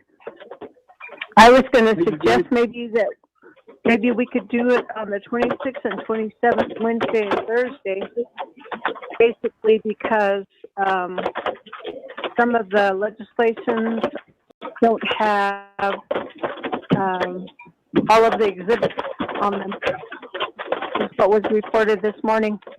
And so the budgets are still forthcoming. Yes, that is true, but from the information I picked up at Legislative Council is that, and maybe Kristen can help me with this, is that the legislations have been signed by me, but the Legislative Council's office are holding on to those legislations until they receive the exhibits. Then they'll move it forward to Tom Platero's office. So we don't know when those exhibits will be forthcoming from the programs that we oversee. The only one I turned in this morning that was complete was the controller's office, the office of the controller. So this other programs, even though I signed them, doesn't mean they get dropped today. So they're waiting on the exhibits before they get sent over to Tom Platero for the 5-day comment. Kristen, I don't know if I'm giving the right information, but maybe you can help me on this. Yes, Mr. Chair, that's correct. I'm just trying to calculate. So let's say, okay, today's the 18th, right? So optimistically, if we get them tomorrow and they're uploaded 1, 2, 3, 4, 5, 6. We could be ready optimistically by the 25th, but we have the controller and insurance services that have been turned in, so those are posted. If you schedule it for the 20s, let's see. If you schedule it for the 26th and the 27th, you should be safe.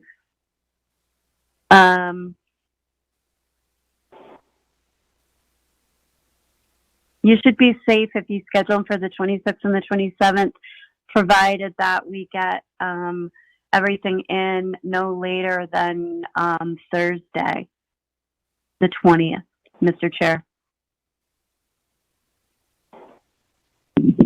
Okay, thank you for that, Kristen. And also, as committee members, be mindful, like I said earlier, I believe Nabikiati is on the 27th. Peggy, is that correct? Chair, this is Peggy again. Good.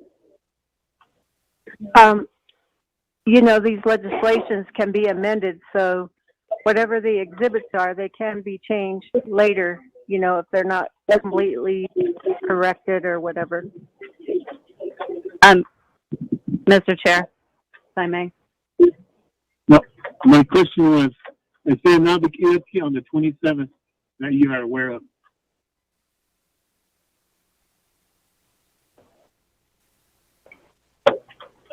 Could you repeat your question again, please? Is there a Nabikiati meeting on the 27th I'm looking at my calendar and I have Nabukia on the 27th.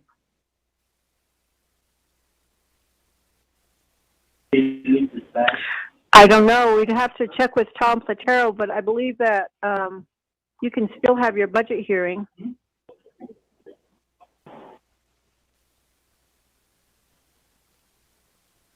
Back to committee members. What are your preferred dates? Shananta, Delegate Yellow Hair?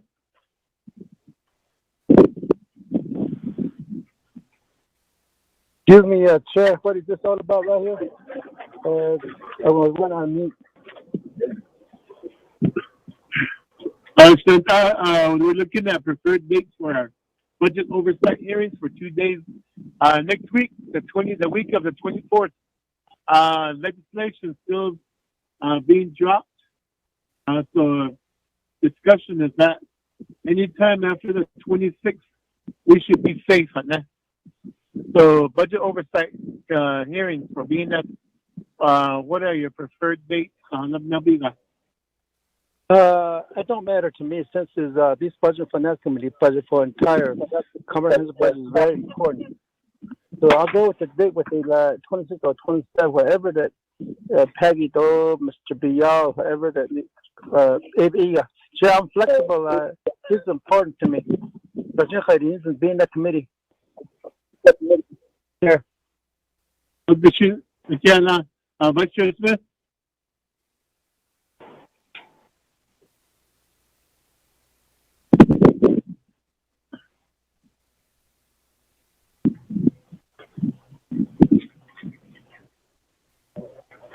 Vice Chair Smith?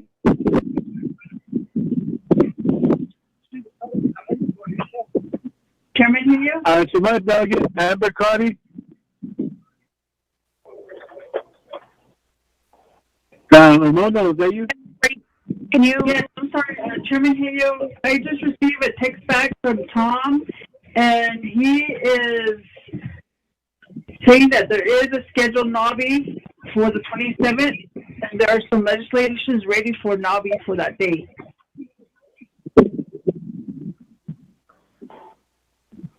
Okay, committee members, what if we split the days, the 26th and the 28th, a Wednesday and a Friday?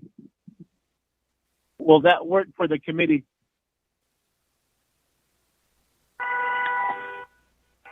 Chair, they're probably fine, Chair. Just yell here. 26 and 28. Delegate Yellow Hair. Vice Chair Smith, Nisha.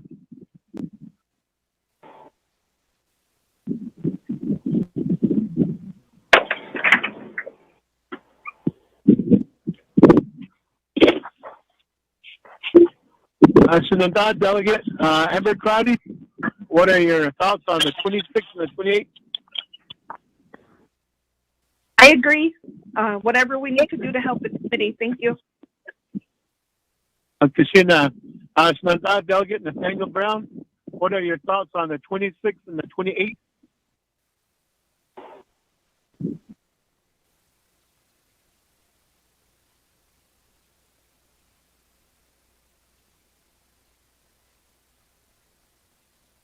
Shananta, Delegate Elmer P. DeGay, Nisha, what are your thoughts on the 26th and the 28th for budget oversight hearings? I think I can make it 26 and 27, 30, Wednesday and Thursday. But until they think, how can we maybe? I was thinking about. Remember, did I have time to put up that video conference? They can give it a shot. Run it. Okay, Shananta Elmer Brigade, 27th is Navikia Tia. And there are legislations that need to be acted on, Jim. That's why I was proposing Wednesday and Friday, 26th and 28th. I'll be at 26th and 28th. And then we'll see what we can do on that video conference, Niggy, that you had recommended. We'll check into that. So that's Chair. back to Vice Chair Smith. Vice Chair Smith.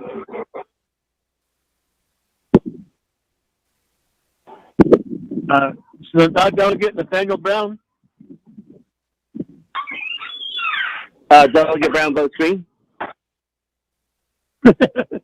We're trying to get a date for the Budget Oversight Committee hearings for BNF. Who doesn't want to have so we're staff give we're them any proposing advice? the 28th and the 26th. Oh, and okay, 28th. so next week is fine with me, any day. Was that Peggy? What was your comment? Yes, Chair. The only thing that kind of difficult with that, if we go on the 28th, is the fact that we're going to be over.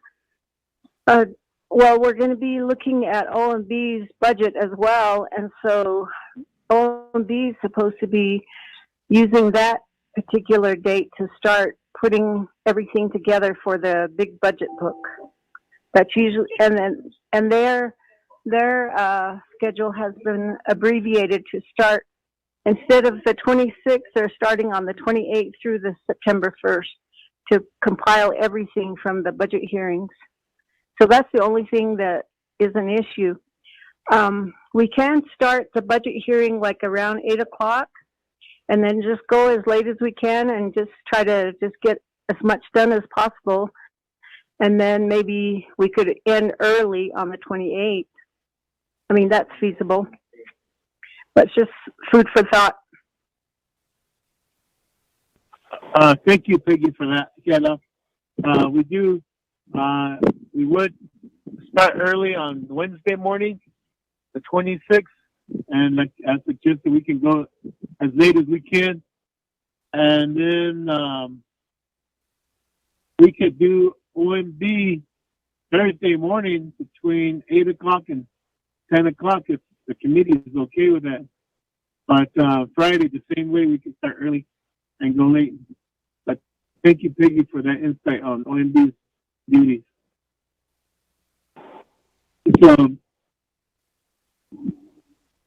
I believe there was a majority that was good with the 26th Wednesday and Friday, the 28th. And I believe we could squeeze one hearing in on Thursday morning before Nabikia gets. So Peggy, can we work with that schedule? Sure, Chair, we can do it. As long as we figure out all of the logistics for it, like if OMB is only requiring the forms 1 and 2, then it's going to go quickly. So we've never done that before, so we'll see how that goes. And then if we want to do video conferencing like Zoom or using WebEx or whatever, we'll have to set that up too as well. Okay, let's look at doing WebEx. I believe we have that installed on our little laptops that we were given. So with that, committee members, there's a motion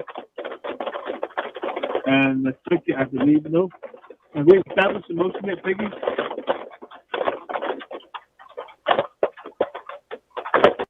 There isn't a motion or anything on this, Chair. Katrina, committee members, I need a motion and a second.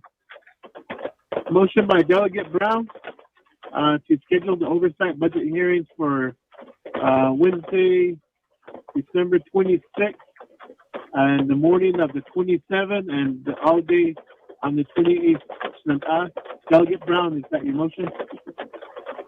I'll take second motion, yellow hair.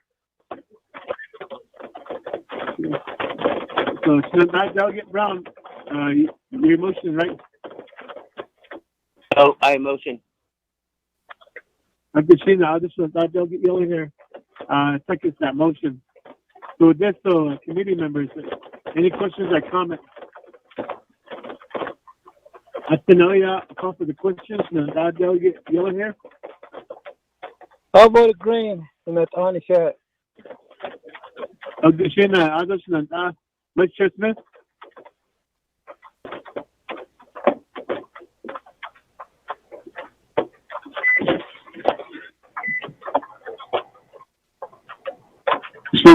Vice Chair Smith. Ashmat. Delegate Amber Crotty. Delegate Amber Kenneth Cardi votes green. Thank you. Additional others, Delegate Nathaniel Brown. Delegate Brown votes green. Yeah. Additional Ashmat, Delegate Elmer P. Begay. I vote green too. You can see with this, we have 4 in favor, 0 opposed, Chair not voting, Vice Chair Smith not voting also. With this, let's move forward. Next item on our agenda is scheduling a comprehensive budget hearing. As we heard earlier from Mr. Dominic Vial from OMB that everything is being pushed back. So just Peggy, would you give us some dates that we can consider? Okay, Chair. Thank you.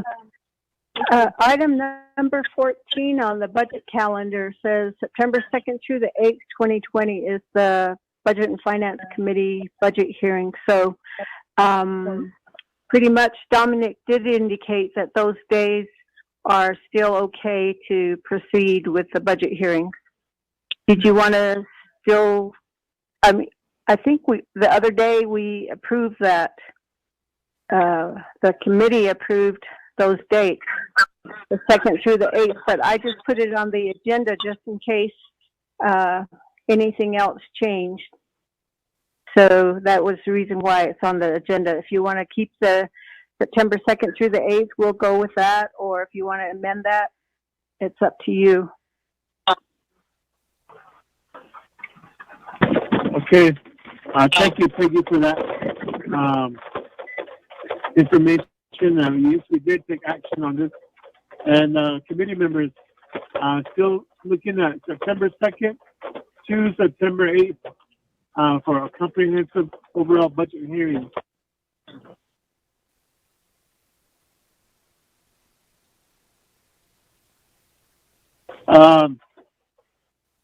Delegate Yellen here, are you okay with keeping the date as originally scheduled? Yeah, we can just keep as is, as what we approve based on the budget schedule. Unless there's any other issue comes around, that we can probably quickly modify the date. But Ashpila, yeah. Vice Chair Smith.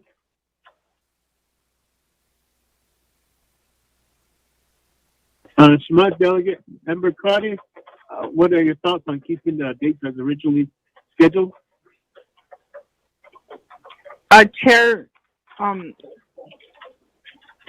go with the, I'm just trying to be flexible as the dates change. Yeah. Okay, Additional Delegate Nathaniel Brown, what are your thoughts on keeping the dates as originally scheduled, September 2nd to the 8th? Do we have a choice of the dates? But I don't know what the options are, Chair. Delegate Brown, at our last committee meeting, we took action to schedule the comprehensive budget hearings, overall hearings, for September 2nd to September 8th. And so, if anything had changed regarding the calendar, this was on the agenda just as a precaution so we could change the dates. But as stated by our advisor Peggy, we are still good to keep those dates depending on what our oversight hearings once we complete them. So the question is do you wish to keep the dates as originally scheduled by BNS committee? Okay, that works for me. Agustina. Delegate Elmer Begay, keeping the dates as originally scheduled by BNF. Abiga, the 2nd to the 8th, Nini. Abiga. Navigate for me. Agustina. With that, Peggy, I believe the committee's in consensus of keeping the dates as originally scheduled, so we don't need to take action on this item here. Okay, thank you, Chair. Keep in mind that September 7th is a federal holiday, Labor Day, September 7th. We can close that one. That was so we can we'll just have to work around that committee. Hopefully we can get things done right away before that. Maybe we can also too. That we are at the end of our agenda. New business. Close of session. Just for note that Delegate Yellow Hair and myself are sitting under a tree at outside LOC and just waiting on this right now. So we need to adjourn. Is there a motion to adjourn? All motion to Yellow Hair. Second, Vice Chair. Motion by Delegate Yellow Hair, second by Vice Chair Smith, and it is 2:45 p.m. So then, is there any discussion on the motion to adjourn? At the noise, Delegate Jimmy Yellow Hair, motion to adjourn. Yes. This is Vice Chair Smith, motion to adjourn. Green. This is Delegate Amber Crotty on the motion to adjourn. Delegate Amber Crotty votes green. Thank you. This is Delegate Nathaniel Brown on the motion to adjourn. Delegate Brown votes yellow.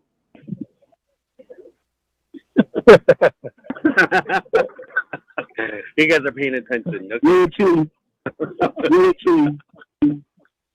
Green chili ash, red chili ash. So Delegate Nathaniel Brown.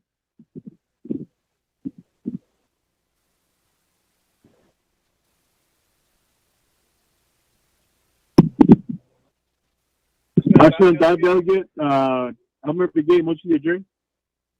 I vote green.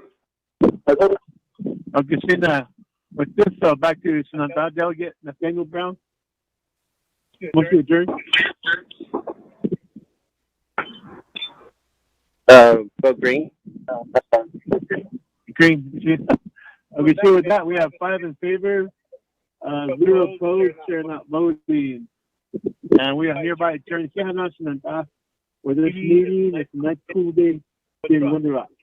And hopefully everybody stays safe and let's all take care of one another. Thank you, Anna. Thank you, Shema. Thank you. Mona. And Kristen, thank you for being here with us. You're welcome, Chairman. And Ms. Controller, Ms. Kirk, and Mr. Bial, all your staff members, thank you. And Division Community Development.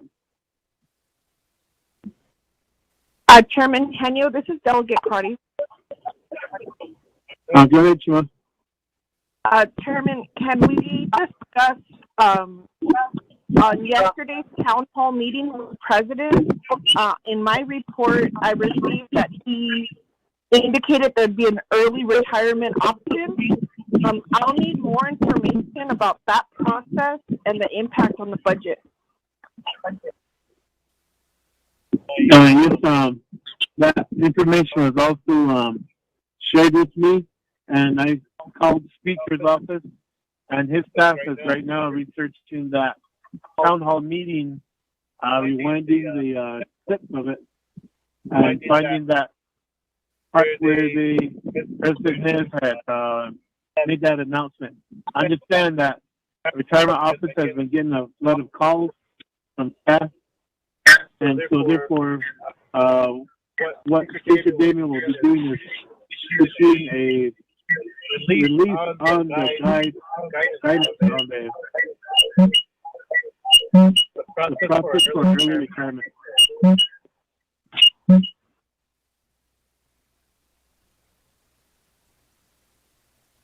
able to hear me, Shima Delegate Crowdy? I'm sorry, I couldn't hear.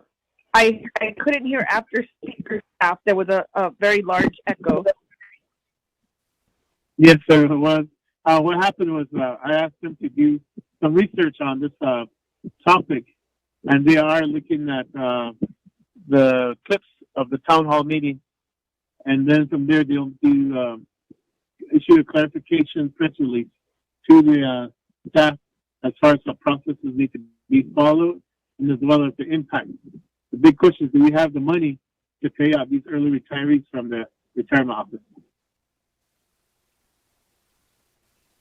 If you could keep us updated, thank you, Chairman. I will do that. Delegate Brown.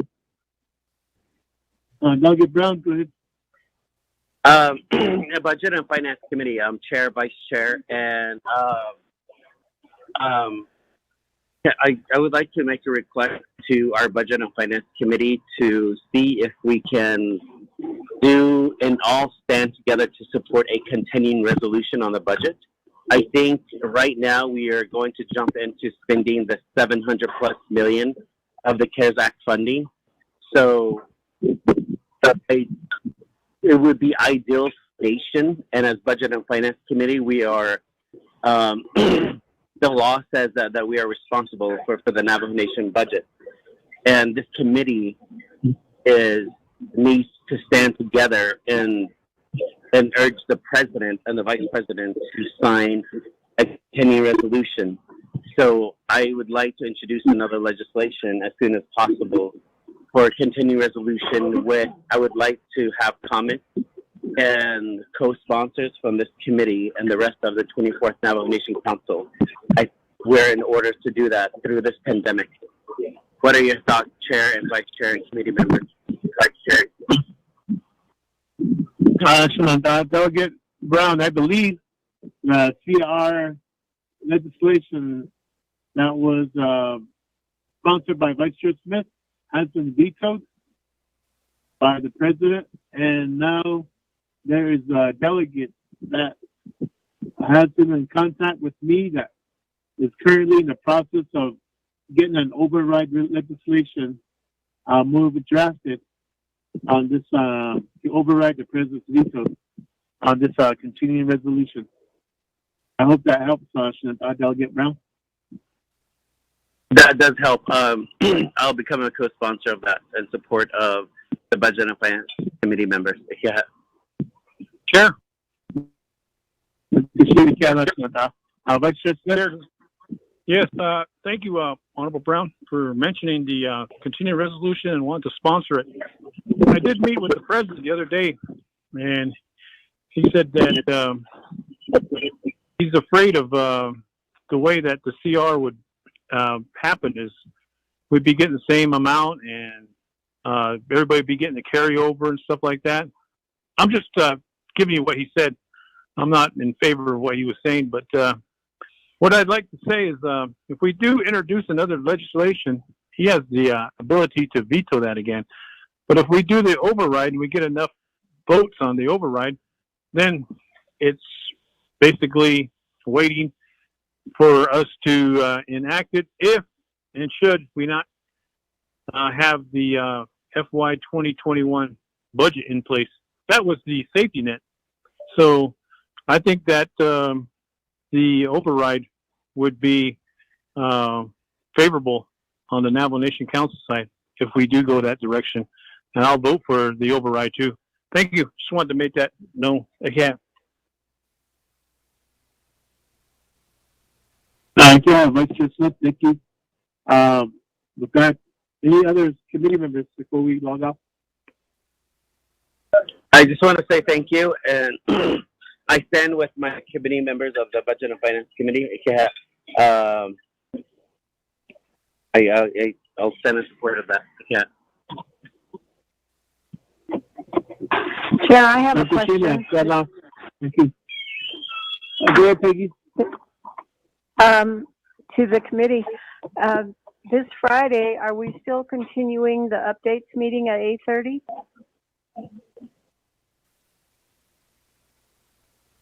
If so, what I was what I was going to recommend was maybe we could get an update from the controller's office or on all of the expenditure plans, the status of all of the CARES Act expenditure plans to see what the fund balances are and who hasn't done the, I guess it would be from OMB as well, to get an indication of which business units have been created, where the funds are being expended, sort of like what Contracts and Grants has been giving us. Do you want to report to that effect? That's what I was wondering, because you all had some questions about the expenditures.